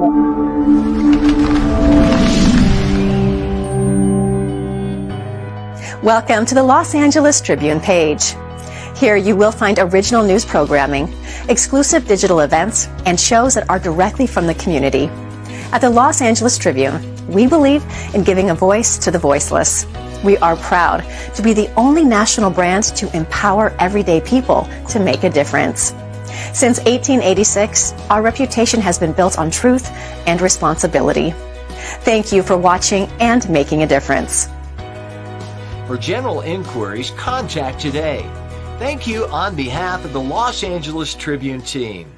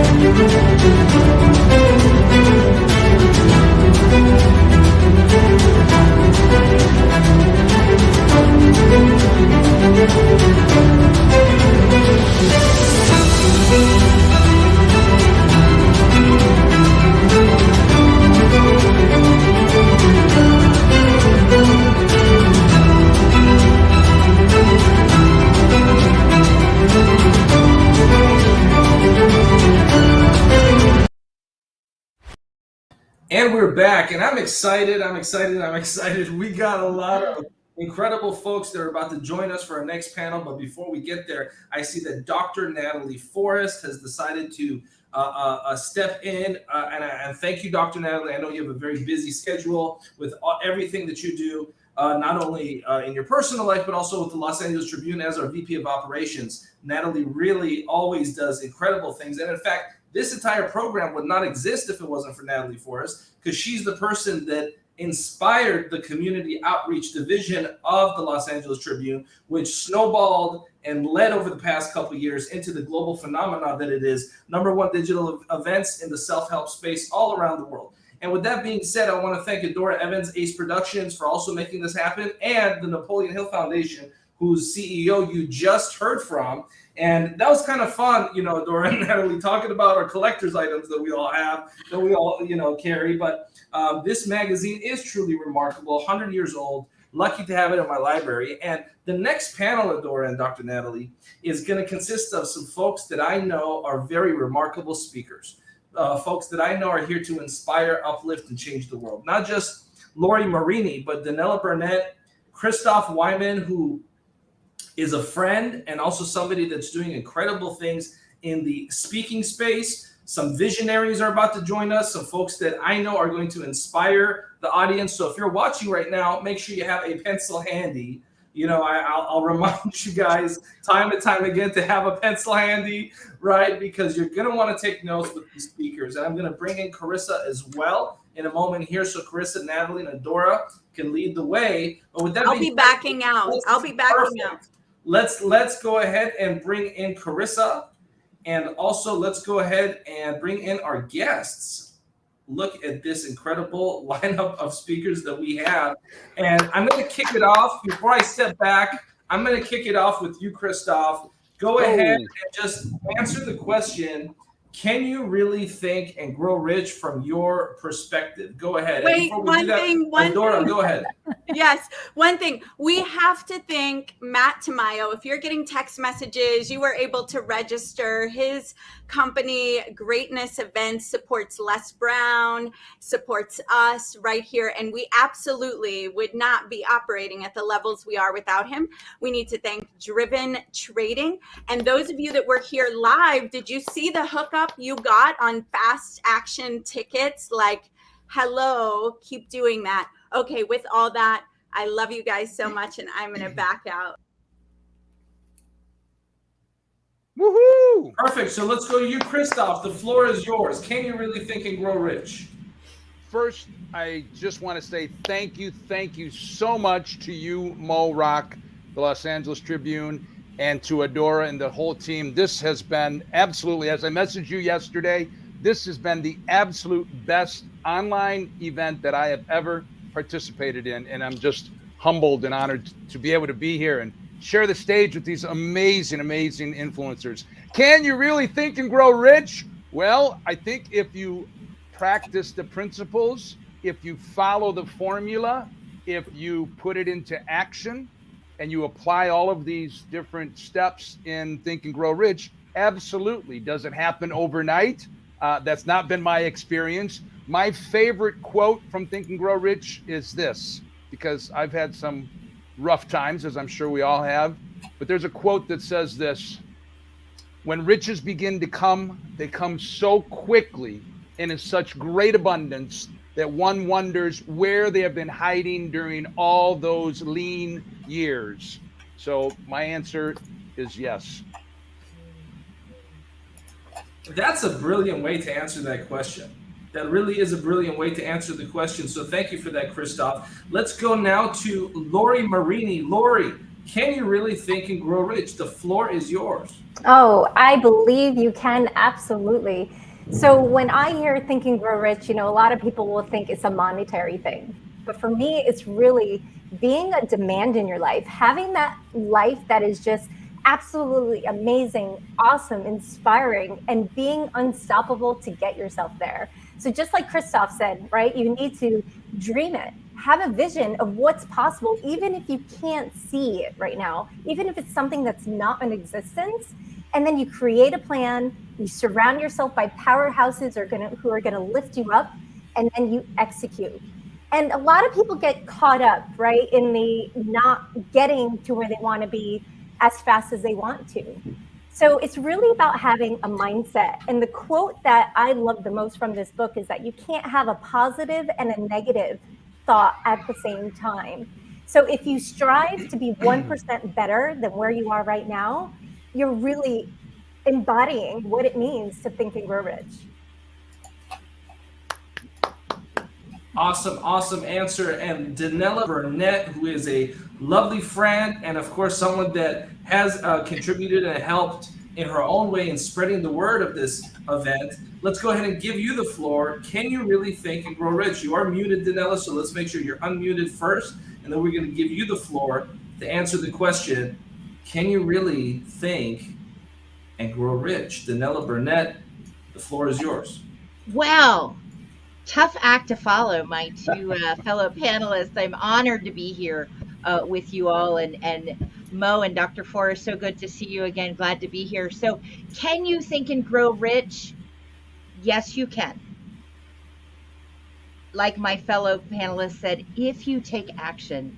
We can't sit in a dark room and wish for the light to turn on. We've got to get up and we've got to flip that switch. We've got to see the vision of the light coming on, and we've got to take action. So I do believe that all things are possible for us, and there's never been a more exciting time where we literally can dream beyond our city, beyond our state. Globally, we can have impact. But we've got to think it, we've got to dream it, we've got to apply action and discipline to it, and it is possible. Make decisions and then make those decisions right.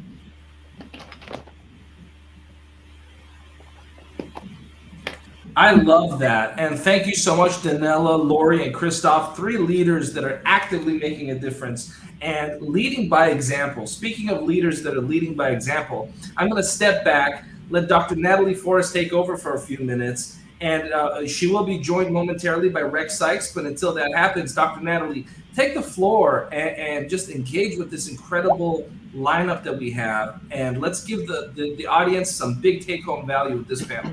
The floor is yours, Dr. Natalie. Absolutely. First of all, hello, everybody. Good to see you again. Good to see you for the first time. I feel like all we're doing today, and it's so appropriate, is masterminding. And so this panel, I truly see it as a mastermind, which is, of course, one of the big things that Napoleon Hill stands for, as well as the foundation, education and masterminding. So how important is masterminding to you?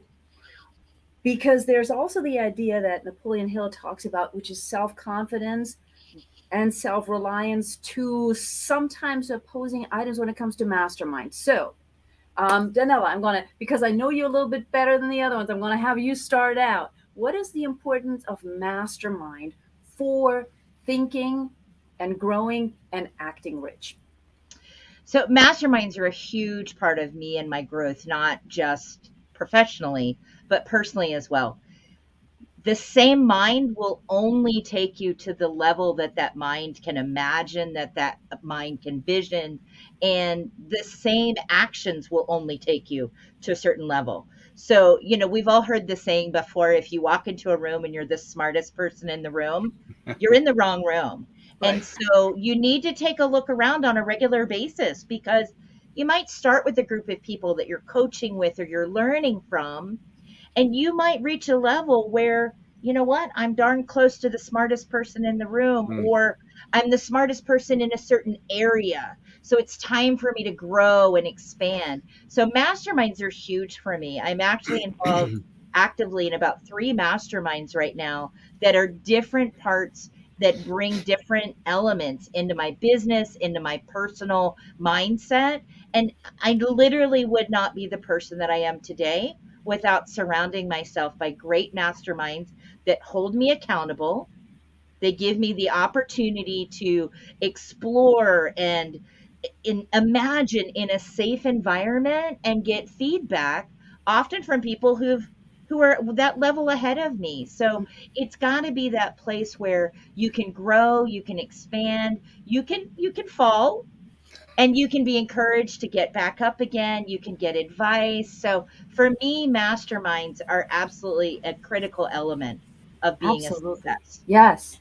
And I love that you say, accountability and falling. And Christoph, I want to come to you for a second, because, customer service, connecting with people, how important is masterminding in that type of environment? Super important. I was thinking as Danella was talking, not only in customer service, but for all of us as entrepreneurs, it's a lonely journey, right? And so we have to seek out a mastermind. We have to create them. We have to invite them into our lives. It's very different than being a regular employee, as many of us may not be in that arena anymore. When you have a job, you show up, you are accountable. You're forced to be accountable. Now, if we are on this journey as being an entrepreneur, a small business owner, or whatever it may be, we have to choose, to walk that path. And for me, it ties in with mentorship too. So, I mean, there's masterminds and there's mentorship. And many of us, we're talking about Napoleon Hill and W. Clement Stone and these people, Greg Reed, 3 Feet from Gold. So I have been surrounded with people like them that my growth and my development and my progress and success would not be what it is if I'm not around these people. And I can, what's so exciting is that we all have our circles. I was saying this to Lori the other day. We all have our circles, and our circles might be right next to each other. Sometimes they overlap, but I find out, like, well, how did I not know this person, right? And it's just amazing when you bring in new people into your network, and yes, in the form of mastermind or whatever other way. But yes, super, super important. I kind of rambled there for a moment. No, you're good. You're good. There's so many thoughts that always jump into our heads when we're starting to talk. Lori, what are your thoughts? Because you were like nodding, and I can see that there's like, I mean, you work mostly with women, so, masterminding and all of those things. I have another question in a minute about that. So what about you and masterminds? Apparently you're already in one with Christoph. Yeah, so I agree with everything that Christoph and Daniela say. Part of what I think of a mastermind, when I think of mastermind, is really finding your tribe, right? Finding people that are going to support you in getting outside of your comfort zone while you have support. So sometimes, a lot of times, especially with the women that I work with, they're going through something that's really difficult, and they turn to their significant others, they turn to their immediate friends, and those aren't the people that are going to be able to support them with what they're up to. So when you get around a group of like-minded people, of people who are dealing with something similar, that are up to the same things as you, then that changes the vibration that you have. It changes the conversation, and you're able to stand more powerfully because you know that you're not alone and that you can't fail. Even if you fail, you're going to learn from it. So it really is, ensuring that you are supported and really effective in moving you forward. Mm-hmm. Absolutely. And here's another kind of question, throwing this all a little bit for a loop, because I'm not sure we've really touched upon one of the things that Napoleon Hill is also very much known for, and that is the issue about self-confidence. I think Raymie talked a little bit about it. How important is self-confidence? So masterminding, knowing that you're not the smartest person in the room, falling, all of that has to do with self-confidence. How does that fit into what you do, what you teach, and what Napoleon Hill teaches, of course? Who wants to go? Come on, Lori. Sure. Or go. Sure. Mo Rex, you get a mug. Oh my goodness! Oh, I gotta give this to myself, Christoph. No, but with that being said, I was just saying, Natalie, what a profound question, and thank you, Dr. Natalie Forrest, for asking these thoughtful questions to these group of experts, so the audience in the virtual auditorium gets take-home value. I'm going to bring up Rex Steven Sykes to also help co-moderate this, but I'd love if Lori, if you could just go ahead and answer that question for Natalie, and then I'm going to step back and Rex and Natalie will guide. Go ahead. Yeah, so self-confidence is really everything. And it is a muscle you need to develop. You're not always confident in a lot of what we do. We're sometimes unsure of how to move forward. We're sometimes insecure about, am I smart enough? Do I know enough? Like, how does that work? But really what I like to share with people is that it first starts with awareness. You need to see what you're self-conscious about before you could create that change. And then with experience and just kind of not thinking, just doing, moving forward, you build that confidence within yourself.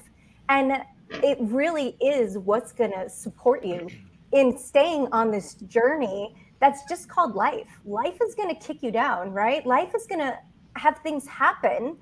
And like somebody said to me the other day, it's like, you're going to fall off the horse, but that self-confidence is really what's going to get you back up on that horse and keep pushing forward. So for me, it's really one of the most powerful things people can really develop in themselves.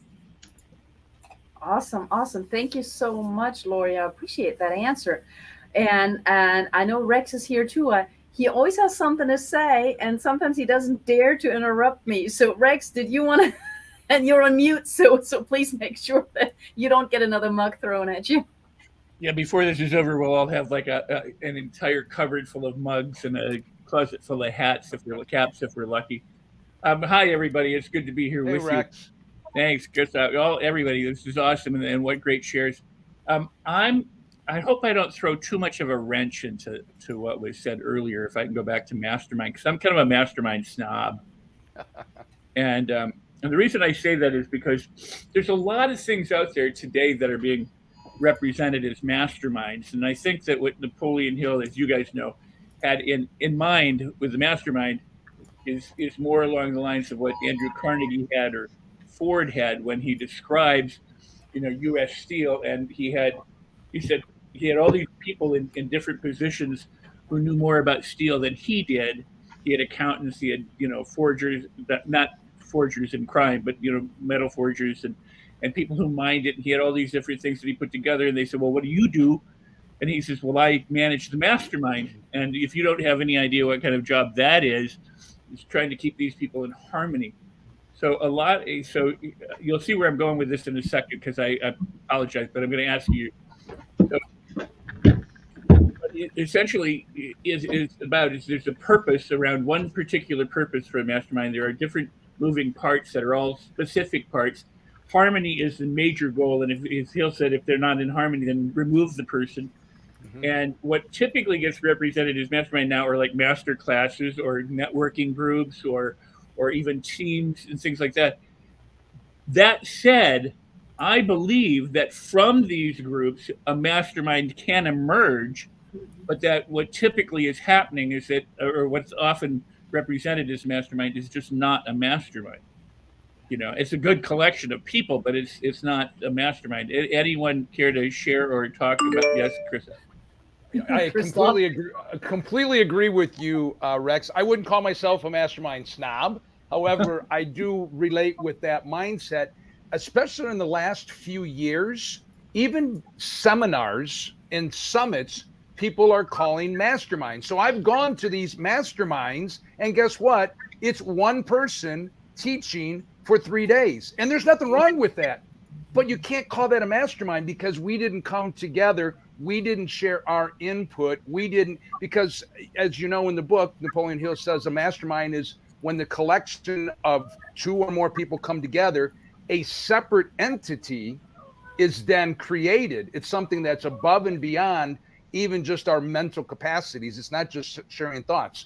But if it's only one person talking, then it's not a mastermind. It's a great seminar, right? So, terminology and branding and all of those things are very important. And sometimes, like you say, it then misleads people and say, oh, I just went to this mastermind. Well, what did you do? Well, I sat and I listened. Okay, great. Anyone else? Because that's really a valuable contribution. Yeah, I definitely agree with that. And the masterminds that I was referring to are like a collection of people where we meet regularly, where you're in that environment where you can share really what's going on and get real and humble, and not where you're trying to sell or impress or network. And I agree with Christoph. There are definitely some of those type of events that have taken on the name, but the true mastermind where you can gather information from other people who've either had that experience or they can help guide you through a similar experience, and you can be, that 1 + 1 becomes not only 2, it becomes 3 and 5 and 11 and becomes more than any of the singular parts. One of my mentors, if I can jump in for one real quick second, one of my mentors suggested, and I like this idea, that everybody should be a part of 3 masterminds. One that you are leading, that you are the one that you are contributing mostly to, where you are serving others. One where most of the peers are not your peers, but you are gaining and you're kind of sitting at their feet. And then one of equals. And, part of a mastermind is a service. It's being of service to others with our knowledge and expertise. And, to quote the great Les Brown, I'm sure all of us have spent time with or been influenced by him. Your gifts are not for you, right? And our gifts are meant to share. And going back to what Dr. Natalie was saying about confidence, I believe that kind of goes along with it too. Confidence is important, but we don't have to have all of it figured out before we step out, before we take action. And I think a lot of times, we are polishing our craft or our skill set or our project or whatever it is before we're ready to release it to the world. But what we're doing is we're cheating people out of your greatness, whether it's your book or a program or whatever it is. Sometimes we learn it along the way and polish it and make it better. And maybe through a mastermind, we could use that principle to help polish and develop our projects and our products and services even better along the way. Absolutely. And it's interesting that you're mentioning that, because yesterday, of course, there was also a discussion about why are we consistently holding back, trying to get, and I'm going to quote first Mo and then Rex, all of our ducks in a row. Mo kept saying he had the most legs, and then Rex said, no, we do. So there's a little bit of a competition going on here. We're still masterminding on the outcome of that. But in that sense, all of you are engaged in masterminds, 1, 2, 3, however many. Some of you are also leading some. What are the most trying, most interesting experiences that you've had in a mastermind? And the reason why I'm asking that is because there are some questions in the audience about, who defines it? What are the experiences like? We just talked about the fact that there's a difference between a mastermind and a 3-day lecture. So what are the experiences that you've had as, aha, this is a great mastermind, or even as, whoa, this is not a mastermind. Lori, I'm going to throw it first at you.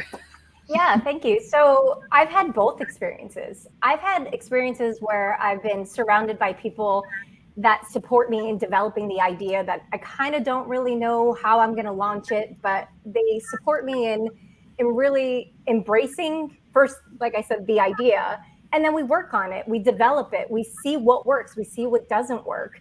And then I've had the experience where I felt like I wasn't supported. Like the ideas that I was bringing to the table weren't worth the time, right? I didn't feel like I was getting the value that what I thought I was going to get otherwise. And so, Christoph and Daniela like nailed it, right, with what they were sharing. And I really believe that to really be of service is to see other people succeed and to lift them up. So regardless of what, how we want to define a mastermind, for me, truly a mastermind is a group of people that are together for the same cause and that are really just working together to empower each other and make it better for all. And so when I had an experience that wasn't that, it was just really disappointing. And it made me question, like Christoph said, like, what is happening here and how can we define it as that, right? Has anybody else had that experience? I would just jump in and say that is why a mastermind manager is required, according to Carnegie, to make sure that all parts are working together in harmony and everybody's being, feeded and feeding each other. But a great point that you all kind of make regarding this is the notion of recognition. People, even Hill said it, people will do more for recognition than they will for money oftentimes. And many times people just are not getting fed. They're not getting the recognition or edified or uplifted in some of these groups. And so that's a really important point, but it's also an important point in how we just deal with other people in general. Agreed. And I'll just add, in my experience, the longer term masterminds where people really do get to know each other, we're meeting on a regular basis, whether it's weekly or monthly. And that's where I've gotten the most out of masterminds. And I think I've been able to contribute the most, where we really do get to know each other and the pretenses can fall aside. And I think this comes back to the self-confidence. Self-confidence is that confidence of knowing I can just be authentically me, that I have strengths, that I have weaknesses. And if I'm in a mastermind, then I'm there to share my strengths. And I should be free and self-confident enough to share those strengths without needing or feeling that I need to be boastful or I'm one-upping anybody, but I'm just bringing my strengths to the table. And it should also be the self-confidence that I can show my weaknesses. I can walk into the room and say, this is really where I'm having a challenge, or I had a challenging experience or a situation. I've never dealt with this before. Hey, can I get some help over here? And I think it takes a great amount of self-confidence to be able to do the latter. I mean, we're all speakers and experts. Let's be real. We've got own it, right? The self-confidence to step onto a stage and share our experience, and we love doing that. But the self-confidence to share the flip side, the underbelly, the things where you need help, I think that's the kind of self-confidence, especially when we're talking about masterminds, is critical, that you can show that other side. And then you're going to get the most out of it because you get to bolster the weaknesses that you do have and grow into your next weakness. Awesome. Thank you. Now here's sort of a twist to that. When you first started out your business, did you have enough confidence? Did you have enough will to get into a mastermind right away? Or did you initially try to put all your ducks in a row? I feel like you're looking at me, Natalie, because I've known you. Of course. I've known Natalie for years, so she's seen a lot of growth in me. Yeah, I think I did, like many entrepreneurs, try to put all the ducks in a row. I mean, Heck, my ducks weren't even facing the right direction, let alone, getting them in a row. I talk about speakers being like herding cats, herding ducks, herding cats. So I'd say no. I mean, at the beginning, it's really hard, to show that other side that might not be as strong, or you might not be as strong in. So, I'd say I did like many people and tried to put my ducks in a row, and then realized that was a futile task and it was time to get some help. So what would you recommend, and this goes to the entire panel, what would you recommend that people do who are found themselves in that starting position that Natalie just described? I would just say there's never going to be a perfect time. You're never going to feel ready. You just got to put yourself out there. And like Nike says, just do it. Right. So just go for it. And, if you feel like you made a fool out of yourself, so what? You'll forget about it over time. Right. But what you need to focus on is the one person that you can actually bring value to. It's not about changing the world. It's about changing one person at a time. For me, anyways, I'm speaking for myself. And so when I think of it that way, and that's the mindset that I have, is like, let me share this. Let me be vulnerable. Let me be authentic in my sharing. And if it resonates with one person, then I've done my job. And so standing there really allows me to step forward because I'm not trying to please everybody. I'm not trying to be perfect at it. I'm just trying to really just be of service for people and providing them something that may impact their lives. Yeah, absolutely. And Christoph, what are your thoughts on this? You're like waiting in the wings here. Yeah, I will just say that I've had some challenging times leading masterminds. I've initiated a few over the years, quite a few, and I find that oftentimes it reaches first of all, people will say things like this, not only in masterminds, but in general. What do I get out of it? Okay, well, what do you, I don't know. What are you going to put into it, right? What are you going to get out of it? And I have found in my own personal experience, so this is not talking about a success. It's I would say a failure or a challenge. I have led a number of masterminds with all men, usually like 6 or 7, limited to that, meeting weekly. And we talk about goals, our wins, what we need help on, et cetera, like really digging in. And a few people would like every week, my goal is the same, like same as last week. Like it's the same thing. And I get to a point where I feel like I read these books. I do this work. I study. I seek things out. I go to the events. I'm creating this as an opportunity, not because I'm better in any way, because I know that there's things that I can learn from each one, but there has to be a willingness and a desire on all parts for them to be involved and to contribute. This is not a coffee hour. This is not, just hanging out. Like there's got, like, to your point, Rex, it's, and maybe this was the reason is that, it's supposed to be for a specific purpose. And I think that a lot of times our specific purposes are very general. I don't know. Maybe you can give some insight on that.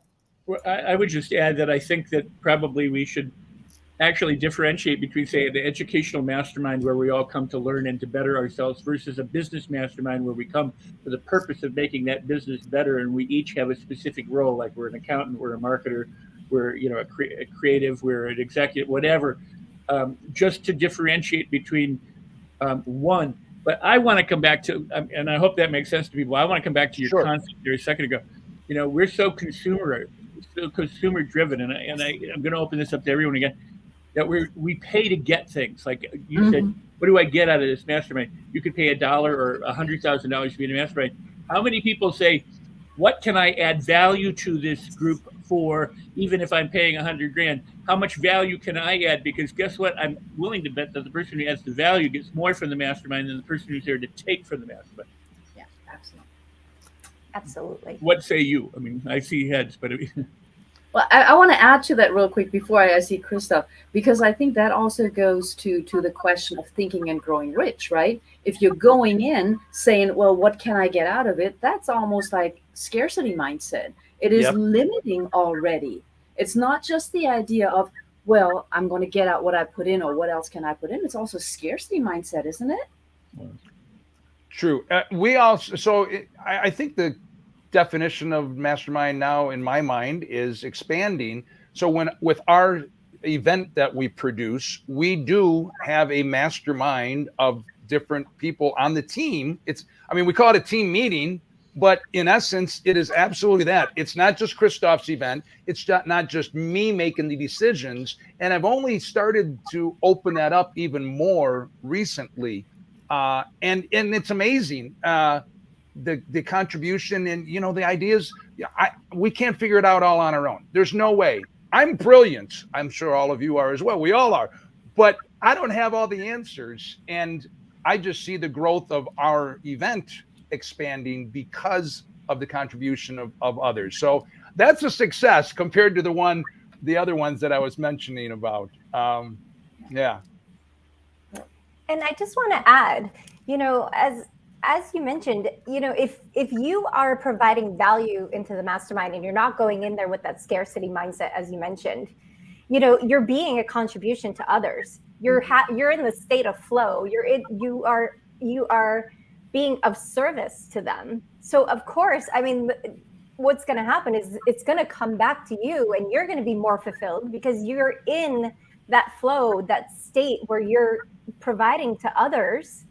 And then in turn, you're creating this environment that's more of a safe space, for a lack of a better way to say it, that people are then going to be like, oh, like this person's really trying to help me.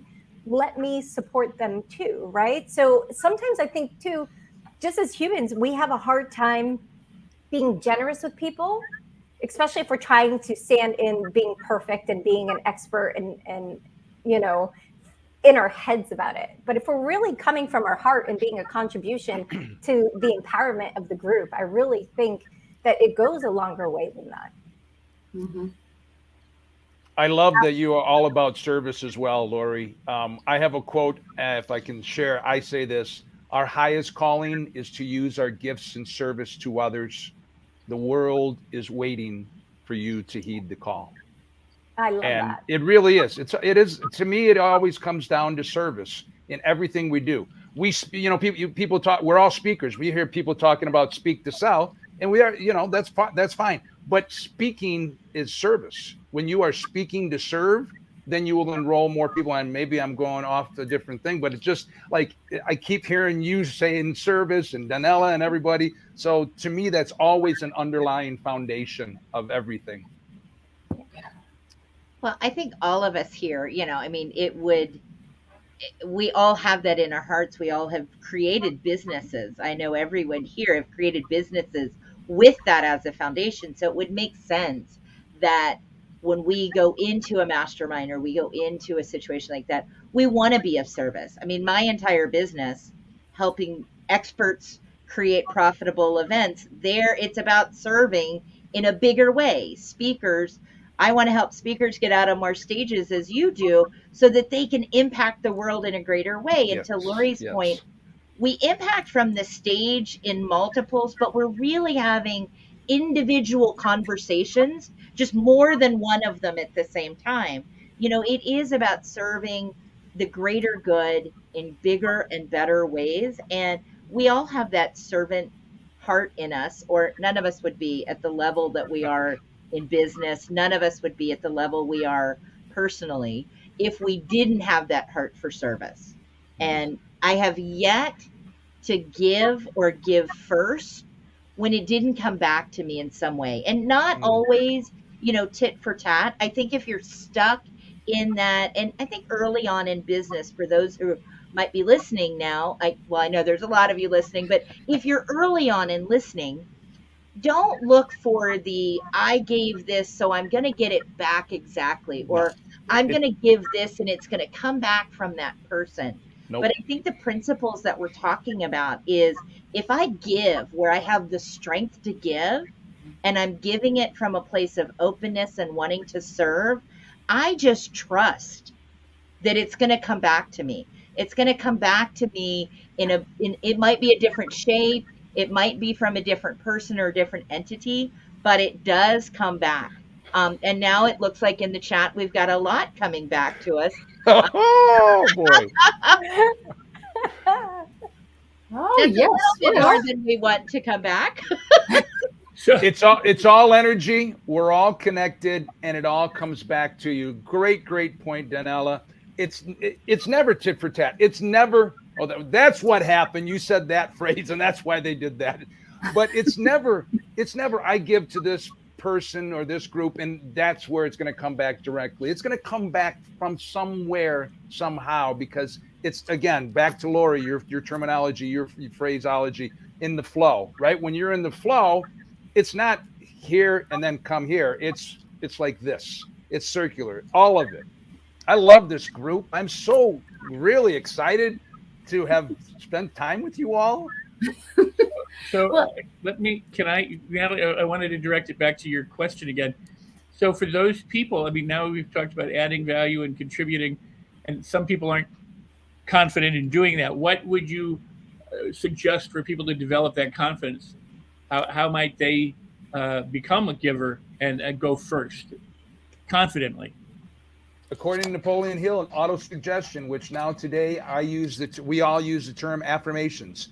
Affirmations. If we're talking about somebody who is a speaker or an author or anything, you have to be confident. You have to be confident that your message is valuable. You have to be confident that what you have is of value. You have to be confident that we have to be confident that there are people waiting for us to show up in a bigger way, in a more powerful way. You were talking earlier about Mo and others mentioning before about holding back. I think all of us, we don't put ourselves out there to the degree that we have the capability and the capacity for. What are we waiting for? You know, when we're on stage, like, you put it all out there. Yeah, I get excited about it. Lori, you want to add to that? You know, it really comes down to, you know, I can't agree more with what Christoph said. And what I want to add to that is also, you know, again, finding the people that are going to support you, people that are further along the path than you. You know, we talk about mentorship a lot. And that's, again, being of service to somebody, supporting them and getting to where they want to go, giving them, you know, be their cheerleader, be like, you can do this. So having a mentor, having somebody that's going to be by your side in the times where you just don't feel so confident or you're unsure, is really going to make the difference. And I think we all need that, no matter what level we're at. You know, I know that before I came today, I'm like, okay, this is where I'm at. This is what I want to talk about. And I kind of set my intention to make sure that I was prepared for today, right? And so I think we all have that within us, and we need to really support ourselves. And can I jump off of that? Because early in the conversation, we also talked about, I think it was Christoph or Danella who said, sometimes we're going into masterminds and it's not clear what they're about. So now we're talking about service and being clear that we're about service. How important is it to make sure that, Christoph, using your example, that everybody who goes into the mastermind knows what the chief aim, in Napoleon Hill's word, are? How do we make sure that we communicate that so that we attract the right people with the right mindset? What are your suggestions? Danella, I'm going to throw it at you first. Well, I think clarity always starts with yourself first. Mm-hmm. It's really hard to get clear with the world if you're just kind of floundering in it. And so I think getting clear with yourself first of what you're looking for, what you bring to the table, what your strengths and weaknesses are, and being open to that changing over time. I mean, I think the mark of a really good entrepreneur is somebody who's able to self-evaluate in a humble and honest way. Mm-hmm. And then you can be really clear about, where should I be? Where can I be of service? Who can I serve? And then where do I need to get served? And so I think we're looking at masterminds specifically, being honest with yourself. Where do I need the most growth? Do I need growth in my emotional maturity? Do I need growth in my business maturity? Do I need growth in my, entrepreneurship or relating with other people? If it's business, is it about growth in business or stability or business practices? I mean, just being really clear has to start with within. And then you can go out there and look for the help that you need, and you can better evaluate, am I in the right place? Am I surrounded by the people that have what I want?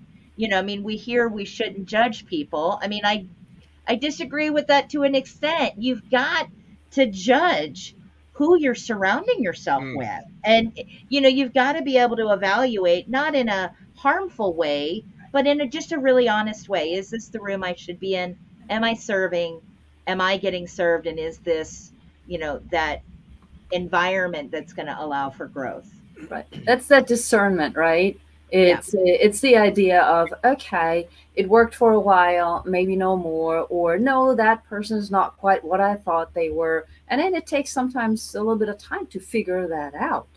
Absolutely. Absolutely. So what have you learned, Christoph, from the mastermind that you used as the not so successful one, to like, how has your communication changed in order to make sure that everybody is on the same page when coming to the show?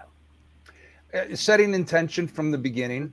And in fact, when seeking out people, we share, you know, here's what we're doing. Here's what it's about. Here are the core values that we are looking for, heart-centered people, et cetera. And, you know, clearly I'm a fan of quotes, not only my own, but others. I heard, and I wish I knew who said this, but I heard this recently, and it just drives home Danella's point. And it says, when I shine my light, my people find me. Mm-hmm. So when we are authentic ourselves, yeah, it's so brilliant. When I shine my light, my people find me. And when we are authentic and we are walking in our gifts and our purpose and our passion, which I would say in Napoleon Hill's books is similar to burning desire, then we are going to attract our people, both the people that we are able to lead, but also the people that are our tribe, our peers, and the ones our mentors. You know, everybody's not everybody's cup of tea, right? And I have mentors. We all have mentors, but I could name these mentors and these mentors. Hey, they don't all agree, but for me, they have been influential in my life and impactful, and I've gained value from them, even though they may not agree or have the same mindset, and maybe not even be willing to be in the same room with another one, right? But it's just all about our unique giftings and points. Mm-hmm. Mm-hmm. Lori? Okay, everybody's nodding. Everybody's nodding. Yeah, of course. So this is a mastermind. We all agree on the purpose. Awesome. Rex, did you have something? I thought Danielle had something she wanted to say. Okay. Oh no, I was listening. Oh. Okay. Can I just add something, because this is about, you know, and I've heard from some of the other panelists, and I just want to really give thanks and really show my gratitude. I bought this book from the St. Louis Library because I had it for too long. And so I just paid the fee. I think I paid like $55 or whatever, and I got to keep it. But what Napoleon Hill has done this is why we're all here, and how it has trickled down to people like Don and Greg Reed, and all of us are where we are because of, imagine, you know, he passed away in 1970, and the impact, that's what legacy is. And I think it was Mr. Waitley who said yesterday, don't just leave a legacy, but live a legacy. Like, I'm just grateful to be here and what you all are doing. When Napoleon Hill wrote this book, who knew? What did he think? What did he imagine would be the outcome? When you are creating this program right here that we are a part of, who knows the people that it will touch beyond this day, beyond this moment, that will watch it in replay, that will watch it years from now, from all the people that you have I'm getting goosebumps. The people that you have attracted to this platform, what Mo Rock and Los Angeles Tribune are doing with Adora and her team and all of you, like this, when I communicated with some people about the opportunity to speak here, they had the mindset of, some of them said, well, what do I get? Oh my gosh, what do you get? Okay. Next, you're not the right one. But those who raised their hand and said, yes, now we get to be here. And I don't know who's listening in Australia or New Zealand or Sweden or whatever, that my words or your words, Lori, or any of us might impact. And would that have happened if like, how would I have been able to touch those people? When I shine my light, my people find me. When you shine your light, your people find you. I'm done. Thank you. Thank you. And it's funny. I love how the universe works. That's the way I phrase it usually, because you started that comment out with something I was going to ask about. And you said, I just want to say thank you, because my next question was going to be about gratitude. You know, we've talked about service. We talked about masterminding. How important is gratitude? There you go. She's got another one. More ring the gratitude. Ring the gratitude, it says. More cowbell. So how important is gratitude, not just in our daily lives, because that'd be going off a little bit, but how important is gratitude in a mastermind, in the work that we do, in the opportunities we get, in the accountability that we also need in our lives? Because all of you have touched on it, but I want to bring it out. So gratitude, yes, no, why important? Lori, you started talking. Oh, gratitude is the thing, right? In my world, without gratitude, really there's nothing. For me, it's my foundation. For me, it's how I wake up every day. You know, I actually say to my better half, you know, we made it to another day. And I'm just so grateful. It really is the foundation for a great life.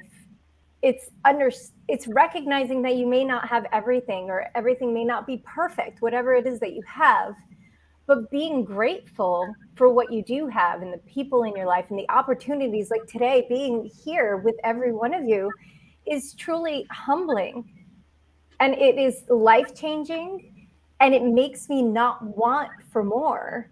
I find that it centers people. It centers me for sure.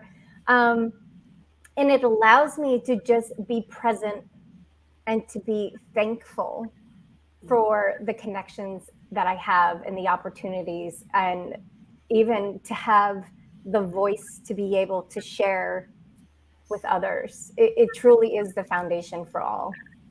Mm-hmm. Mm-hmm. All right.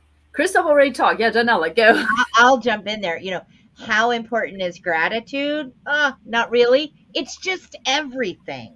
I mean, if you are having successes, gratitude is the appreciation of that. If you're not hitting successes, if you're hitting a few speed bumps, gratitude is what's going to get you to the other side of that. You know, if you wake up in a great mood, great. You're grateful. If you wake up in a bad mood, how do you turn that around? Gratitude. I mean, it really is everything. I mean, it sounds so simple, and you know, sometimes when you say it, it's like, can it really be that important? It really is that important. I mean, I know for my life, I've had ups, I've had downs. We've all been in business here for quite some time. I know everyone here, and if you're listening and you're just getting into business, I mean, an attitude of gratitude will literally make or break your business. Because if you don't appreciate the good that does come your way, my experience has been no more other good comes. I mean, the good stuff doesn't continue to come. So be grateful for what you have accomplished, and know that with that gratitude, more will come. And if you're in a stuck place, like, the only way to get to the other side of it is to take a look back, appreciate the lessons you've learned.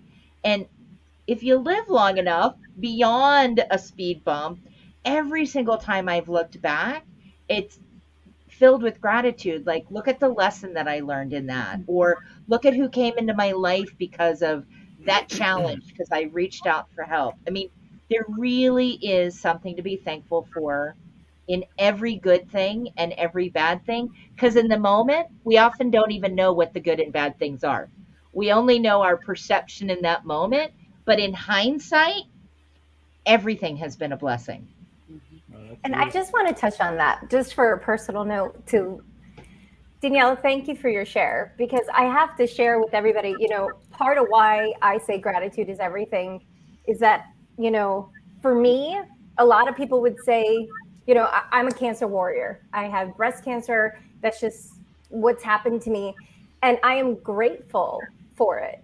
And people are like, how are you grateful for it? Would I wish it on anybody? No. However, the experience of going through something so severe that is life altering has put me on the trajectory of not being so self-centered in my life, but like we've been talking about, really go outward and being even more of service than where I was. It's like that hit on the head that that you get to really propel you, that there's no time to waste. The time is now, move forward. And when people hear me say that, some may not get that, but it really is true that without being grateful for every day and for my life and for the opportunities, where would I be? Beautiful. Thank you for letting me hijack that for a second. Let me follow that up, because Travis Air Force Base about 3 decades ago, a little longer, that did a study with cancer patients, and they determined through this study that attitude was the #1 predictor for success in health and healing, and in fact in all areas of your life. Now, when they did that study, there were a handful of studies. Now, this day later, the attitude, placebo effect, mindset, there's over 45,000 studies validating that very premise. So what I just want to share a brief story and have you talk about it.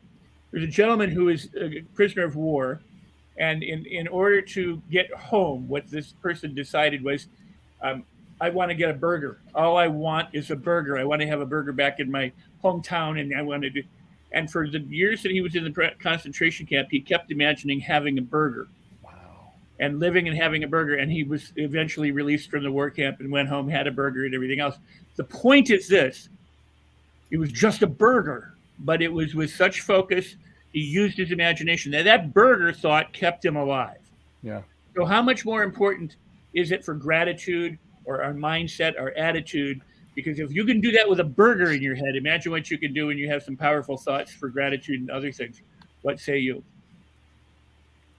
Can I add something a little bit? I believe that we should consider gratitude as not only an internal thing. I think a lot of times people talk about their practice of gratitude, and we all do this. It's something that I do. I write in my journal, I'm grateful for this or that. But gratitude is an expression of appreciation and recognition of others. And I know that I don't do enough of it. I don't think any of us do enough of it. Because when we are singing the praises of others, whether it be our mentors, our team, our customers, the people that we serve, it inspires other people to be grateful. And it's not boasting, but it is being thankful and grateful for whatever. I mean, I am grateful to David Fagan, who introduced me to Mo Rock, who then brought the Los Angeles Tribune to be a sponsor to my event. Then he introduced me to Adora, and he reintroduced me to Danella. We've known each other for a few years, but it was at David Fagan's event that we said, yeah, okay, we need to do something together. But expressing outwardly, I think it then we talk about raising the vibration, because that's what we all do singularly. But together, if we ring the bells and we sing the praises and put the posts, I don't see enough posts of people on social media saying, this person is so amazing, and here's why. And it's not like I'm telling you, but if you resonate with them, then go connect with them, enroll in their program, follow them, and sign up to be a mentee with them or whatever. But gratitude to me is not only personal and internal, but needs to be broadcast out there. If you don't mind, that's such an important point, but I want to tie it back to Lori too, because it is people expressing gratitude and the feelings of appreciation for them, but also for circumstances and events and anything that befalls us or anything that's generated. If you can celebrate everything, you're free to enjoy everything, no matter how or otherwise. Yeah, and I want to, yeah. And sorry, I want to. You just, Rex, you just created what I couldn't put into words. Thank you. And thank you, Christoph, because I love you to pieces. But my every day I live my life thankful that I have it. regardless of what it looks like, right? And so many people are consumed by what they don't have, or what they're not accomplishing, or where they're not succeeding in life, or the person didn't treat them well. And it's like, if we can get out of that mindset and just be grateful, for the sunshine, the trees, even the rain. Like right now I'm in Tampa and I don't even know if I'm going to have service for a while longer. It's so bad here, right? But I'm grateful that I'm still here with you. So it's the small things in life, right? They say celebrate the small wins. And that's really what helps you keep propelling yourself forward, regardless of what you're doing. Mm-hmm. Absolutely. Absolutely. And I know that gratitude, of course, it goes hand in hand, the way that we're talking about it, with thinking and growing rich. Because with thinking gratitude, we're feeling gratitude, we're growing gratitude, and thereby everything just automatically multiplies, which is really, really important. So quick question here at the end. We're all in agreement. This 5-people mastermind is in agreement that gratitude is the answer. And as Christoph was saying, we need to shout it out more. If we all agree, and I know the ones in the green room agree too, just making an assumption, why do so many people have challenges accepting a shout out? Why are we trained to go, oh, this dress, well, it's, so what's happening here? Because we're all we've been brainwashed, we've been programmed since we were young. Going back to quoting Les Brown, he says, you have greatness within you. At my events, I lead people to say that. You turn to somebody next to you and say, you have greatness within you. Now, wait, we're not done yet. Now turn back to that person and say, and I have greatness within me. You go around walking around and saying that kind of stuff. People say, la-di-da, aren't you? You're like, oh, you're really great, right? So if we can't say it about ourselves, just in my humble opinion, it's very difficult for us to receive it from others. We can give it more easily than we can receive it. And it comes from, we have to be reprogrammed. We have to reprogram ourselves on a daily basis. And it comes back to the conversation we were having about, self-confidence. Right. It's so much easier to think the negatives about yourself than it is the positives. Right? Like, what do I have to say? What do I have to contribute? What good am I doing? And when we are willing to just accept people even complimenting us, right? I have this thing that I do every day where I find 3 people and I compliment them. And so it's like, and when I do, people look at me like, why are you talking to me? And it's like, no, I want to share that joy with you. Like, being human is about connection. And it's about, getting together and finding your tribe and leaving people better than when you found them.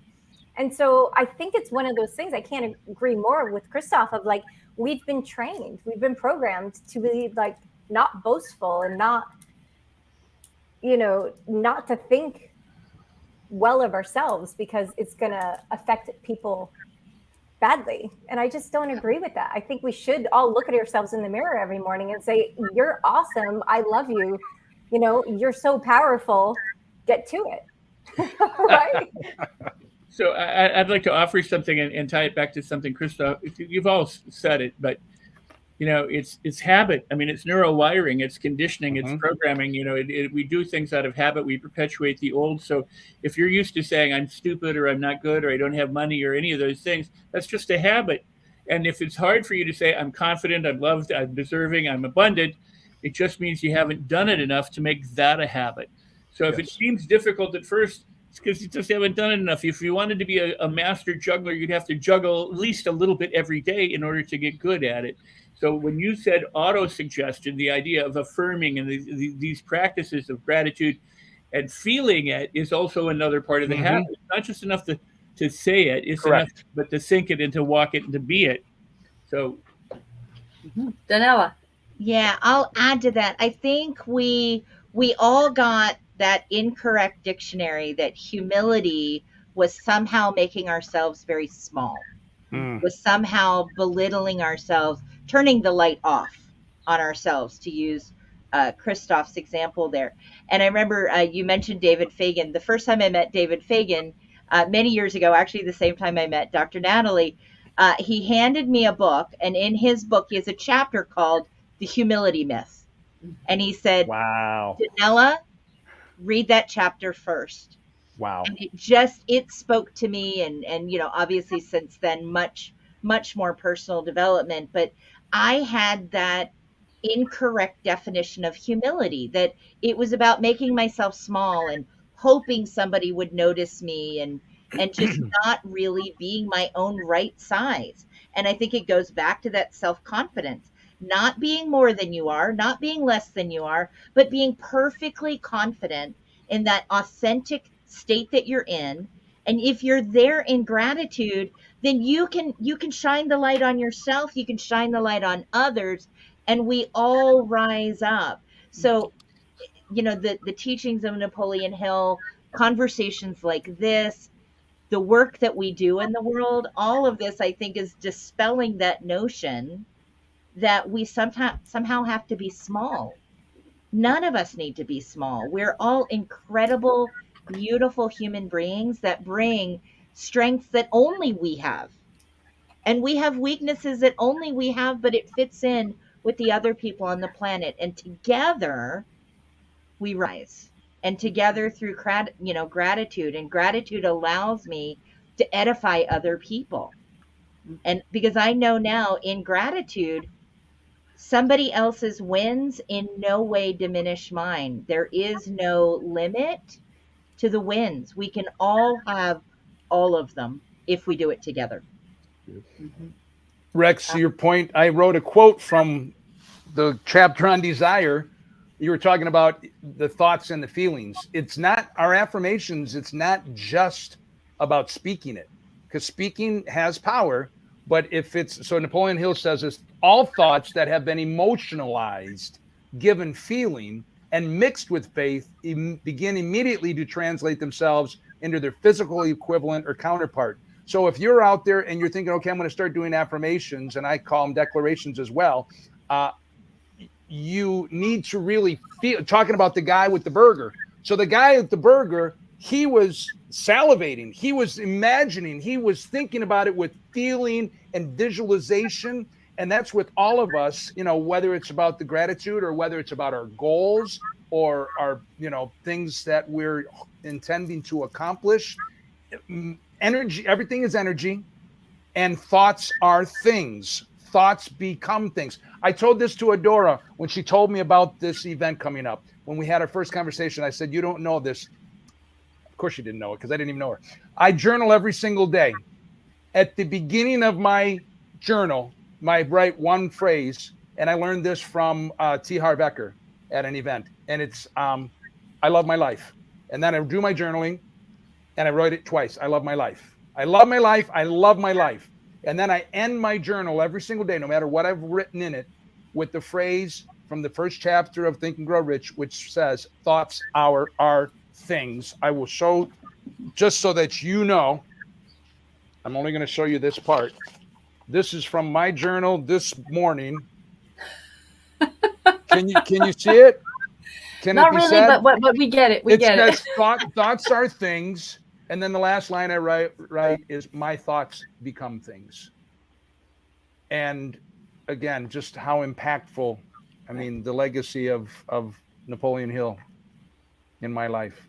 You know, we could all be here celebrating use your noodle and get the boodle, as opposed to Think and Grow Rich. You know, you do realize that might have been what we were all gathered to do.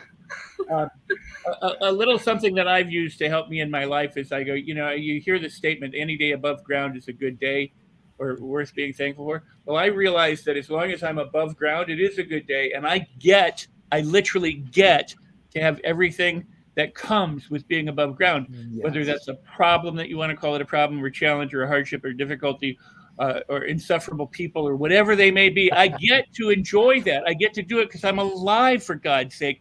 And I wouldn't get to do it. The alternative sucks. I mean, I get we transition in energy, but the point being is either you're above the ground celebrating and living life as a champion, and I don't mean just, you know, a winner-loser kind of thing, or you're dead or it sucks. So celebrate everything.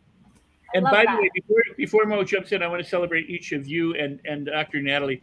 I wasn't planning on jumping, Rex. I'm here sitting down. What are you talking about? Who's jumping? He's strapped in. He's strapped in. But very cool. No, but I wanted to say thank you, each of you, for making this a very special event. I also want to thank Mo and Adora and Carissa, Dr. Natalie, Matt in the background, all the other incredible speakers who've been here. You floated the boat, raised it up for everyone that's in it. So I thank you all and celebrate you all. Thank you, Rex. Thank you for having us. Thank you. Thank you, Mo. Thank you, Ladies and Dr. gentlemen, Natalie. we are about to take a short break and we will be coming back with our next segment. Thank you to Lori, Christoph, Danella, 3 incredible thought leaders that are leading by example.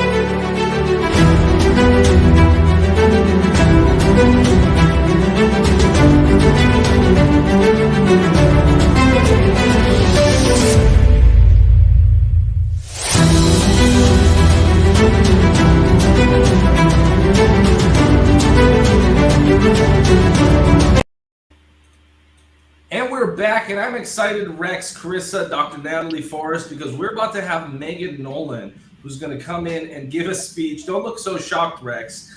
Who's going to come in and give a speech for our community here. And I'm really excited to hear her. And I know that she has something that she wants to share with the audience. And Megan, first of all, welcome to the Can You Really Think and Grow Rich tour. And, you know, Megan, we had a chance to actually listen to you recently at another event that Danella put on, and you did a great job there. And in fact, you got first place at that event. So for those that may not know about Megan Nolan, you could say better than I can. In your words, 1 minute or less, what are the cliff notes for someone that might be new to your work? Please, Megan Nolan.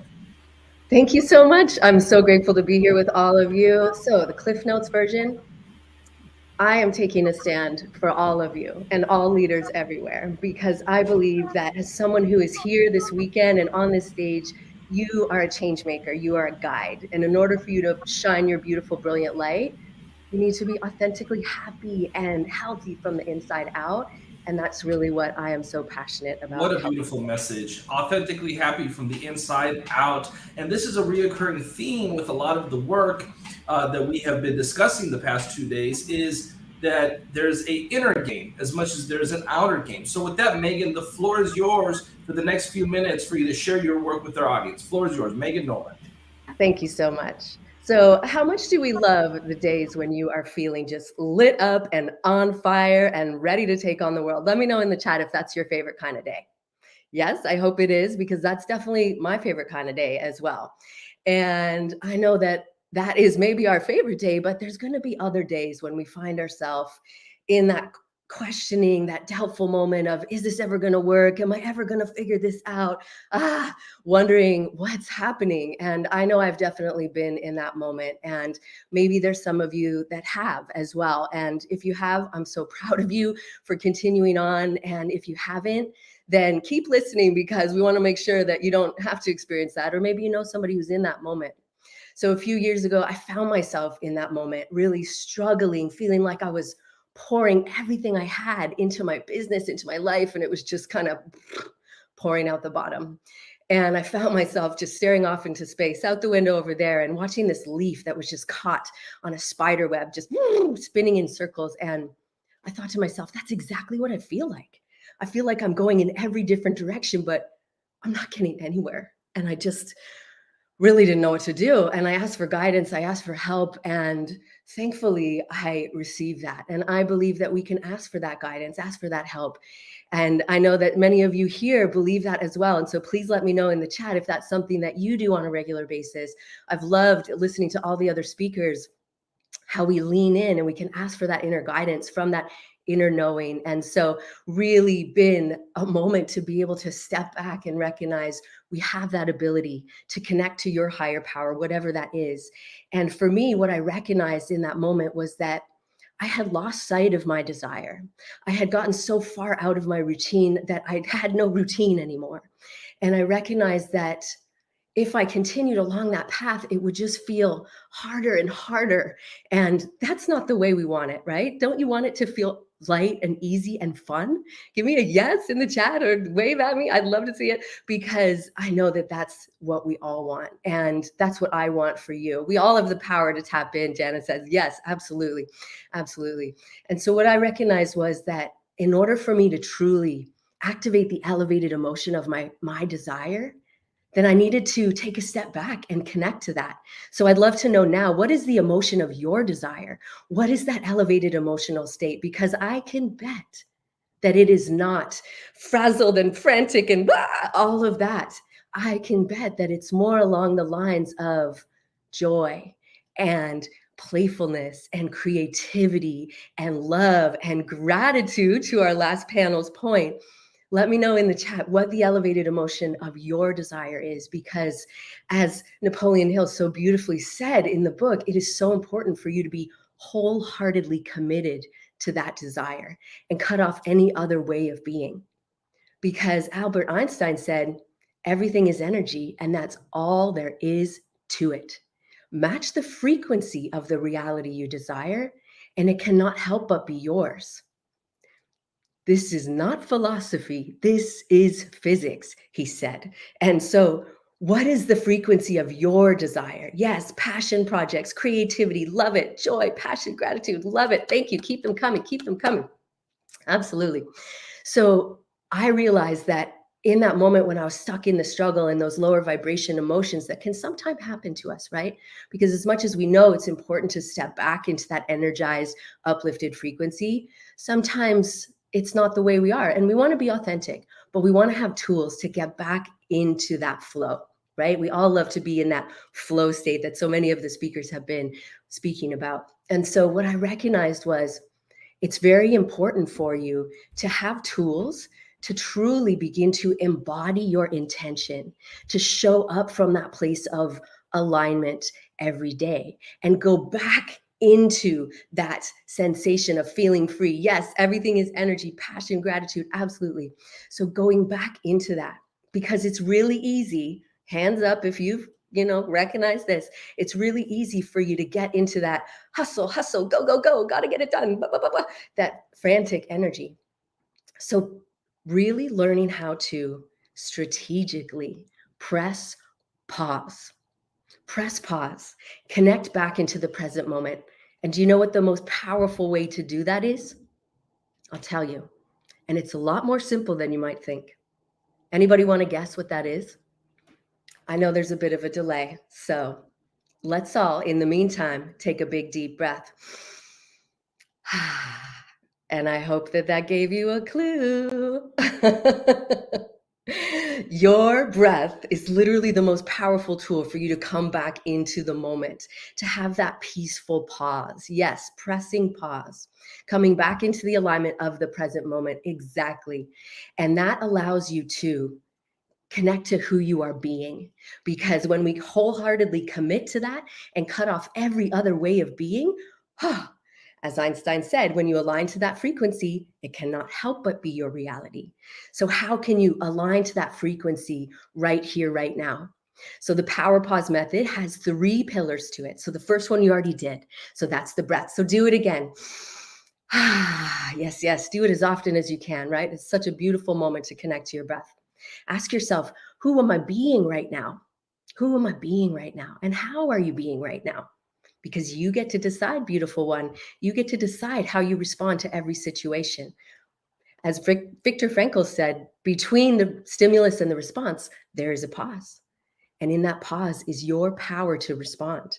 And in your response is your freedom and your growth.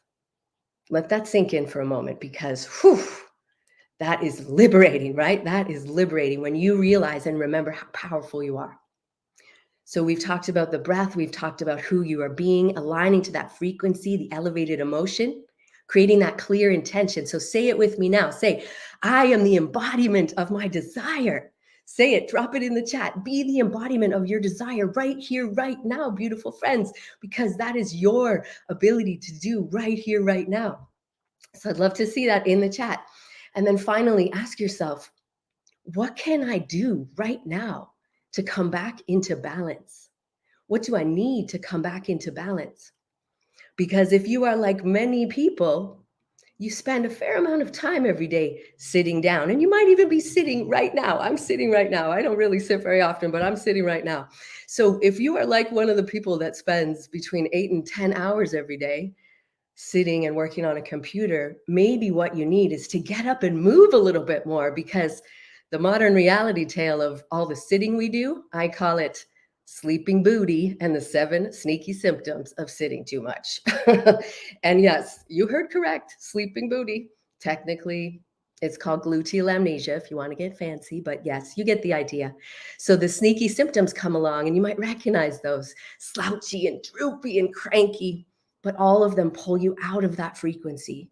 So what can you do to move back into that full embodiment of your true essence, your authentic divine essence? You get to decide.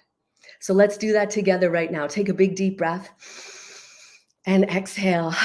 Say it to yourself. What is your intention for today? What is your decision for today, as Christoph so beautifully said?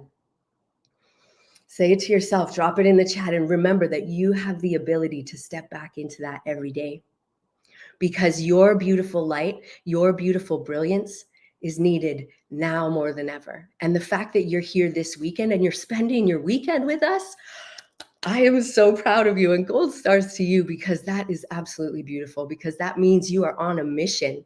You are on a mission to create change. You are on a mission to really show up so fully and vibrantly in your life. And I am so excited that all of you are here, and I'm loving the comments. Yes, yes, yes. You are the embodiment of your desire. What can you do to fully express yourself right here, right now? So that is what I wanted to share with you today. And remember that you can press pause anytime to realign with the frequency of your desire, to truly step into that embodiment right here, right now, so that you can align with that frequency and bring that beautiful big vision desire to life with more ease and flow. Thank you so much. And it's great to be here. Thank you for that, Megan. That was really powerful. The folks in the virtual auditorium are all expressing how powerful that was. And that was, no pun intended, that was a breath of fresh air. So thank you for that, Megan. Let's go ahead and bring Carissa back on with us. And Megan, we appreciate you, we honor you, and we will be inviting you back for future events. Thank you so much for that. Thank you so much. Thank you, Megan. That was powerful, Carissa. I really enjoyed that. And you know, what we're about to do is we're going to take a real short break and then talk about our next speaker that I'm super excited about. Folks, you know what I'm about to say. Grab your pencil and get ready.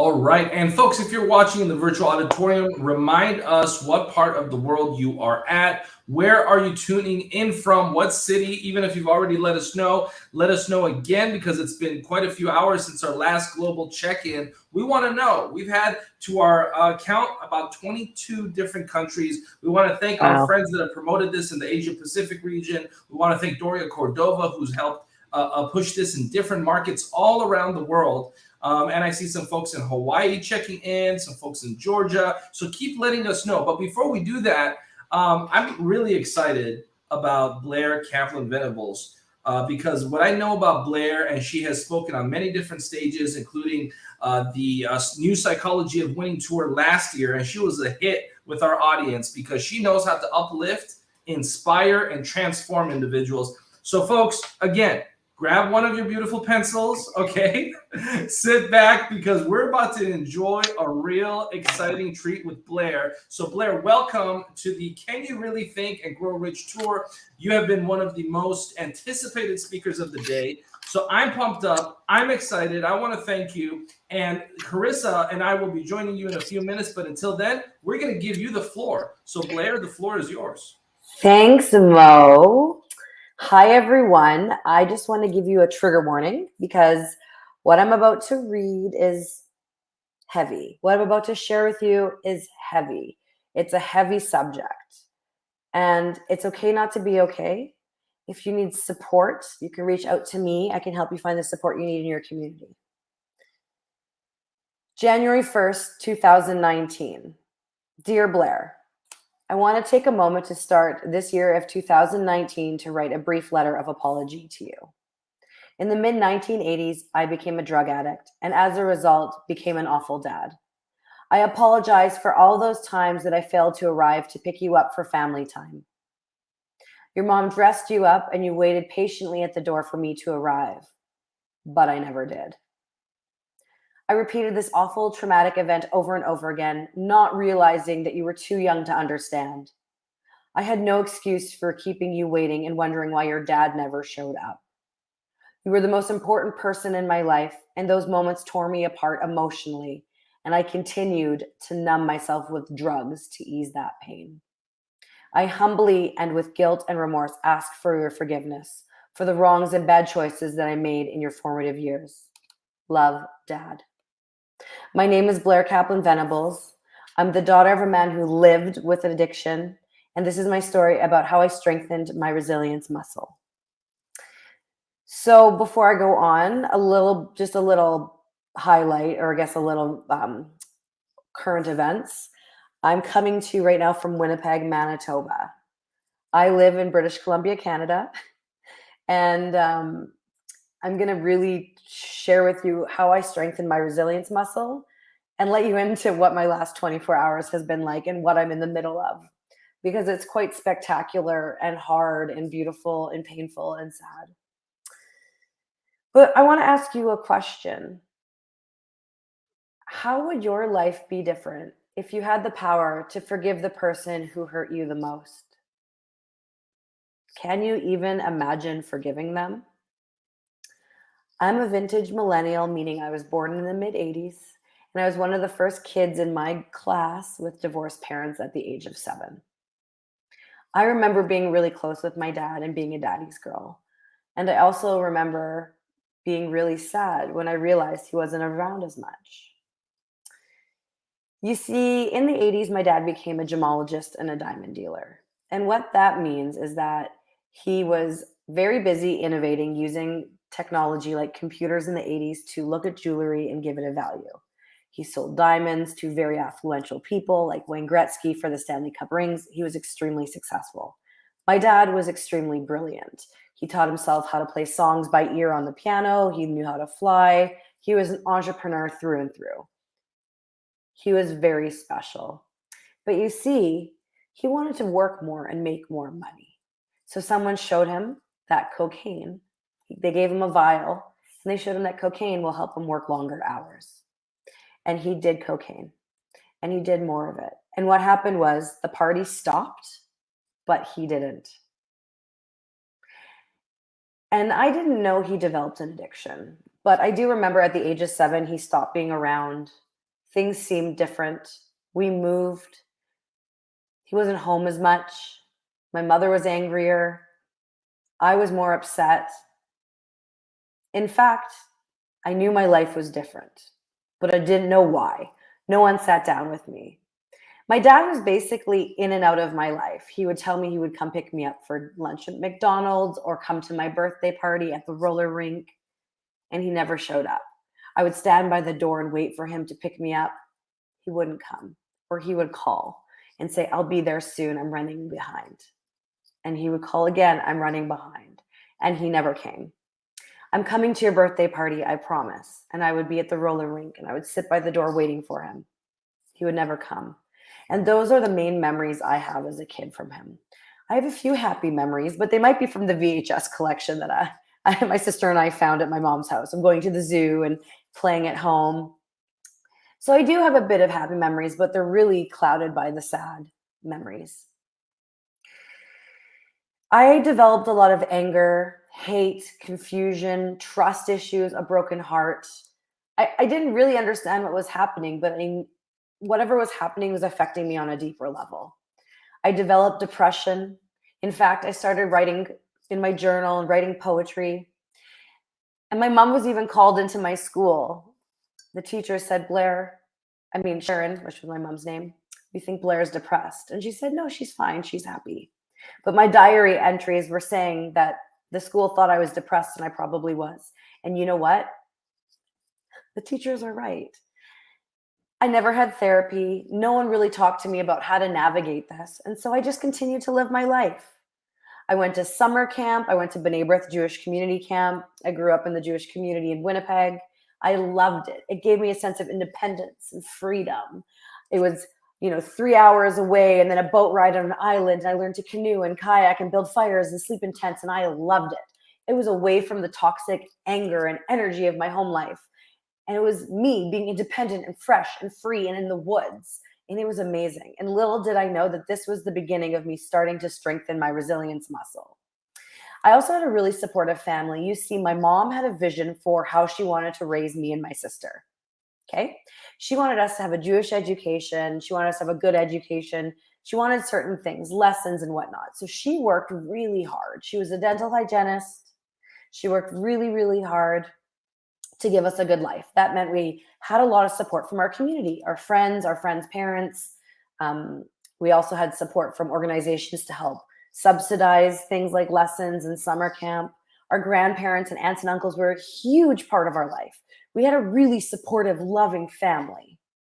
But still, the pain that my dad caused ran really deep, really deep. You know the saying, it takes a village? It literally takes a village. In fact, my elementary school principal, Mrs. Maltz, she recently passed away, and I've never cried when a teacher has passed away or anything, but my mom told me a story that my mom, when she realized that she would be raising 2 kids on her own, that she was going to pull us out of Hebrew school and put us in public school because she couldn't afford it. And Mrs. Maltz said to my mom, we're going to figure it out. We'll keep them in. Mrs. Maltz is the reason that my mom was able to keep us, on the path she wanted. And so members like that in the community were so important, okay? So fast forward, in my 20s, my late teens, I was a wild child. I still am, but I'm sober now. I'm wild until 9 o'clock. I was a wild child. I did what I wanted. I worked in the bars. I worked for Lululemon Athletica. I had a lot of fun. I was really good in school, never broke the law, never been arrested, but I marched to the beat of my own drum. What you see is literally what you get. And I worked for a company, Lululemon Athletica, and I went to school for public relations. And when I finished school, I got promoted within the company, and they moved me from Winnipeg to Edmonton, Alberta, and I loved it there. I loved the job. But you know what? Edmonton wasn't really for me. But Lululemon gave me a gift. And they gave me the gift of going to something called the Landmark Forum. Let me know in the chat. Have you been to Landmark? See, I didn't go to Landmark because I wanted to develop myself. I went to Landmark because it was a free trip to Vancouver, and my best friend lived in Vancouver. I was like, oh, I'll take a free trip to Vancouver. And so I went to the Landmark Forum. And I kind of went in with okay, I'm just going to do this. But you know what? Landmark gave me the tools I needed to forgive my dad. And I'll never forget about this. I can't even tell you what it was. And I still use things I learned in Landmark today. It's been so integrated in my life. I can't tell you what is from Landmark, but if you're from Landmark and you're with me, you're able to point it out. So it's kind of cool. But I remember on a break being in a grocery store, in a cashier aisle that was closed, using a calling card to call my dad, bawling my eyes out, letting him know that, you know what, Dad, I forgive you. I forgive you. I want to accept you for who you are. I understand. I'm going to accept whatever relationship you can give me. I am tired of being angry and I'm tired of being sad, and I love you no matter what. And I love you for who you are. And I will do whatever I need to do to accept where we are and what we're doing. And from that moment on, I mean, we carried the conversation on later in the hotel room, and he cried and I cried, and we began to develop this beautiful relationship in my 20s, a relationship I never thought I would have. It was amazing. He started a relationship with his parents again, my sister, the family. He began his journey to sobriety. Did he ever fully achieve it? Maybe for pockets of time, but harm reduction is extremely important. So then from Edmonton, I moved to Vancouver, because if you've been to Vancouver, British Columbia, you'll know how freaking amazing it is. Ocean and mountains, and it's just so cool. And my dad started to come visit me. In fact, he came to visit me even more than my mom did. It was amazing. I'll never forget. My dad came to stay with me for the first time, and he was sleeping on the couch. And I remember looking over and I'm like, who's this stranger on my couch? I didn't know him. So we began to get to know each other. I learned about his addiction and his journey. And he told me some crazy stories.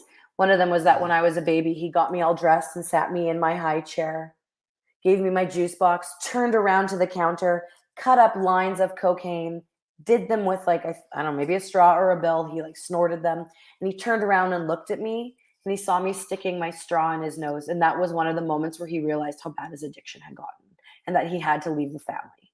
So this is when I was still in a high chair, and he left the family when I was 7. So I could only imagine what was going on behind the scenes.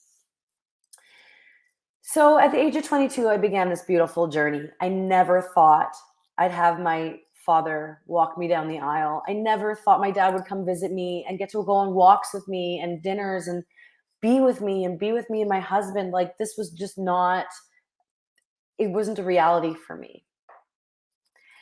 And then at the end of 2018, I learned some devastating news. I learned my father was terminally ill. I felt robbed. I felt winded. I felt like life was being sucked out of me because my father was being robbed. I felt like I was being robbed. My father was going to die. He was given 1.5 to 2 years left to live. Okay? And just so you know, since learning that news at the end of 2018, this is what else has happened to date. Are you ready? My grandfather passed away, and he was like a father to me. On the way home from his funeral, my husband and I got in a car accident, and I suffered a brain injury. A few months later, my husband had a heart attack and quadruple bypass surgery. My husband almost died. Not even a year later, after being told I wasn't able to get pregnant on my own, we were surprised that I was pregnant after trying for years. I had a miscarriage. 3 weeks later, my father-in-law died after a 3-week battle with cancer. 3 months later, my mother died after a 3-week battle with cancer.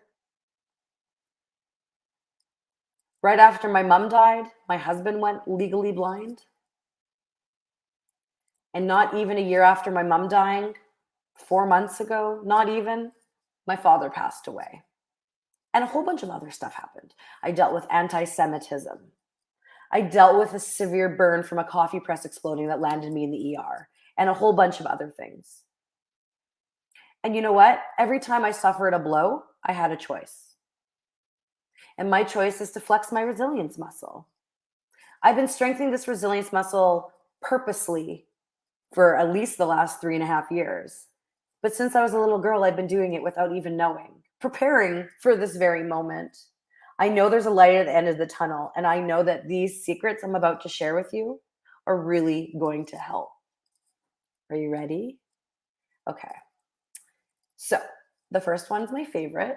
Actually, they're all my favorite, but gratitude. Let me know, do you practice gratitude? Drop it in the chat. So practicing gratitude. I watched a video from Sean Acor over 6 years ago. And in this video, he said something that just resonated. And it was, if you practice gratitude every day at the same time, and you list 3 things you're grateful for from the past 24 hours, and you do this for at least 21 days, the neural pathways in your brain start to rewire and you see the world more positively. And I was like, darn, that sounds pretty easy. Pulled out my phone, set an alarm at 9 p.m. to go off every day. And it's called the gratitude alarm. It says gratitude alarm. And every single day for at least the last 6 years at 9 p.m., wherever I am, whoever I'm with, I practice gratitude. I practiced it beside my mom's bed when she, the day she died, like hours before she died. I practiced it on my dad's deathbed. I practiced it the day he died with my family. I practice it when I'm in a bad mood with my husband, I'm in a good mood with my friends, and everyone in between. In fact, I have friends around the world who set gratitude alarms, and sometimes when we're all together, a bunch of alarms go off, and it's amazing. How easy is that? I invite you to open your phone, pick a time that works, call it the gratitude alarm, and it's your non-negotiable. It goes off every day at that time. We are stopping and thinking or saying out loud or putting it on social media what you're grateful for. And right now, as I do this, I'd love for you to share, like, what's one thing you're grateful for from the past 24 hours? Okay. 2, how do you fuel your body? Fueling your body is so important. I cut out alcohol when I learned my father was going to die because I have anxiety and depression. I know alcohol makes both of those things worse. Why do I want to feel worse? I don't. So I cut it out. I also know that certain TV can be toxic. The news these days, the news is not very pleasant. I got to know what's going on. So I definitely know what's going on, but I don't sit and watch the news for hours. Reality TV, you can get sucked into the drama. So how you fuel your body, what you put in your body, what you digest through your, food wise, like, are you having alcohol and lots of sugar and things that are going to fill your body with toxins? Or are you fueling it with healthy, fresh, clean food? Are you drinking water? Are you drinking alcohol? How you fuel your mind and your body is the second secret. And it's so important because what happens if your car runs out of gas, right? 3, sleep and rest. There's a lot of talk about all of this now, but if you don't feel rested, if you don't sleep, if you don't take breaks, you're going to burn out. You're going to get sick. A lack of sleep causes anxiety, and anxiety causes a lack of sleep. And don't just wait till you need to do this. If you do these things proactively, you don't need to be reactive because it's natural. So what do? I know I like 8 hours of sleep. I figure out when I need to get up. My morning routine is very precious. I like to hike or go on the Peloton or do yoga or sit outside and breathe. Then I have a candlelit bath all before 7 a.m. I pull an oracle card. I meditate. I journal. I have my coffee and breakfast. I have a very specific morning routine.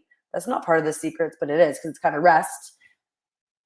Well, if I want to start that at 6, I need to be in bed by a certain time. And if I want to be asleep by 10, I get into bed around 9:30. So it gives me time to wind down and read, and for my husband to come do whatever he needs to do in and out of my room, husband things, I guess. So are you resting? Like, my month is extremely chaotic. I just came from Las Vegas. I co-authored a Woman Gone Wild Wealth Edition book chapter to talk about the Global Resilience Project, which I'm going to talk about in a minute. I launched a book last week. Another book I co-authored last week, both launched and became bestsellers. I just launched my social media empowerment program. The cart is open. I had a big week of launches. And so I know rest is coming. And right now I'm in Winnipeg because tomorrow is a memorial service for my mom. We're Jewish. It's called an unveiling, where she gets her headstone. And because she passed away in the height of COVID, we didn't have a proper funeral. It was just me, my sister, aunt, and uncle, and cousins. And so we have family and friends in that are able to come honor my mother's life. That's what I'm doing tomorrow. I'm in Winnipeg for that. I'm building in pockets of rest. Maybe that means lying on the grass for an hour or 20 minutes, or maybe that means not responding and looking at my phone and listening to music. You get to decide what rest means. You are in charge. Okay, so number 4, get outside. Forest bathing is real. In the 80s, the term forest bathing became a thing That's walking through the woods, walking through urban centers, even surrounding yourself with plants. I'm in my sister's office and I think there's a dead plant there, but there's real plants outside the office. Surround yourself with plants. Can you put your feet in the grass? Are you in an urban center and there's not much nature? That's fine. Still get outside and move your body. Get away from the screens. Forest bathing lowers blood pressure, boosts our immune system, increases our self-esteem, lowers our anxiety, and it gives us a mood boost. Like, who doesn't want that? How easy is that? You know what? And I know some of us have to isolate. Do you have a window that opens? Open your window and get fresh air. There's lots you can do if you can't get into the forest. I live very close to the forest. I live in a smaller city in Kamloops, and there's forest left, right, and center. There's beautiful trails. Nature's everywhere. I love being in nature. And sometimes it's as simple as just opening the window and feeling the fresh air. So what's number 5? Okay, so number 5 is tell your story. Now, this doesn't mean go on a national, international stage. It could. It means don't keep everything inside. You're human. You've been through stuff. Little things, big things, hard things, great things. Who are you sharing that with? How are you processing that? I've always had a diary. When I started writing in my diary, I started my processing. I started strengthening my resilience muscle, right? I think that life is full of beautiful moments, but it's also full of challenges. Do you have a journal? Do you have a journaling practice? Do you have a counselor or a therapist? Have you ever just stood in front of the mirror and said your story and your feelings out loud? I created something called the Global Resilience Project 3.5 years ago. And this was started because me and my father were sharing our story of resilience, forgiveness, his addiction, father-daughter relationships, and our story was empowering people.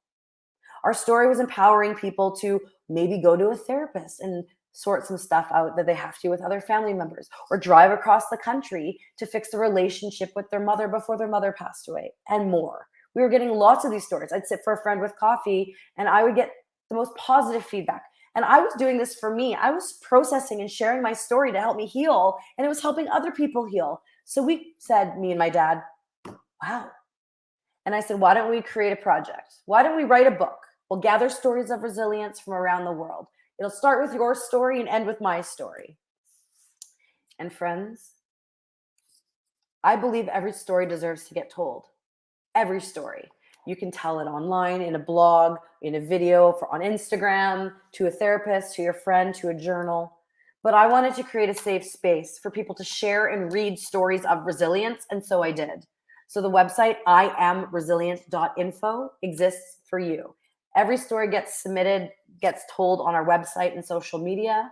And we finally published our first book.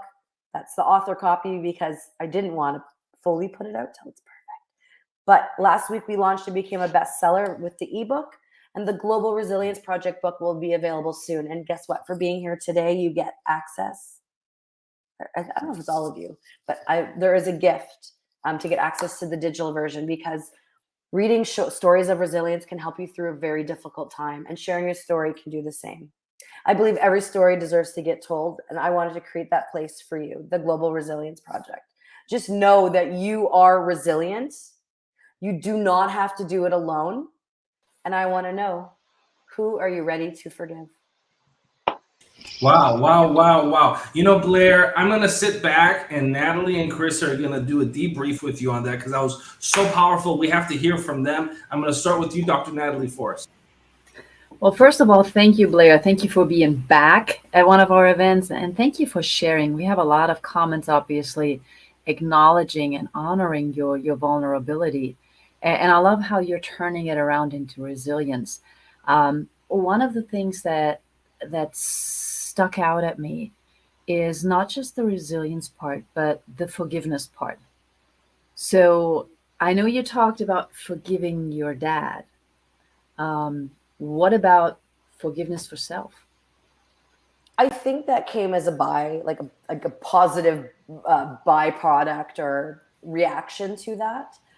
I have a lot of mental health struggles because of my childhood. So I'm doing a lot of learning and undoing and healing childhood trauma because I want to forgive myself. So I am in the process of that. And as I do that, I feel my light gets to shine brighter. I picture the analogy of like my heart was shattered and now I'm putting the pieces back together so I can bust it open and feel love again. And that's a huge part of forgiveness, is loving yourself. Beautiful, beautiful. And I'd also like to ask about your husband, because you just mentioned love. And of course, love is a huge healer.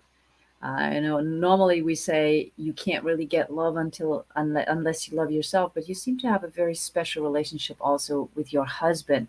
So how important is that love and that openness to receive love? I'm not even going to lie. Like, I have trouble feeling love. It was only in February when I was doing some healing work with my guides that I felt love for the first time. Like, I felt my heart crack open and explode with love. And it was a beautiful feeling. And my phone was off for 4 days. And I had a weird intuitive feeling. And I turned my phone on to message my sister. And she said, "You need to come home. Dad's about to die." So I went from being able to feel that love and receive it and not being able to integrate that into my regular life because I had to hop on a plane. And I didn't have to. I chose to hop on a plane, fly across Canada, and hold my dad's hand while he transitioned. So I'm only at the beginning of my journey to feel love for myself. And I know I have a lot of work to do. Wow. Thank you so much for being vulnerable. The whole time you're sharing, I felt like my heart was kind of breaking and just feeling what you've been through and navigating. And I think one of the most potent leadership qualities is vulnerability. So I just honor you standing before all of us and just sharing, the behind the scenes of your life and doing it from a place of desire. I think sometimes people can use vulnerability to like try to captivate an audience, like as like a tactic. I feel your truest heart's desires to really be in that space. And the question that I have kind of goes back to the Think and Grow Rich principles, and it's about auto-suggestion and the way that you're speaking to yourself, and you're talking about feeling love. So, I honor the fact that right now it feels like I'm really starting to feel love, but what are the ways in which you're speaking to yourself that you think are guiding you through this path right now? Because a lot of people might say, okay, well, resilience, you gave a lot of beautiful tools, but I think one of the, the principles is like that positive self-talk, and you being like really savvy in communication. I was reading up on you. I'd love to hear, what are some of the ways in which you speak to yourself? And then maybe even if you're willing to be a little bit more vulnerable, what are the ones that are feeling hard to kind of get behind right now? So what I started doing recently is in my bath or when I'm meditating, I put my hands on my heart and I, repeat over and over again, I am worthy of receiving love. And I started doing this. And then one day I felt it and I started crying and I kept doing it. And then other beautiful things I was feeling like I have 2 cats. I'm a cat lady. One cat was cleaning the other cat and it was so beautiful. I cried. I'm like, whoa, this is weird. Why am I crying? And so I'm really leaning into it, and being part of that is like noticing the beauty around me and noticing the love around me. It's helping me feel love and looking in the mirror and being able to love that. And as someone who's just, I guess, my father lived with addiction, and I know it's in me in some capacity. Like, I love work. I'm a social media expert and mentor, a pioneer in the digital space. Like, I'm just about to go to New York because I'm on a billboard in Times Square and I love that. And so I've been using that as a distraction. And now I'm learning to balance that, like the duality of the masculine and energy and masculine and feminine energy. Sorry, I'm tired. My flights were all delayed yesterday and my bags were lost. They're still lost. Anyways. Oh, goodness. Resilience. Everyone's like, I would lose it. I'm like, I'm fine. Like, it's just stuff. Yeah. But I think really, I'm still, I think amongst the grief, I'm learning to relayer life around. And, self-love to me when I was younger was looking in the mirror and thinking I was really pretty. But now what it is, it has to do with gratitude. It has to be, woven in. And instead of when I accomplish a goal, I used to just move on to the next one. It's like, okay, cool, done. Now what's next? And now it's about when I do something, maybe I learned a new tool or I launched a product or I'm on a billboard or became a bestseller. I really stop and honor to celebrate myself and love myself and honor myself, especially because my parents were my #1 fans. And it's just I'm in a new place. And so for me, self-love and feeling that has a lot to do with like being proud of myself and not just doing stuff and waiting for external validation. And I think it's a lot of unlearning and relearning for me to do. And I find a lot of that self-love comes from knowing I'm turning my pain into purpose. That's such a beautiful answer. And I really appreciate, and I'm hoping the audience feels this as well, is that love is not just a feeling, it is also an action. So the way that you're choosing to treat yourself, the way that you're choosing to keep stepping forward in this state of resilience and create this project around resiliency is such an act of love. That's ultimately what love is about, is it's not just a feeling, but it's also an action. And so the way that you're showing up is really powerful. I just really honor the path that you've gone down. And thank you so much for being here today. And like, in lieu of in spite of everything that you're navigating right now, currently real time. So that's, it's such a testament to how much you care about this work, because you're willing to show up even when it's happening. So Natalie, did you have anything else to say as we close out? No, I just want to, thank you, of course, but I also want to add that we talked earlier about service and about giving. And I think part of, Think and Grow Rich is how you're shifting. Instead of saying life is happening to me, all of this has happened to me, you're taking that accountability, you're taking that responsibility. You say, okay, all of this happened. Now let me turn it into something positive. Let me mastermind with others. Let me get the help, which is a vulnerability. Let me get a mentor. Let me work through this so that it can benefit others, which is, in many ways, the thinking and the growing. And it then impacts, of course, the environment, which we also talked about yesterday a lot. So thank you for bringing all of this to the table. And I look forward to what your next chief aim is going to be. Yes, I really appreciate it. Thank you so much. And tying it into Think and Go Rich again, I really believe resilience is mental wealth. Being resilient is a very valuable currency for your mental wealth. So thank you so much for having me. This was such a special honor. And of course, I'm going to do this. This fuels me. I choose a life of things I love to do. Look at her passion. Like you are just magnetic. It's so good. Thank you so much for being here, Blair. Thank you. Okay, we're going to bring Mo back up or Rex. And who's coming back up? Thank you so much, Blair. Thank you, Blair, for your authenticity, vulnerability. I mean, people have really been transformed today because of you. So we appreciate you, love you, and honor you. Thank you so much. Thank you. And up next, we have a thought leader. And as we said early on in the program, the folks that are involved in this are doing it because they're fans or appreciate the universal principles that Napoleon Hill helped bring to light. But everyone here is a thought leader in their own right. Rex Stephen Sykes is a best-selling author in his own right. Dr. Natalie Forrest is a best-selling author in her own right. Carissa Johnson has some incredible transformational programs in her own right. But we're doing this because we love the transformation that these universal principles have on this planet. And quite frankly, we believe that the world needs it right now. The world needs to focus on how we can collaborate. The world needs to focus on how we can uplift, inspire, and quite frankly, one thing that the world needs right now in particular is hope. And what Napoleon Hill's principles give people is hope, because whether you have the resources or don't have the resources, whether you have the money or don't have the money, you can always learn the universal principles of modern day alchemy, right? Now, it may sound mystical, but if you know anything about me, I'm always practical. And so with that being said, the next speaker is Adora Crystal Evans, who is a best-selling author in her own right. Obviously, this community knows about her, but I'm excited to sit back and actually listen and have her be the person to get the spotlight so we can all get a taste of her work, because she's done such a great job of edifying and positioning and asking. But let's give her the spotlight because she's the best-selling author in her own right. And so with that being said, we're going to go ahead and give Adora Crystal Evans the floor. Adora, the floor is yours. I got my pencil ready. The floor is yours. And we are ready. I'm still trying to get that mug. Yeah. The floor is yours. Awesome. Thank you so much, everybody. Okay, so those of you in the comments, this is a participation moment. And what I want you to do first is place your hand on your own heart and just acknowledge that you are here on a freaking Saturday. Like, you could be anywhere, but you are here standing for your soul because you know you were meant for more. You know you were meant to elevate this planet. So just thank yourself. I love you. Oh, I love you. Doesn't that feel good? Let me know if you did it. Put a heart in the comments.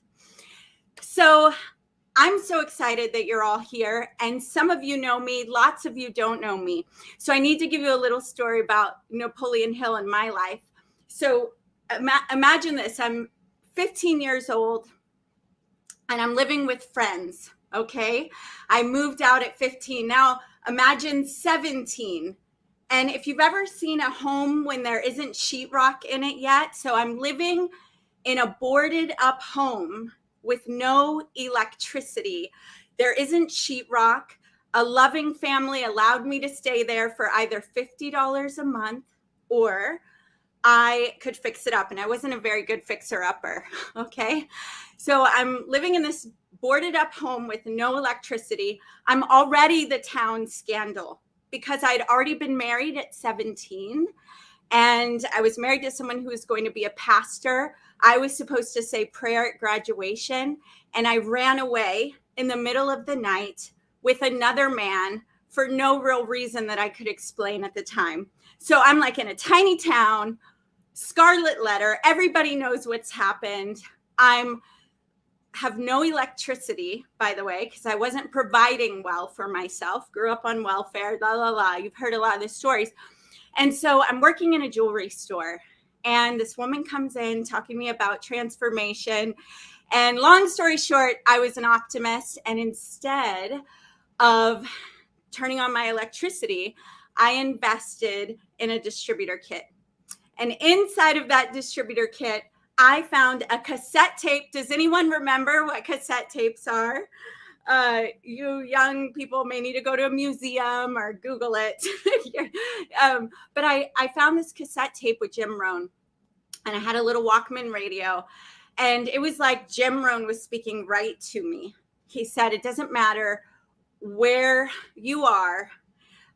You're in this metaphorical sailboat. I'm paraphrasing. And he said, you're going to arrive somewhere. And how do you know where you're going to arrive? Well, look at your past decisions. Look at how you grew up. Look who you're, and you just heard my life. I'm thinking, oh gosh, I've already screwed it up with God. I was supposed to be a pastor's wife. And like, I have the scarlet letter. I committed adultery. I'm thinking, this is not looking good. Maybe you're feeling like there's a part in your life that's not looking good. It's not true. So then he says, the good news is all you have to do is set your sail in a new direction. And it may take you longer than other people, but if you keep heading in that direction, you will eventually arrive. And I believed him. He said, you need to go get mentors. I'm thinking, no one's going to mentor me. Oh, no. Then he said, good news. The library is full of mentors. The library is full of mentors, people that have taken their life's work and wisdom and put it in a book. I read 75 books that year. I listened to, I can't tell you how many self-development programs. And it was all up from there, right? Wrong. It was not all up from there. Okay. It was more like the stock market on the rise. Do any of you relate to that? You know what I'm talking about? Like you get that, oh, holy wake up call. My life will never be the same. Maybe you've danced on Tony Robbins' hot coals like I have. And I had one of those moments. I thought it was going to be all up, but it was like, no, I got married again. I got divorced again. I found myself dancing in a nightclub that kids are not allowed in.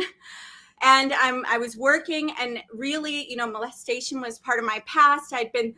I knew that there was more for me, but I just couldn't see it yet. I couldn't see where I could earn income. I didn't feel worthy of, I knew there's all kinds of stuff going on, right? I was still reading the books. I was giving half of my income away, sending out Sharon Lecter's Rich Dad game to my brothers and sisters and having them, give me assignments and they would play it. But I was still not living the dream life. And I had another wake-up call. We've talked about those wake-up calls where someone I thought would mentor me put rohypnol in my tea. And that's a terrible thing to happen. And I share it because I know there's so many people that have experienced things like that. And it's not the end for you either. That wake-up call had me sitting in a room on a Thanksgiving day. At this point, my son was being raised by my ex-husband's grandmother. I don't know how, but I got another feeling of optimism because back then, all the books in the back had a list. Tell me if you remember this, some of you old schoolers, and I love you too, Doria. Some of those old, where the back of the book had a list of their favorite books, right? Do you remember that? If you remember that, write it in. And so every one of them had Think and Grow Rich in it. So, I'm having this moment thinking I've got to shift my life, and I'm reading Think and Grow Rich. And I'm like 21, 22 years old. You remember it, Mo. Thanks for the holla back. So I'm reading Think and Grow Rich. And that first, I felt like Napoleon Hill was talking to me. It was a holiday and I was alone, right? It was like Thanksgiving or Christmas. I remember the purple sheer curtain kind of wisping, and I'm sitting there reading Think and Grow Rich, and people have talked about the vibration. It started moving in me.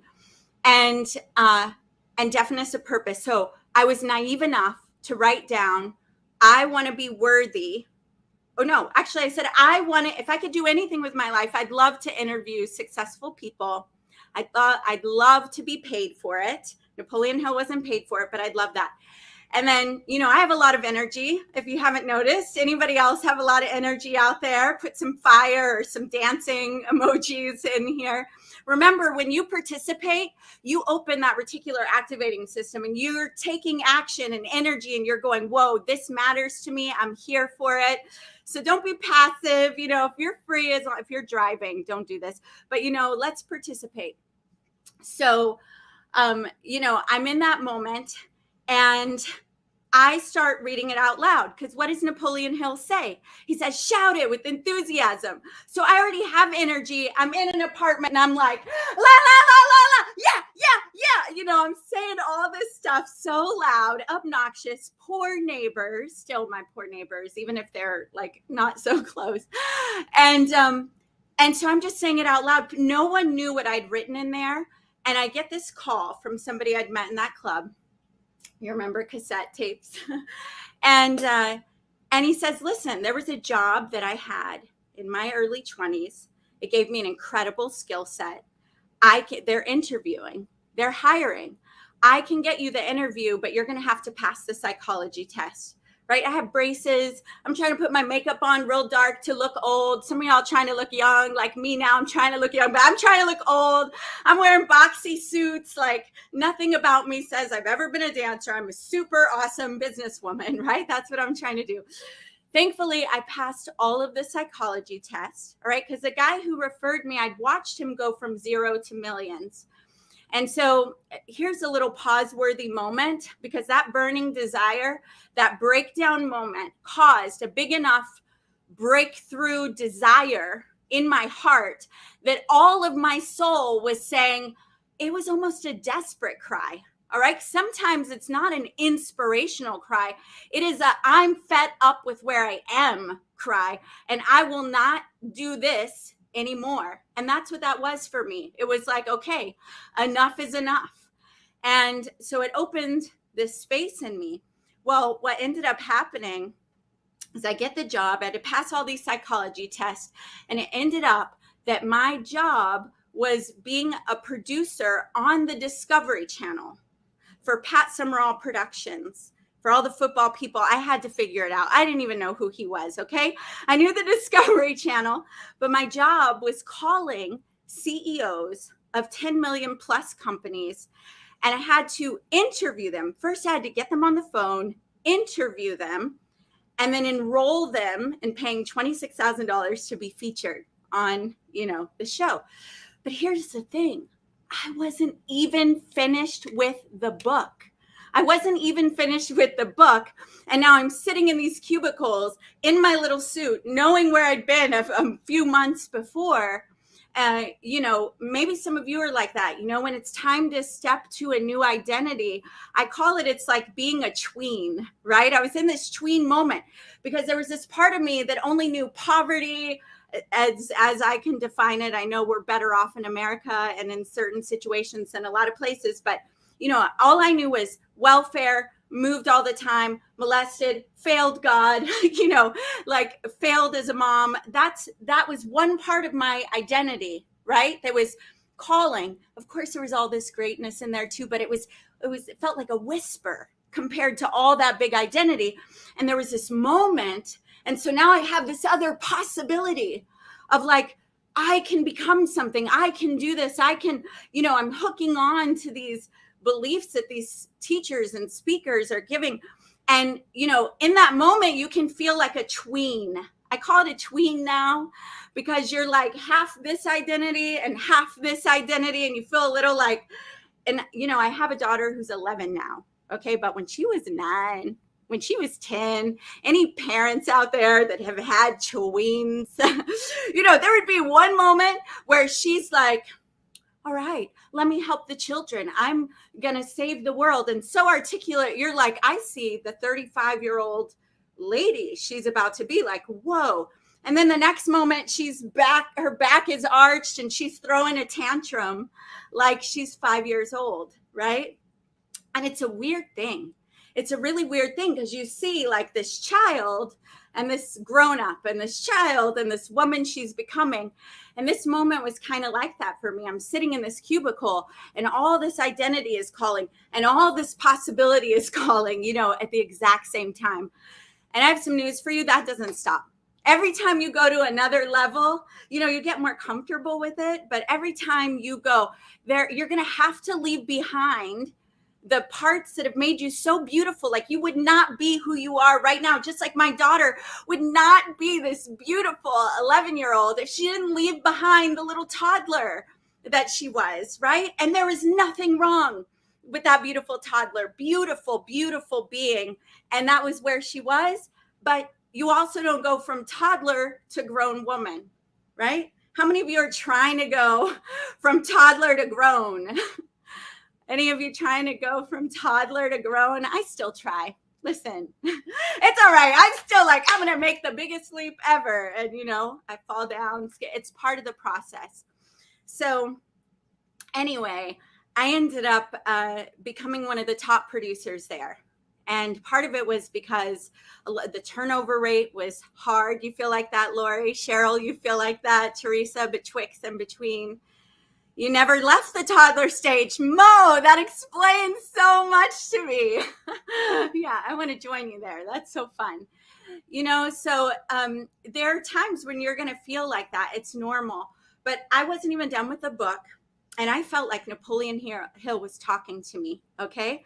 But I also had these old identities. I'm reading. I become one of the top producers. Our quota was like 1 deal a month. I was doing like 10. I got to mentor some people. It's when I met Dennis Waitley. You'll see I'm reading all these CEO books. You know, I'm reading Think and Grow Rich still because I wasn't done with it. And I remember thinking, like, I hope one day I can do something worthy of helping to spread the Napoleon Hill Foundation's work and all of that. And I got this little inkling. It was right when websites were coming online. And I was like, I wonder if they have a website. And they did. And guess what, you all? I got so blessed because I still was not finished with the book. And they were doing their first ever certification. All right. Their Napoleon Hill PMA leadership certification that Dawn talked about. This is from 2001. So Adora, over 20 years ago, you know, these are the notes from back then. But I get there and it's me, Dawn Green, and like 10 other people total, and 3 of the people that are executives there. It was at Hammond, Indiana, at Purdue University. And I couldn't even, growing up is overrated. I couldn't even believe it. You know, I couldn't believe I'm sitting there with this old identity singing to me, but at the same, well, not really singing, it was more shouting. And then with this new identity and the seed that God, spirit, whatever, infinite intelligence, whatever you want to call it, that had always been in my heart, right? It's not like this development stuff is going to make you something you weren't. What it does is it helps you call forward. It like summons forward the absolute highest truth of who you are, if you allow it to. You know, it sings right into that part of you that is meant to be the highest and greatest version. And so, you know, I'm sitting there and I really can't believe it that I'm sitting with all these people. I'm reading these books. I'm like Dawn Green and I'm, you know, I'm in my suit again.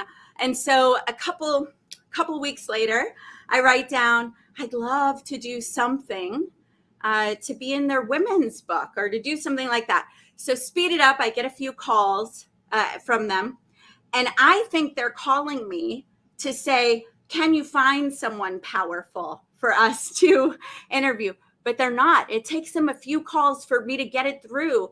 But they're calling me to say, hey, Dora, we'd love for you to be in our book. And we want you to open up the chapter about pleasing personality. Again, I still wasn't all the way through with the book because I was like combing through that stuff and rereading and all of that. I couldn't believe it. I really couldn't believe it. So, you know, to some of you, that's going to sound like crazy quantum leaps, you know, but for every one of us, I really believe that no matter how great you come into this life, loving family, all the right circumstances, you know, it's relative, the struggles inside. Or when we come in with really tough circumstances, I believe God, spirit, infinite intelligence gives an equal amount of resilience, of resources, of passion, of power, of, you know, drive. I don't know why I was given the drive to read like a maniac. I mean, I'm about to be 44. And at 15, I had a spiritual awakening. I started reading, studying like 4 hours a day back then. And I haven't stopped. It's still the average of what I'm listening to, what I'm learning, what I'm taking. I don't know why I got that other than, and you may not know how you got it or why you got it, but that is that balancing grace. You know, we really do all have equal resources and opportunities. God loves you as much as Oprah Winfrey or Cher or Beyonce. You're hearing all my heroes right now. Or Dawn Green or Rex Sykes or Carissa or Mo the toddler. No, I'm just kidding. He's not a toddler. He's self-proclaimed. You know, you're equally as loved. You're equally as loved. So I want you to sit and receive that for a moment. All right. Can you just receive and think of your favorite hero? All right. Because all of infinite intelligence was dreaming of you and was having the dream of a Lori coming forward. There was let there be light, let there be Jasmine, let there be Michelle, let there be Diana, let there be Cheryl, let there be Rex, right? You are divinely created, all right? And there is no one else like you. So whoever you can imagine, just take a moment and let yourself receive. I'm as loved as anybody else. I'm as loved as Oprah. I'm as loved as anybody else. Raymie the billionaire. Spirit loves you just as much. All right. I need to take a breath for a moment because that feels good. I want you to breathe that in. I love you too. I love you too so much. So I go there because you see a lot of the stuff that we're doing now, and we're going to go into how to create connections. We're going to go into pleasing personality, but deafness of purpose is the start. That was the start for me. And for you, that's too, right? And if you don't know what your purpose is, I don't know if you're like me in my 20s. I'm like, what's my purpose? What's my purpose? God, please tell me my purpose. This must be my purpose. This one, like, forget that. Your purpose is you're here. You are that purpose. You're a living, breathing, dynamic. Your purpose is to dig in, to create, to explore, to be curious, and to figure it out. And how do you know? The joy, the tears, the anger that tells you I have to do something about that. Like, you'll get it, but don't just stay there in paralysis. All right. That's a lie that will keep you stuck for 20 years, 30 years, 40 years. Do something. do something. Trust yourself and do something. If it's not the right thing, you'll get redirected. All right? Get in great environments. I love you too, Lady Michelle. I hope I'm saying it right. So, you know, you are on purpose. It doesn't matter if you're doing the dishes. In fact, let me tell you something. When you're in gratitude, when you're in harmony, when you're in generosity, when you're in peace, when you're taking any moment like that, I want you to imagine the earth. Everybody got a picture of the earth in your mind? It's kind of like, I want you to see it like a container, okay? And that everything in that container is part of that whole system, right? Just like our body. Everything inside of your body makes up the body. So I see it like you're a cell in the body of earth, right? We all are. And so when you have moments and you're in gratitude, or you know what? I know Carissa is with me on this, and Dawn, when you have moments and you've got the music on and you just like, you have to dance and you're just celebrating, or maybe you need to paint, or maybe you need to run. I see it, Carissa's in the back in the green room doing this with me. Do you know when you allow that to flow through you, that energy that wants to express, it's like gorgeous frequency going into the whole body. Into the whole body. When you pray, when you send out love, when you send out high thoughts, when you smile in the grocery store, someone likes painting, you are allowing that frequency to flow through. So imagine one cell in your body having a happy party. I want us all to do that right now. Imagine the cells in your body having a happy party. Like, send some love in here. Like, imagine, I want you to again put your hand on your heart, and I just want you to imagine yourself receiving all the love of the universe that you can imagine. I want you to imagine one of the times you felt the most loved and the most loving. I'm imagining when my daughter first opened her eyes, made eye contact with me, or when my son was born on painless childbirth, and I was laughing, or my other son, right? What's your moment? I want you to imagine that. And I want you to bring it into your heart and know that you're connecting with people all around the world that are feeling it right now. And now imagine flooding that energy in your whole body right now. Every cell getting a bath with that loving frequency. Because you're the pharmacist right now, and you're allowing that heart energy to dump in the chemistry of love and vibration. And then here's the good news. When you do that, you're blessing the walls, you're blessing the floors, you're blessing all that empty space, you're blessing the trees you walk by, the plants you walk by. So my whole point of that is that you have purpose, even when you're not feeling all the feels. All right, even when you're not feeling all the feels. Will you agree with me on that? Yes, yes, yes. Let me see some comments in there. So as we're going through this, I just want you to know that you absolutely matter. And many of you know that, but you know what? We heard from Sharon Lecter, even at the highest level, even like every day, sometimes she's there dealing with those inner parts of herself and reminding herself. So I want you to remind yourself of who you are, right? And also, whatever you've done, whatever you've become, you're not finished. All right. There is something that you're meant to do that only you can do. A message, a frequency, a vibration, And then I'm going to give you one more thing before we start this Q&A and we get into, we take a little drink of water. All right. Chris, I so love that you film me. We're so home team. Everybody is here. She always if you'll notice our eyes now, you'll see us when we're going off on some of the things. We're feeling the same things. I'm so glad you're enjoying it, Teresa. You asked for a sign. Oh my gosh, I love it. Yes, we're all connected here. All right, we're connected right now as we're opening our hearts, we're opening our minds.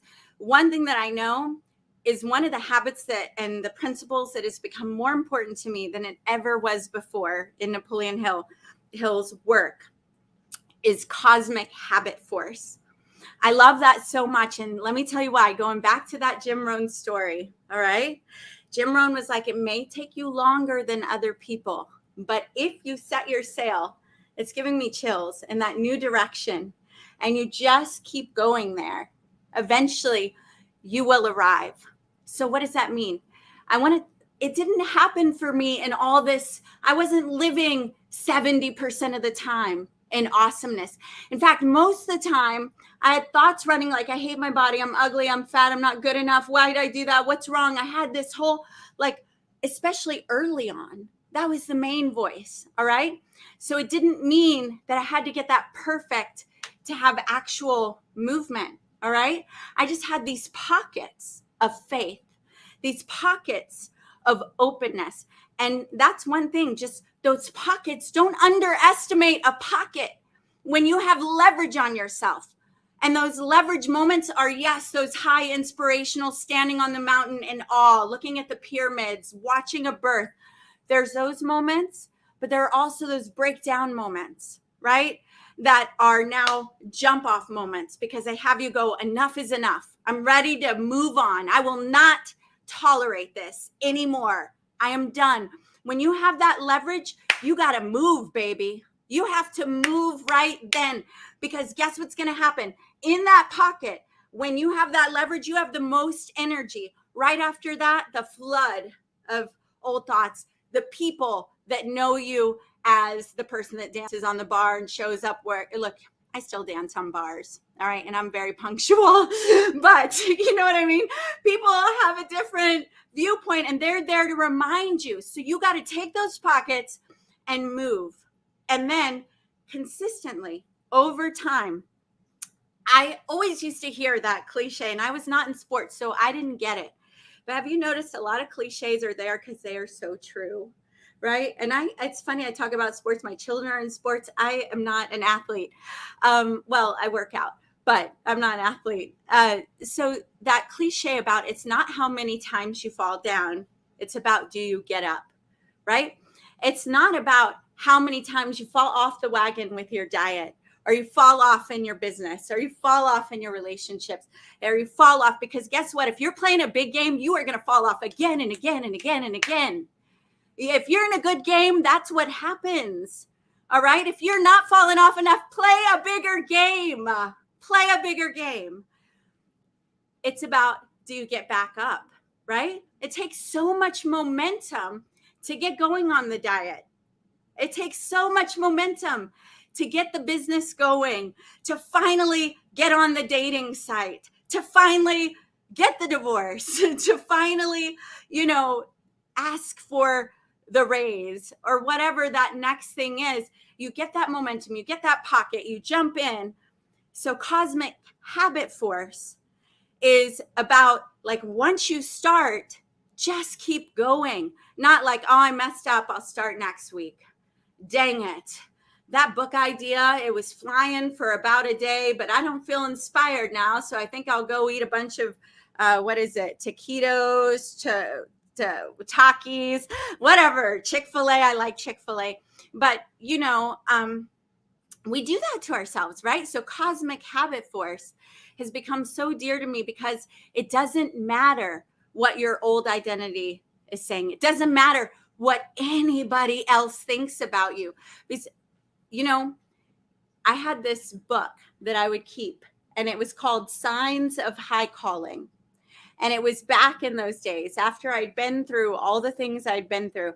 And if I felt like I got a sign, like someone wrote a sign of the dolphins coming, or Don Green said, "You're Miss Personality." That was in my book, by the way. And I would just look in that. In the moments I felt down, and I'd be like, Don Green said, "I'm Miss Personality." That's a sign that I have a high calling on my life. That's a sign. And you know what? I saw that book a while back, and there weren't that many pages. Now I could fill pages. But back then, when I was 21, I'd just been drugged and had been through some hard things. There weren't that many pages. But I would grab that book and I'd hold it and I'd be like, that's a sign. Somebody said one day I'm going to do something big. That means that there is a purpose for me. So you never know. Don Green did that for me. Dennis Waitley, our next speaker. But you never know who your kind word who is hanging on that. I mean, I was hanging on that. Do you know why Dennis Waitley and Don Green, why we have such a good relationship? Yeah, it's personality, it's, connections, it's strategy, it's all this stuff. But I'm going to tell you one of the real secrets. It's because I was just one of many to them initially. But to me, they were like, I matter, I matter. He's taking my call. I matter. And that was like a lifeline to me. See, it brings a little tears to my eyes because that's very special. And you're that someone. You may not even know who you're being that someone for, but, and then over time, I just poured so much love and value and connection that over time we have a real relationship. Now, if you've been doing that for a while and they're not giving you the time of day, drop them. Drop them. Don't do that. All right. You are worthy. You are worthy. All right. So I wanted to share my heart before we got into Q&A and strategy, because that career catapulted me. I got to work on the movie The Secret. Roy Smooth was a friend of Sharon, her name, the person, Rhonda Byrne, there we go, and said, hey, can you get Dennis Waitley in there? Can you suggest anyone else? And Dr. DeMartini. So I got both of them in there. I got to work with a designer that dressed Prince most of his career. I got to dress Katy Perry and Rihanna and all these people. I got to write in Egypt as a fashion and art. It was a senior writer for a fashion and art magazine. I got to work with a designer of Philip Stein Tesla watches and live in a penthouse on the beach with a maid, a chef, a company car, right out of welfare, walking into stores. I remember when I worked with that designer, she sent me and Fred Siegel, and I came back and I was like, I can't believe there are purses in there that are $20,000 and there's no label. She was like, don't you ever say that out loud again. So I was like, Ellie Mae landed right on the red carpet. And so many doors have opened up. And I really did learn a lot about connection and alliance and mastermind collaboration. But I wanted you to first hear the story, because we so often compare ourselves. Carissa, thanks for coming in. Ooh, I wanted to give you as much space as possible because I know so many people needed to hear that message. In the back, I know you saw me. I was like, woo, let's do this. The whole time I'm dancing, I'm cheering you on. I wrote down so many questions that I have for you.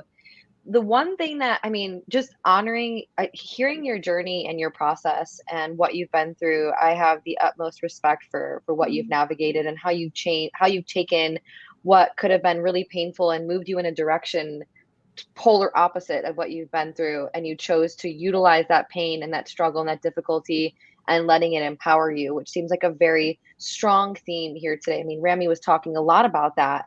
I definitely sense there was a connection between you and him and feeling that pain and that difficulty and letting it position you versus tear you down. So just honoring the woman that you are and the energy that you bring is so beautiful. And the question that I have for you is, you seem very motivated. You seem very driven to continue to improve, to continue to take your life and everything to the next level. Do you think that motivation is something that is created? Like, can you create your own motivation? Or do you think it's just something that you have? You've created a book, you have an amazing book, which I can't wait to read. And I know that process can feel like a lot sometimes. So what is your take on motivation and staying motivated? Do you think it's something that you create, or does it just happen to you?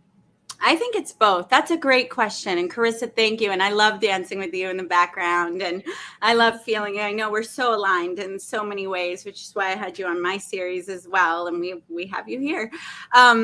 Yeah, so I think it's both. There are times where you just wake up and you've got this insight, you've got this desire, you've had a breakdown moment, or you've got momentum, right? Or something like, it gets you going and it's external.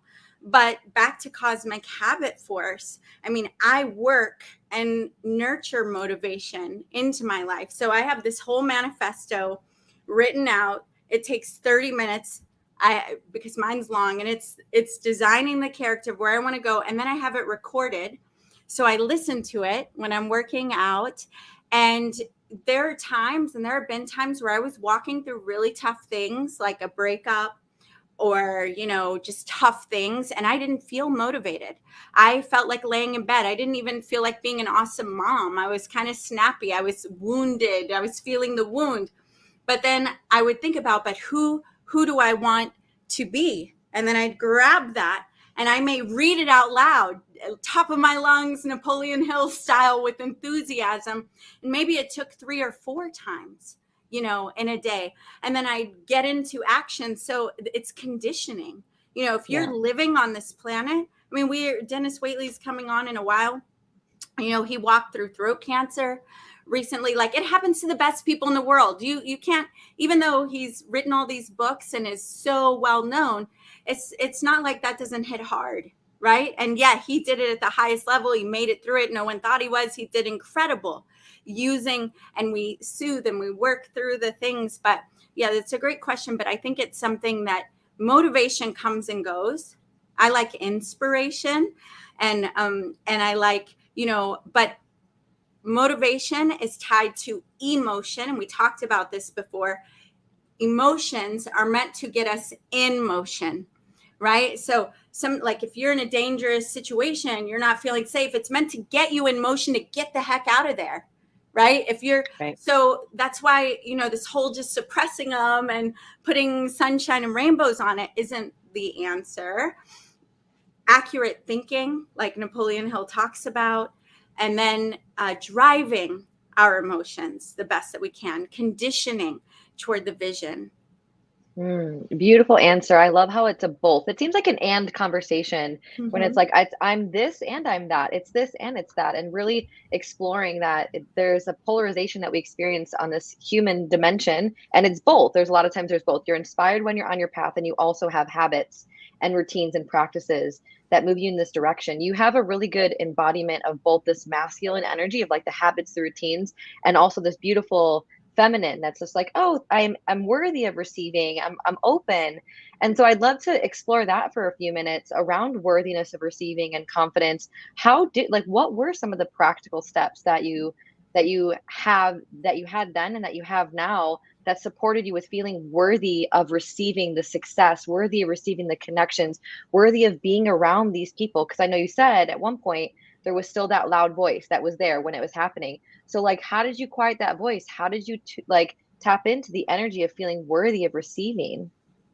That's such a great question. And it became one of the most important jobs. It's one of the reasons that even though my book is all about manifesting money, the core work is receiving. And I wrote it toward women. It's feeling worthy, because I think there's such a huge, you know, whether it be molestation, domestic violence, abandonment, physical things, or just pure, you know, Instagram filters and whatever body is being pushed as the most beautiful, most desirable body. What happens is that when women and men step away and start objectifying themselves rather than loving themselves, or when people go through trauma, they tend to jump out of their bodies and all up in their head, right? And when that's happening, you can't feel the inklings, you can't receive, you can't feel your heart, you can't know what your gut is telling you is right, because it's all this logic and there are a million opinions out there. Opinion, there's that word again. So so for me, one of the biggest parts was reclaiming my body as a safe place for me. Like, this is my sovereign property. It is the real estate that God gave me. It's the only thing that actually, while I'm in this physical plane, is totally mine. And so I'm going to take up all the space here. And this is one of my favorite rituals. And I want you all to imagine this. And Rex said something like this about his feet. And I learned it somewhere along the way in one of the books, but it's when I would take a bath or a shower, I would grab, you know, the cloth or whatever. And then as I was bathing, speak to my hands. I love you. You're beautiful. Thank you for the babies that I got to hold. Arms. Thank you for all the people that I've been able to love and help, you know, heart. Thank you. And literally over every single part of my body. And this is like it seems so basic, but I dealt with bulimia You know, there are a lot of things that happen and that are subconscious, and when you're coming from like that, not loving yourself for whatever reason, we don't even have to know the reasons. Reclaiming that is one of the most important things for women and men, is that like safe place. And so if you're talking, in another way that I did it, so, you know, I encourage all of you to do that. Another way that I would do it is I'd imagine, if I had a daughter, which now I do, but I would imagine if she was thinking like this about herself, would I want that? You know, how would I want her to think? How would I want I remember my 4-year-old son walking in one day, and he sucked in his stomach and he was like, do I look fat? You know, and I remembered I'd been telling him, you're beautiful, you can do anything. I'd been speaking all these things over him. I never said anything, but he saw me and what I was doing in the mirror. And he took, because kids catch what you are and how you are more than what you say, right? And so I would imagine, okay, how would I want my children to think about themselves? Okay, I got to do that. I got to ground it in, because I'm creating a pathway, you know, that they're modeling whether I want them to or not. So those are a few things. There's so many, but important. Yes. Oh, wow. You have dropped so many golden nuggets so far. I'm like, ooh, I'm just like taking it all. And I know the audience is really loving this as well. I'm hearing so powerful. People are shouting out your book. This is amazing. You know, one of the principles is kind of like going the extra mile. And it seems like you really do that. Like taking a principle such as, I love myself, and loving every part of yourself and taking it that extra mile. What is something that you haven't shared thus far that you feel like you were like, you decided on something and you had a difficult time taking it that extra mile and ended up doing that and it ended up working out for you? Yeah. Ooh, this tour. Just kidding.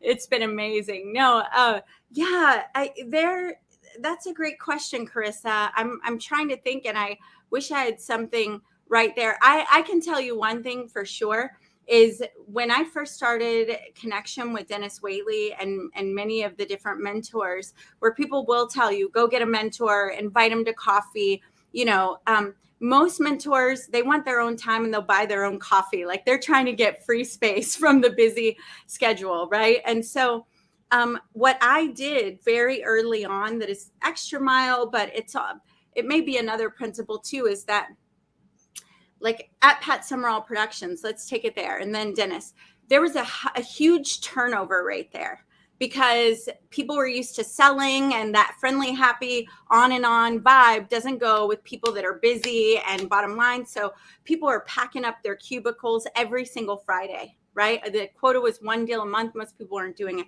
I was in heaven because I knew what I was running from and what I was running toward, right? But what I did is people would complain, no one's working with me. No one's working with me. So I went and found who had done the most deals, right? And I found a guy, Chris, and I kept knocking on his door, and he was jaded because he had mentored so many people that never applied what he did. And then they would leave and all that. But eventually he gave me his scripts, and they were way out of my comfort zone, like really way out of my comfort zone. Cause I was pleasing personality, very nice, very friendly. And I had to be like, I don't know if this will be for you. You know, I had to be very direct, and I felt mean, and my skin would start to like, break out in a sweat. And, but I knew to be coachable and to follow the people that knew something and had the results I hadn't had. So I did what he said, and I got my first deal, you know? So one of the things that I did often is when people did give me something, when they were generous and gave me advice or told me to do it, I didn't just sit there blowing up their phone, help me, help me, help me. I went and took whatever nugget they gave me and I ran with it. I took major action. And that action, even messy, not perfect, immature, not wise, created results that ended up being pretty huge and pretty extraordinary, because not everybody does that. A lot of people go, just keep feeding me, someone hold me, carry me, take me, show me the way, right? So that's part of that extra mile and taking initiative and doing all the same thing with Dennis Waitley. I didn't call and say, hey, help me become an author. That's my dream. Tell me what you've done. I would only call, and not even to, hey, I'm thinking of you. Just want you to know you're special. Not even that. I would only call when I'd be like, Dennis, I have an interview with Success Magazine. If I could get it, do you want that? Oh my gosh, yes. I'd call Success Magazine. Hey, Dennis, they may want you. And they're both like, and then I'd back out. And so I got this reputation, all these Jim Rohn, Zig Ziglar, but like some of them would say, if Adora calls, I always take it, because I only called and give. I only called because I was just happy to be in the room. These were the mentors that raised me. You know what I mean? I'm like, it's in my body. I can't believe I'm here, you know? And so I remember Dennis even asking me one time, like, what can I do for you? And I was like, I don't know. When I figure it out, I'll let you know. You know, that was way like over 20, right at 20 years ago. So that's that kind of extra mile that ended up working out. And I didn't even have an agenda then, other than stay connected, serve. How can I serve? Like, what a pleasure to serve the people that have elevated me. You know, I felt like in those dark rooms, they were just literally pulling me forward. Wow. Yeah, your sense of really wanting to give back to the people who have supported you, even them sort of unknowingly through their books and their words, and your generosity just speaks so much to like how you're leading from your heart. And I know that the audience is probably really feeling that right now. You know, another question I have for you is thinking about your former self, what it like being the embodiment of the woman you are now, which you intentionally created and stood for and fought for and envisioned. What would you tell your former self? And I ask this primarily because a lot of the people watching are probably you years ago, where they're struggling with some things, their thoughts about themselves, or wanting to write a book or stepping into their purpose. So what advice would you give your former self? Because I think a lot of the audience members would really get something from that. Yeah. Oh, that might bring tears to my eyes a little bit. But, you know, I would definitely tell her, like, I see you. You're perfect. You're right on track. Like, don't give up. Keep going. Keep going. You know? Yeah, I look back and I'm like, I'm so grateful. And look, I had a couple divorces. So 3 divorces altogether, 17. So it's not like it's been all roses. Mo's dancing to that one. But you know, it's not been all roses, but every single bit of it was so perfect. And like, you hear it's about who you become, but it is so true, because if you don't become, it's like, you know, trying to be an Iron Man without ever doing the training. Like, you're building muscles, you're building emotional intelligence, you're building. And when I look back, I'm like, it's such a picture. Like, I'm so glad that I didn't give up. So wherever you are watching, like, you're right where you're meant to be.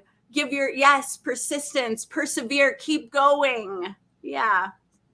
Wow. And one more question I have for you, and then let's bring Mo back, because he's dancing in the back. We also got to check on Dennis.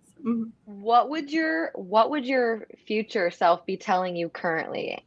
What would she be telling? I'm always trying to tap into that. I even have prayers like, all right, picture me, come on over here and like lay some hands, I'm from the South. So when they lay hands, that means the Holy Spirit is about to activate.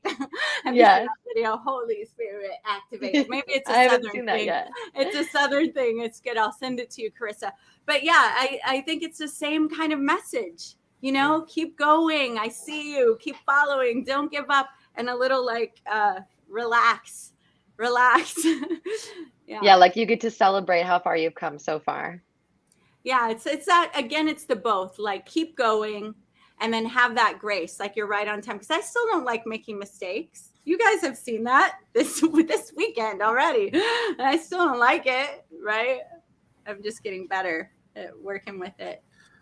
Well, I want to say thank you, Adora, for sharing a side of you that few people have been able to see the last couple of days, because you have been on the other side of the fence, edifying, uplifting. And so it was really refreshing, I think, for our audience to get to hear you speak. And so thank you for doing that. And I see that we have Dennis Waitley, who is in the green room. And I'm just so excited, Adora and Carissa, to spend some more time with Dennis. Yesterday, of course, when we opened up this tour, I said that it would not have felt right to open it up without Dennis. Given the success of the new Psychology of Winning tour that we did last year, which many media outlets called one of the best personal development events in recent time. And if you look at the lineup of the new Psychology of Winning tour and hear the lineup of Can You Really Think and Grow Rich, I think that it's appropriate to open day one with Dennis and to close day two with Dennis. And so I'm very excited. Something about being a winner is something that is a lifelong endeavor, right? Because you could be a winner one week, and then if you think that, you've arrived and you lose sight of the things that you need to do, you can stop being a winner the next week. And so I think that when it comes to the psychology of winning, it's a lifelong process, in my opinion, right? You've got to always exercise the winning muscle, okay? That winning muscle needs to always be exercised, always be nurtured, because I've seen a lot of people win and then they lose, right? And we live in a time of which there's a lot of sensitivity with certain terminology, certain words, and we understand that. I personally think there is such thing as a winner, and I personally think there is such thing as a loser. Okay? That's just my personal opinion. If it resonates with you or doesn't resonate with you, that's just how I feel about the subject matter. And so I'm all about talking about what it takes to win. And I could only dream of having so much value for so long. If you look at Dennis Waitley, he's entering his 90th year, but he still has so much market value. He still has so much to offer. He still has contributions to make to society, right? He still is speaking. He still is in demand. And every single time he speaks, there are still lives that are being transformed. I mean, think about that, folks. Really think about that. Entering your 90th year and still having market value. That's something that I dream of having when I'm entering my 90th year, God willing, if the man upstairs blesses me. And with that being said, Adora, Carissa, I think we'll go ahead and bring Dennis Waitley back in. Dennis Waitley, welcome back. Good to see you. Well, thank you, Mo. It's great to be back again today. That's right. And so I'm going to sit back when you said entering my 90th year and I'm still in demand, the most important thing is I can remember my grandchildren and my great-grandchildren's names. That's right. I think that's up there on the list as well. And so we're going to spend a few minutes with you, Dennis, to close out the second day of this tour. And, we've had so many different speakers speak on so many different subject matters, but ultimately, I want to talk about winning, right? And if you want to talk about winning, I think the number one most qualified person on planet Earth to talk about winning is Dennis Waitley. And so, I like to win. I want to win in life. I want to win in business. And so let's first spend a couple minutes, Dennis. And I want to ask you, to those that may be listening that are hesitant to call themselves a winner because they think that if they use the term winner, somehow there's a polarity. There's some people that are like, oh, there are no winners or losers or whatever the case may be. How do you respond to someone who says something like that? Well, the truth is it's the inner winner. So you have to be a gold medal winner on the inside before you can put it around your neck in the arena. And one question I had for all of you, since I haven't been on the program, have we covered the 13 principles in Think and Go Rich pretty carefully through the first couple of days? In other Well, words, it is our intention to go over all 17 principles of the law of success over the next week, but we have not yet covered all 13, Dennis. We have covered many of them, but certainly not all 13. I would love to ask you if there's one in particular that you feel inspired for us to talk about. well, in tying winning in with Think and Grow Rich, I'd have to agree with Napoleon Hill and Warren Buffett and Ray Kroc and everybody else I've met that the fire of desire, the inner fire, is the number one thing. Chase your passion, not your pension. Love it or leave it.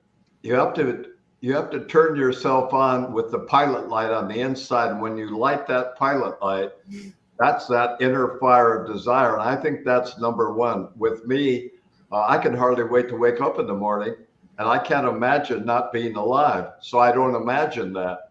I imagine planning for the future. So I think desire is always the number one attribute of somebody who wants to win. They see another winner. Mary Lou Retton saw somebody. Carl Lewis saw somebody. Every Olympian that I've ever met has seen somebody on TV or somebody that they wanted to be like when they were a child. And they had this magnificent obsession. Same thing is true in the NFL. If you'll notice that the quarterback for the San Diego Chargers wrote when he was 8 years old that he wanted to be a quarterback in the NFL. This inner fire is lit usually pretty early, but it can be lit at any age and continue throughout your life. And I think, I think that's number one. I think the number two thing is to believe in your dream when that's all you have to hang on to. So I think that second principle of faith, that mind-body experience, that's why he said, conceive, believe, achieve. If you can think it, internalize it, and practice it, it becomes reality. So I've always said that observation, imitation, repetition, internalization, realization. And that's why it's so important to have faith. So I think you have to believe in yourself. And the way to do that, of course, is to count your blessings instead of your blemishes, and to say, I'm as good as the best, but no better than the rest. And so to put yourself in a position where you're not comparing. But again, every winner has had the desire and then the faith. And then they use that third principle, autosuggestion. Autosuggestion is simply the commitment to memory and practice, the skills, habits, and knowledge that you learn by watching other people, having a coach or a mentor.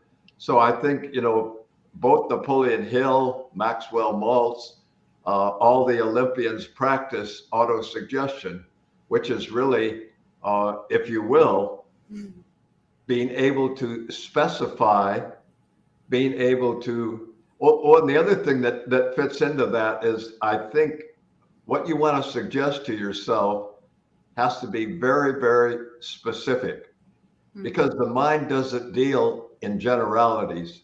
It doesn't know what rich means. It doesn't know what famous means. It only knows what $5 million when you're 65 in a fund that throws off 6% interest will give you $300,000 a year before taxes.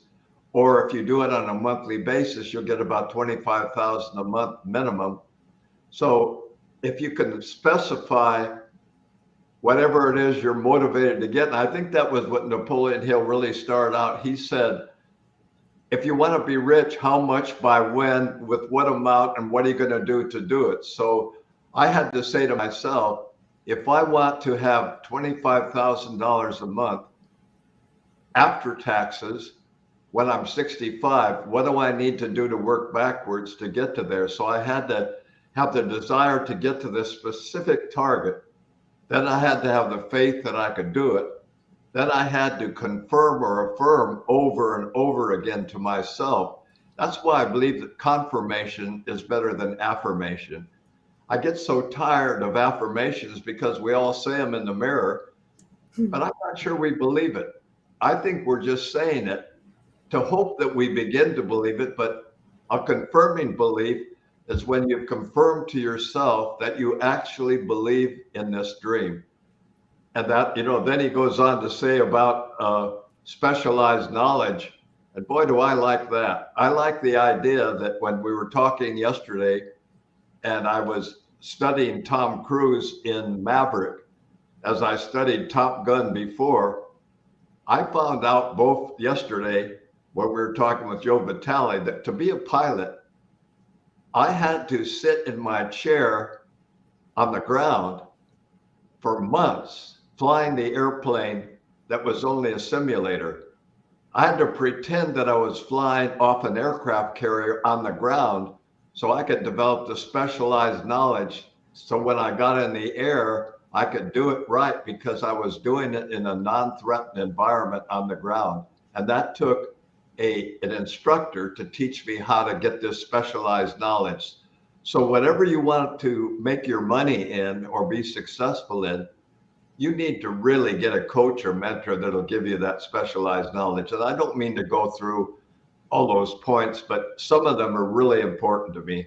I think the most important ones are you must be specific because the mind is a biocomputer, but it's the most marvelous one ever created. So if you want to put data in, you better put in what you actually want, because if you put in get through the day or have a nice day, you'll have a nice day, but you won't get to this specific objective that you need to put between your left ear and your right ear. And I think near the end of the book, Napoleon Hill talks about the brain. And I've been studying my brain a lot because what I've learned is not only can I continue learning, continue speaking, remembering, walking straight, living, that I have to use it or I'll lose it.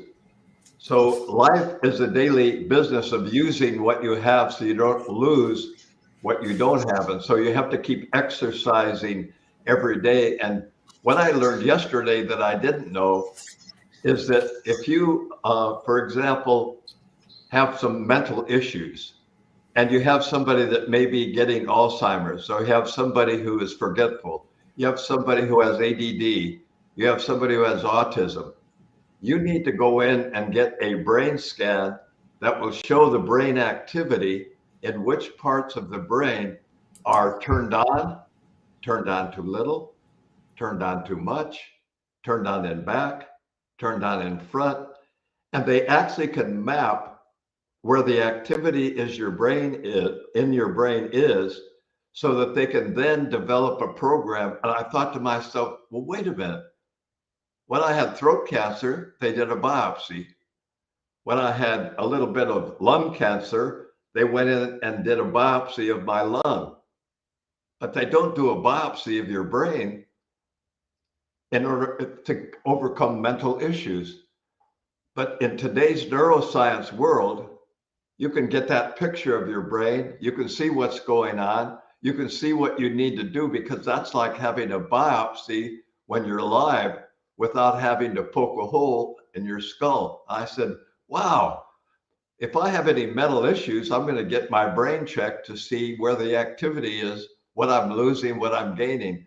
And there's absolute different activities for every mental problem that everyone has.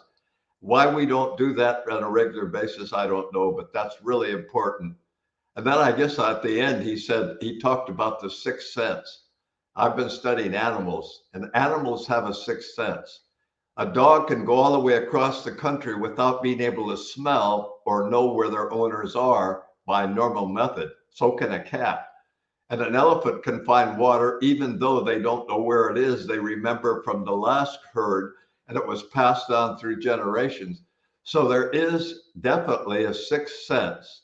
And Napoleon Hill said you get it by meditating, relaxing, getting into a deep state of relaxation, and you can find that extra sense that enables you to anticipate danger, anticipate opportunity, anticipate other people are trying to reach out to you. And I know many people, Bob Proctor was an absolute genius at this. He talked about the vibrations you can tap into. Well, I've been studying that in the animal world, and they have this uncanny ability to tap into it all the time without being able to see, smell, or know where something is. They're able to find it.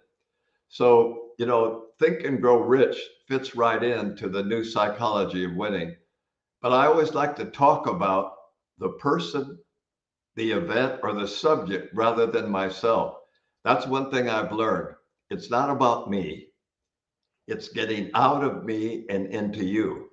And if I'm into you instead of me, I don't have any troubles. I don't have any problems. I'm not worried about me. And the other thing I've learned is I'm a total optimist. I don't belong to any political party. I vote my heart. I vote my belief.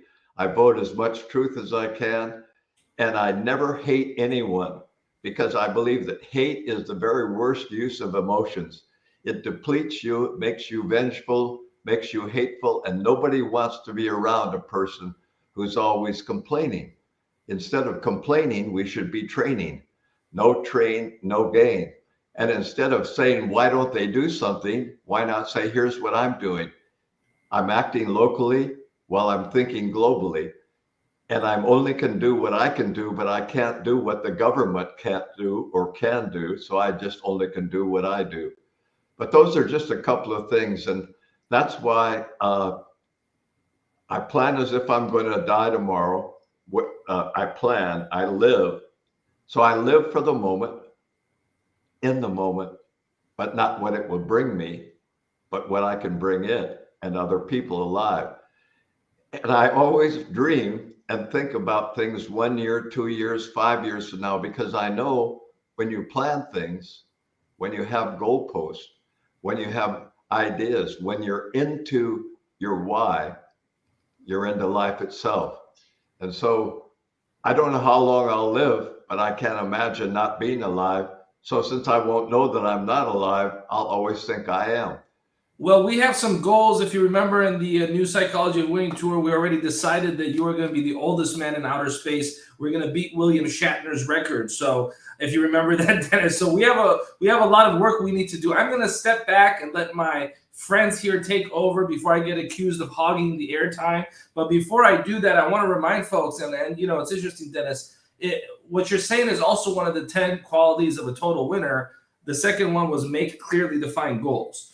Which is very similar, I think, to knowing specifically what you want to do and telling your subconscious mind specifically what you want to do, which I think is important. I think some people, they're afraid to do that because they think, well, if I imagine being an ice skater, then I won't be a basketball player. So they just make a general goal. But before I step back, I have here Think and Grow Rich. And I have here The Success System That Never Fails by W. Clement Stone, which I actually think, Dennis, is an underrated book.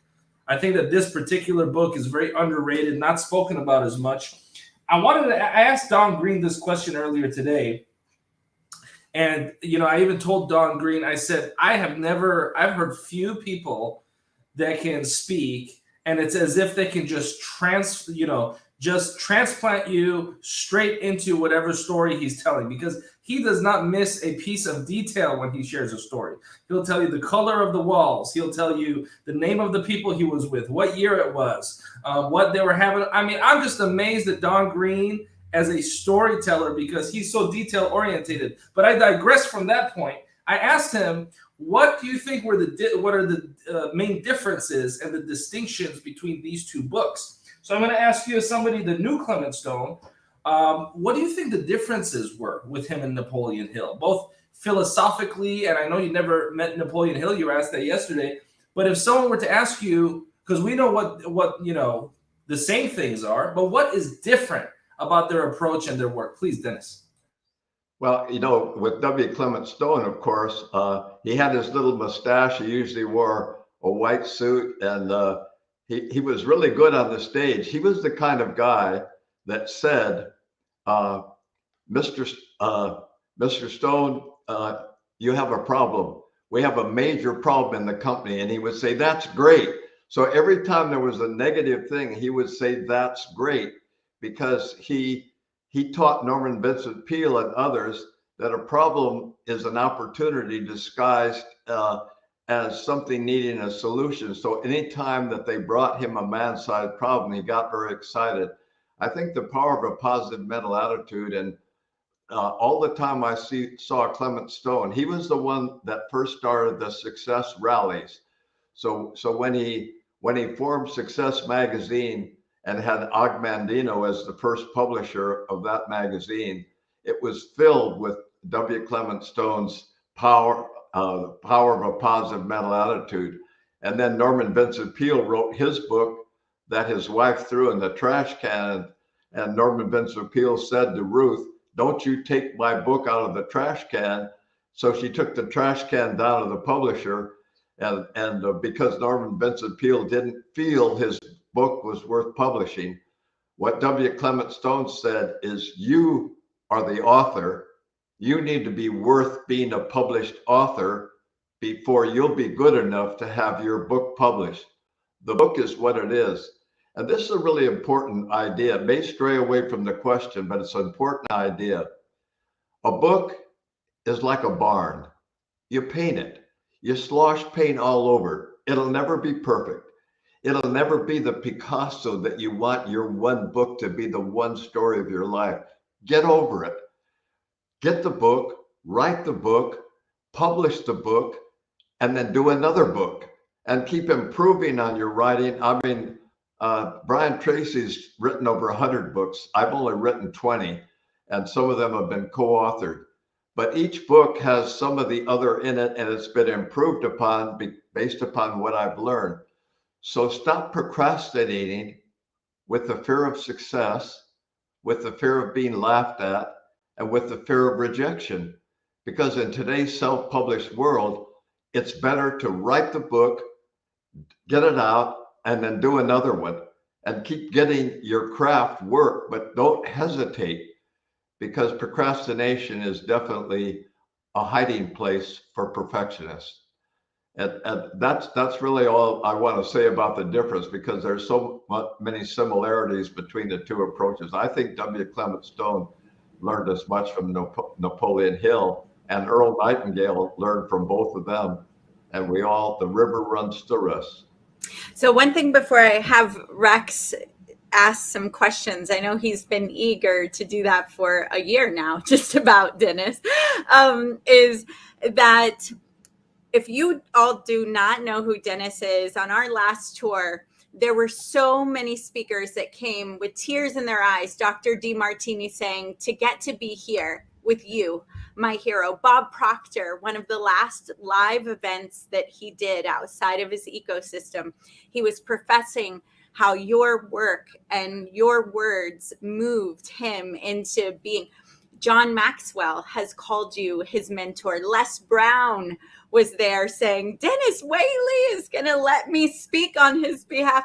I mean, over and over, there was speaker after speaker of all these people that many of us know. Tony Robbins, so many people have been impacted by your work. And having said that, 20 something books of incredible, I just personally want to say that there hasn't been another person that thoroughly lives kindness as a core value and generosity to all people and humility. Like, how many times in these years that I've known you that you say, Adora, I made a mistake today. I judged someone and I was wrong. You can count on me. I'm not going to do that anymore. Calling yourself out. Like, again, principles are one thing, but you embody it like at the highest level. And may we all get the opportunity to live that in our soul and our being. I love you so much. And I'll let Rex. Thank you, Adora. I really appreciate that from the bottom of my heart. Mm-hmm.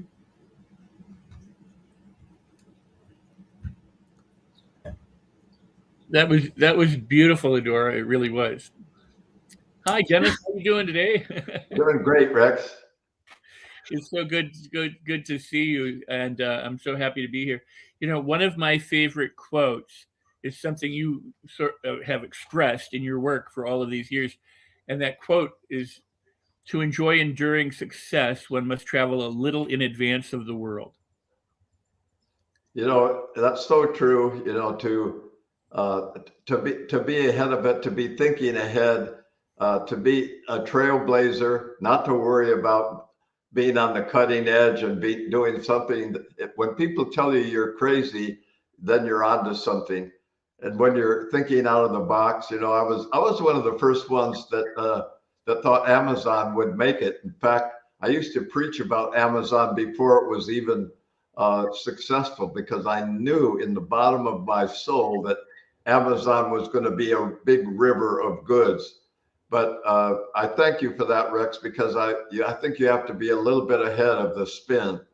And the world is spinning right now, and I'm trying to stay ahead of it by learning I read every day because, and you know, somebody said, well, what happens if you want to listen to a podcast and you say, this is fantastic. If you want to listen to Audible or audiobooks or listen in your car or use your car as a rolling university or if you want to be commuting and you can't be in front of a podcast or you can't have a book in front of your eyes when you're driving, today gives us such an opportunity to use the libraries of the world. So there's no excuse for not continuing to learn.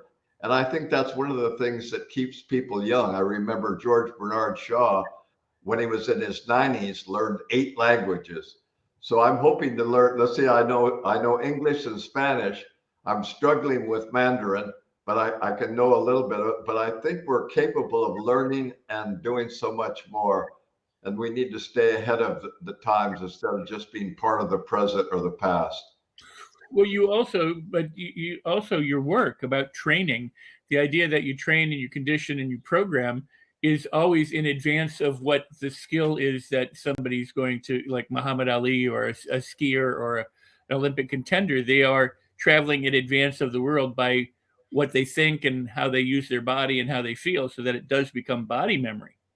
Boy, it sure does. You know, in 1972, I was in the stands with Bill Toomey when the German won the decathlon. And Bill Toomey was a school teacher. And he looked over at me and said, I'm going to be in the Olympic Games in the decathlon 4 years from now. I said, Bill, you're a school teacher. He said, I know, but my dream is to be an Olympian. And in 1976, in Mexico City, he won the decathlon in the high jump in the rain. But he was practicing in the rain just in case it rained during the Olympics. So the idea of doing within when you're doing without, the simulation of success, to me is incredibly important because I think practice makes permanent. And I think habits are not broken. Habits are layered upon so you can get new habits as well. Well, and you talked about your own training where you did a simulation before you actually got in the plane. Oh boy, did we ever. I mean, we got in there and I put on the power, and first I was flying propeller planes. So I had to go prop, power, power, prop. Because if you put the power on when the prop is not in full gear, it'll explode. So you have to make sure that you're doing things in the exact sequence. Then when you get into a jet airplane and you do your checkoff, we check every button, every single thing. We go through so we have a knee pad, and our knee pad has a checkoff list. We glance down at our knee pad that says, this button here, turn this on, check the gas, check this. And pilots do that, of course, with the number 3 pilot. He tells them check, check, check, check. And so you're going through the pre-flight every day in what you do. And the Olympians have stumbled on the idea that if you do it right in drill, you'll do it right in life. And that way you don't have to do it under pressure all the time. You can do it in your room, in the arena, outside the arena, in practice, and then the real thing comes along, and you can't tell the difference between dress rehearsal and opening night. That's the main thing for me. Dress rehearsal is opening night because you can't tell whether the audience is there. So every time I speak or when I write anything, I go into an empty room and I give my presentation, seeing if they can see me from this column, if they're sitting in the back, if the lights are right, if the temperature is going to be good, if the mic works, if the stage is high enough. And I go through this mental image, even though they may be still setting up the room for tomorrow. I've done that for the last 50 years, is making sure that my dress rehearsal is the same as the opening day or opening night. God, that's so great. That is so great because it feeds forward into everything that you do. I want our audience to make sure that they make a note of this, because anything that they practice correctly, they can make possible within themselves, whereas if they don't practice in advance, it's like if I want to juggle tomorrow and I never juggled, I'm not probably going to do very well. But if I practice a little bit, or if I imagine myself being, good as a juggler, I can begin to develop that skill much more easily. I want to shift the notion here for a second and say, I think why Napoleon Hill and Think and Grow Rich has a timeless quality is it's like the Bible or like other certain religious texts that it exemplifies principles. Napoleon Hill didn't invent any of this stuff. It was stuff that was around, and then he learned from modeling people that was already there. It's kind of like you've heard of these studies, where they've gone into, say, native communities with big glass windows, and the natives can't see through them because it's like looking at a wall because of the way the light reflects off the glass. Their eyes had never been conditioned to be able to see through glass, so they would have to learn to see through the glass, kind of like those people who couldn't see airplanes in the air or ships on the sea because they'd never seen them before. And so in some ways the texts or these principles seem as if they're hidden, and Hill and Carnegie and others have brought that to light so that anyone can do it. And that's why your work will remain iconic forever as well, because you uncover these timeless, important principles, and you add your understanding to it, but you do it so that anyone and everyone can benefit from your work. Well, thank you. When I went to Africa this last time, I was talking to my Maasai guide, and I said to him, POW, and he said, pow? I said, yeah, pow. Yeah, pow like a sound of a gun. I said, it could mean prisoner of war, but it could be Prince of Wales. It could be putting on weight. It could be power of women. It could be prisoner of wishes. And he said, well, it could be anything. But he said, you have to have experience with it before it means anything to you. So life is a bumper sticker through the eye of the beholder. And it doesn't make any difference what's happening. It's how you take it and what you make of it. And so when I use the metaphor of POW, I went to England, and the little boys at Exeter who were wearing short pants said, Prince of Wales, sir. They thought the POW was the Prince of Wales. And here I was trying to tell them it was prisoner of war. But it shows you how people perceive things through their own experience. And so we all have this kaleidoscope that we're looking at life through, and it's ours alone. And that's why nobody sees life the same way as another person, which is probably why we should be debating in a positive way rather than arguing. Very true. And I've been enjoying this. And when we talk about Napoleon Hill, it's interesting because the one principle that people, in my opinion, talk about the least amount from the 13 principles or the 17, depending on how you look at it, is accurate thinking, right?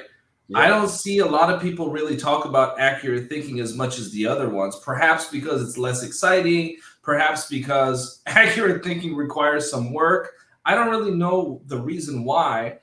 But when it comes to the psychology of winning, is there one out of the 10 qualities of a total winner that you've noticed over the years, Dennis, that people kind of avoid? The same way kind of people, I think, under talk about the accurate thinking. Is there one from the psychology of winning that you are puzzled as far as why don't people talk about this particular one as much? Yeah, I think there's a combination of two, self-awareness and self-direction. Most people are not self-aware. In other words, they're not aware of how they're coming across to other people. So they just go at it, and the response of other people is not what they think it is. So, and most people are afraid to tell you. So, for example, if I said, when I look at you, time stands still, what I may have meant is your face could stop a clock. But so you perceive things. So I think self-awareness is one of the missing links in society, because everyone wants a quick dump. Yeah. They want to make a fortune without diving deep into of their potential. and they want to follow some script that will give them this, and they want to have a coach teach them how to do that next week, so that next week they can take this script, put it on their cell phone, get an app. It's called a success app. And all you have to do is look at it a couple of times and repeat the script, and then tell people that they're going to get rich, and then they'll buy it because you're telling them that what you know will make them rich. So when he said think and grow rich, the think part of it is the self-awareness, diving deep. What are your strengths? What are your weaknesses? What are you good at? What do you need other people to help you with? That's why he came up with a mastermind group. A mastermind is a group of people with different skills who come together synergistically, and somebody has the skill that I don't. I'm not good at managing people. I'm only good at what I do, but I have a lot of things that are weaknesses in my bag, but I always try to find somebody who knows how to do that better than myself. And that way I have a synergistic relationship. So I think self-awareness means diving deep into who am I? Why am I? What am I good at? What do I need to learn more? What special knowledge do I need? And the most important question, what service or product does the market need and want that will save people time and money or help them in a major way? And if I can help them save time, money, or help or assist them, then I'll become rich because I'm thinking about them instead of me getting rich. So I think of, in a selfie world, we have to turn it around and specifically think, what am I going to give them? What do I have to offer them? Where's the missing niche? Where's the missing link? And that's what I see, both innovation, which Napoleon Hill called, he called it, he called it synthetic imagination, and he called it a creative imagination. Synthetic was innovation, where you take what already exists and you make it a little better. And then the creative imagination is when you create something that you think never existed. It's really off the wall. And so many people have innovated and made a fortune. And a lot of people have been totally off the wall and also made a fortune because they're doing something nobody else did. Now, having said that, Mo, the answer is, when you're aware of your strengths and you get a mastermind group to help you with the things you're not as good at, and you put a team together and apply it at a problem, if you can be specific enough, if you know exactly what it looks like, people will follow you if you know where you're going. It's not, you're not going to say, let's go on vacation and see where it leads. What you really do is pick a point, and once you get the travel brochure, and once you find out where it is and what it looks like and what it feels like and what it's going to be like when you're there, you are there. It's a question then of just buying the ticket or trying to find out how to buy the ticket. But I think you have to know where you're going and where you want to go in a very specific way. And I think that's missing. I think the specificity of purpose and the awareness of what I can bring to the table are not, they haven't been dived deeply, and I'm not seeing it. I'm seeing people who want a checklist for success. When I travel through China, they say, yeah. We got the positive thinking, we got Confucius, we got all the positive stuff and everything. Just give us the system. What's the system that we can dive into without much work to make all the money, to get rich, which will solve all the problems? So they think that money is the root of all success, when it really isn't. Money is just the transportation or the fuel, and it's really something that is an afterthought. Money is not the goal. The goal is to solve the problem and bring the benefit, and money is a byproduct of that. Dennis, and when you're saying, because I've heard your wonderful stories, when you're saying you mean all people that are thinking, I'm going to get that money quick. And you're using the example of traveling in China, right? And that it's Yeah, not I'm not thinking of the Chinese so much. I'm thinking of the big audiences who say, give us the system that will help us get rich starting tomorrow and in a hurry, please, because we have a short attention span. So I find the attention span is very short, which is why people have ebooks, which is why they have summaries, which is why they shorten it, which is why they do quick meetings, which is why they do huddles in companies. Companies don't have training programs anymore. They have huddles. And the huddle is around when you go to Google or you go to Facebook or you go to Amazon, they're all in open spaces and they're huddling around each other and they're talking and they're trying to solve the problem on the fly. So they don't have the time anymore to dive deep into the awareness and to dive deep into the study of this. And I think people should step back and take a little more time, be a little more patient, because your success will bloom according to its own time. And your timetable may not be the same as the success table that you want. So be persistent, but use patience as your umbrella when you're going after something. Be persistent and patient at the same time.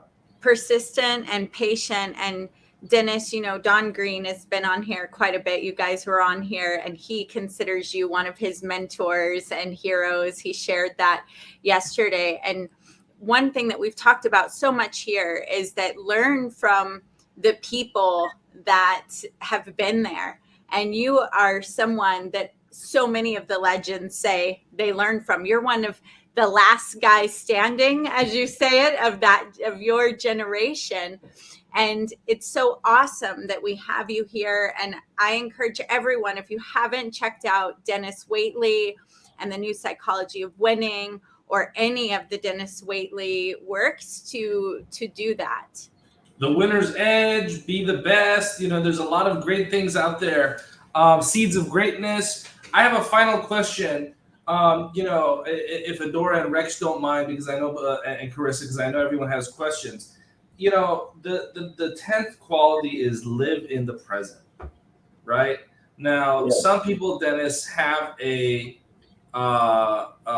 when you talk about being in the now or the power of now, or they have a spiritual lens that they look through when they hear those words. They maybe think of Buddhism or they think of Eastern modalities. Is it fair to say that there's a similarity there, or how would you define living in the present? What does it mean? What does it really mean to live in the present? Living in the present having total environmental awareness. It means that when you go outside, there's the bird. I smell the rose. Oh, I saw the hawk. Oh yeah, I see that. I'm aware of that. I'm into that. In other words, as you're going through life chasing something, you have to make sure you see what's around you. And so many people, when they go on a safari, they look through a lens. And then I can see them taking pictures through this lens.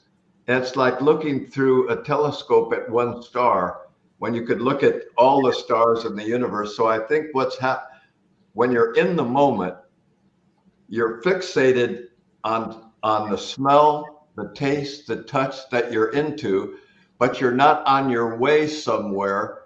You're in that moment, which is the Olympic quality. The Olympic quality is to be in the moment that you're performing.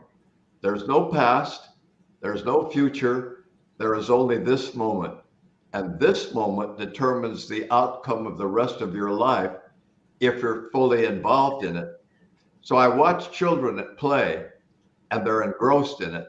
And you say, time for dinner, they're still engrossed. Time for dinner, 1, 2, this is the last time I'm going to tell you time for dinner. And then you go 1, 2, 3, and they finally come. If I could be like a cat, poised for what I'm doing, if I could be like an Olympian in that race at that moment, if I could be like a child coloring, if I could just live life in the moment, but not for what the moment will get me in the future. A lot of people live for the red carpet. or they live for the gold medal that might be around their neck. That's not the moment. That's the future. You need to be in this moment, and it doesn't require meditation necessarily. It could be a Buddhist principle and a principle that some of the Zen masters have, definitely, because that enables you to quiet yourself. But you don't need to quiet yourself to be on a bus, looking out the window and noticing all the beautiful things that are going on instead of being fixated on your smartphone. That's one of the biggest problems in life, is to be living life vicariously, avatarly, in virtual reality, rather than being in reality where the smells are real, where the taste and touch are real. You don't have to go and put on a headset in real life. You can live it as you go. And that's why I think the statement, the journey and the way of traveling, is much more important than the destination. And when you get to be in your 90th year, you will absolutely know that that is true, because every moment of every day is like Christmas or a holiday or a vacation for me. Just being alive is dessert. Oh, just being alive is dessert. And you just took the roof off of what it is to meditate. I mean, because meditation can feel difficult sometimes. Like, I got a quiet thought. You said you don't have to do that. Just sit in the bus and notice the bird, notice your environment, get in that moment. That's just so powerful. Thank you, Dennis, for Thank you. Well, I notice everyone's always looking. I notice people out to dinner with each other, a romantic couple, are looking at their cell phone, and there's candles, there's some music in the background. So why not tune in to the violin?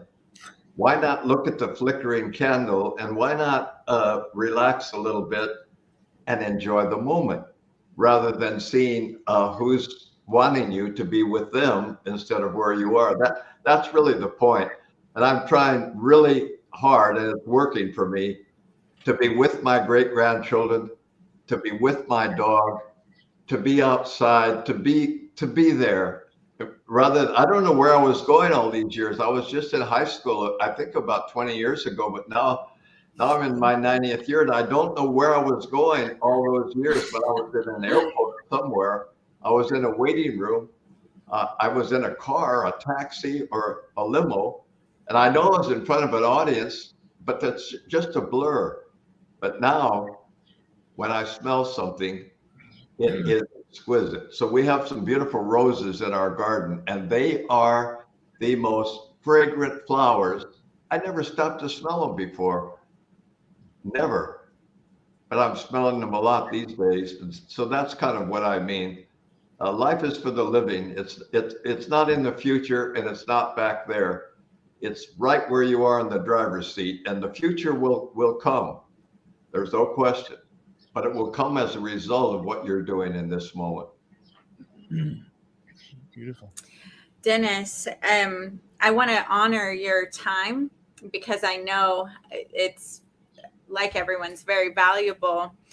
But this moment where you're pulling us into the moment, and I want to land it a little further. I know millionaires that have been busy living their life, and because they heard you share this, took the vacation with their kids and got in the moment. I know I go to swim practices now until she asks me to stop going, because it's annoying when I yell for her, because of you. And so profoundly, as you're leading all these people that want to be in the development industry and saying, hey, yeah, go make an impact, but don't miss the moment with the people that really matter. You may be giving one of the greatest gifts to thought leaders ever, because we could totally miss it if we're not paying attention right now.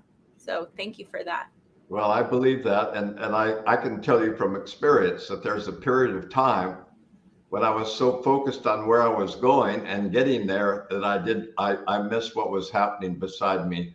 Fortunately, I did go to the children's recitals, because I didn't have success until I was in my 40s, which is another good thing. You don't have to make it early. You can make it at any time, but everything is a preparation. There are no shall we say, there are no major mistakes except learning experiences. And so don't worry if you haven't made it by the time you're 40 or 50, because most multimillionaires are made after the age of 50 because they've gone through the experience of apprenticeship. And apprenticeship can take from 1 to 30 years. So don't be in a hurry. You're going to get there. Carissa may want to ask a question, and then you let us know, how are you doing with time? I know Facebook's going to kick us off soon, but we'll keep you while you're doing this. That's fine. I really don't have a question. I feel really just grateful to be here and just listen. I'm absorbing so much, and I'm actually left a little bit speechless, especially because of the present moment exploration that we just had a minute ago. It's really inviting me to be that much more present here. And I noticed sometimes throughout the entire conversation over the last couple of days, me like wanting to prepare for like to ask people questions. So I feel really present here in this moment, just honoring you and being grateful for being here. I'm not sure, Rex, if you have anything you'd like to share, but I feel really complete. And I just want to thank you for being here, Dennis. Well, thank you all. And I'm very humble in wanting to help people rather than, shall we say, build myself up. For some reason, my ego doesn't work the same as a lot of people's. I don't like to get into myself. I don't like to talk about myself. And yet I'm in a business for extroverts. But I'm an introverted person who likes to go out the back door rather than schmooze. So you won't find me at cocktail parties. You won't find me in arenas very much. I'm usually reading or going out the back and with my family. And so I'm not a very public person. And I picked a profession that requires you to kind of be there, but it's like so many, I guess. I grew up with feeling I needed to prove myself because I came from a dysfunctional family. What's new about everybody? We all did. So I came from a family where I needed to prove myself, but I really only needed to prove myself to myself. I really needed to reach in and bring the value out of me rather than try to find it out there. Because when I looked out there, it wasn't where it was inside all along. So the man in the mirror has always been my greatest problem, because he has made me feel sometimes that I need to please other people in order to be important. Now I realize that I have to be valuable to other people with my inner values, and the important part is not important. In fact, my significance is in my insignificance. And I never need to build a monument to my own progress. I don't need to invite people over. I don't have my row of photos lining. If I have photos, they're to reflect with the memories of my family. I don't have any photos with celebrities. I don't have any things that I can show people what I've done. I have very few pictures of myself, but mainly because I have a good face for radio and a good face for audio. So I don't take a lot of pictures. So it's kind of funny to be in this business and be an introvert. It really is. They say, "Where's Dennis?" They said, "He left." They said, "Wait a minute, we're having a signing thing or a book signing thing." But I think the truth is, as a little boy, I've always been shy, and I've always been humble, and that has carried through my career. And it's real. It's real in the fact that I don't think I'm any better than anyone else, and I'm not impressed with myself. And since I'm not impressed with me, I don't like to be inside of me. So I like to bring myself out to other people. I think what's helped me the most is trying to listen to what people want to hear for their life. I don't want to talk about why my life has been important to me. I want to talk about why my experience might help you, because I'm already dealing with my dragons. So that's really all I have to say, except I do, my little thing has always been that winning is never whining, that winning is coming in fourth, exhausted but excited. You came in fifth last time. Winning is treating animals like people and people like brothers and sisters. Losers see thunderstorms. Winners look for rainbows. Losers see the icy streets and worry. Winners put on their ice skates. Losers say, "Why don't they do something?" Winners say, "Here's what I'm doing. I don't know whether it'll work, but it's all I can do from my side of it. So winning is a feeling, you don't have your ceiling. And just by believing and beginning, winning is half done. I think the hesitation to begin is because we're afraid of the outcome. But if you realize that the outcome is going to be good enough, that's why I like when that book came out, all you can do is all you can do, and all you can do is enough. Of course, that was the insurance guy. But anyway, I'm so grateful to all of you, the team, and to Mo and to Don Green and each of you for allowing me to be on this program and edify Napoleon Hill, Earl Nightingale, W. Clement Stone, and all my mentors. I just got a call door from John DeMartini, and he said, "Why aren't you out here on the world, traveling throughout the world on this condominium cruise ship?" He said, "I've been doing all my Zooms. I've been writing a new book. I've been teaching classes all over the world. And yet each port I go into is one that I know you want to visit." And I said, "John, I've got it on my bucket list for 2004 or 2024. So 2024 is my ocean back to the Africa, do something new year." So I'm planning ahead. I'm going to do what Raymie did, and I'm going to kind of stalk you and figure out when that is, and I'm going to show up in Africa. Yeah, No, I'm going to try to take a group to Africa and show them what a real safari is like. A real safari is when you sit for hours and you don't have your camera. You want it really bad because there's a lion over there and there's a leopard, and you want to show other people that you were there with the leopard. But it's better not to sit there like this because the leopard will leap up a tree and be gone. So the thing to do is to sit quietly for hours and just be there. And there you are. The wildebeest, the million wildebeest come by, 500,000 zebra. All the wildebeest are named Joe, but they each make a different sound that their little baby can hear. All wildebeest are born in March, so they have half a chance to live because they're all dropped from their mothers in March. And when the lions and hyenas come, a lot of them survive because they have to be up and running in 5 minutes after birth. And so I watch all of that. I watch the ostrich doing their dance. I watch the hawk, the eagle. I see a squirrel over here. There's a tortoise here. There's a black mamba over there. There's all these things going on, but I don't want to photograph it because that's only a still. But to be there in it at the moment is incredible. And so that's what a real safari is like, is to be out there in a tent. And then they zip up your tent at night, and a Maasai warrior stands out with a spear in front of you, and he has a lantern and a spear. And I say, "By the way, why is he standing out there all night?" They say, "Just in case." I say, "Okay." So we're really in the wild. So we're not in South Africa. We're not at a wild animal park. We're in the wild. So that's where I go to be closer to my creator, is in the middle of East Africa. love it so much. So I'm visioning 2024. Okay. That's where we're going. I I have to see the plate. I think I'll be only 91 then, so it's not like I'll be too old. It's like maybe I'll have to stay in the Range Rover and or walk with a walking stick, and maybe I won't be able to walk up Kilimanjaro anymore. Probably not, for sure. But that's okay. I may need a walking stick in the wild. Dennis said we needed. Yeah. Anyway, Think and Grow Rich is powerful, but you can be rich in your soul and rich with your family and rich in so many ways, especially with your health. And health is so important, because if you don't feel good, it's really hard to do good and to be good, because you're so involved with trying to be healthy.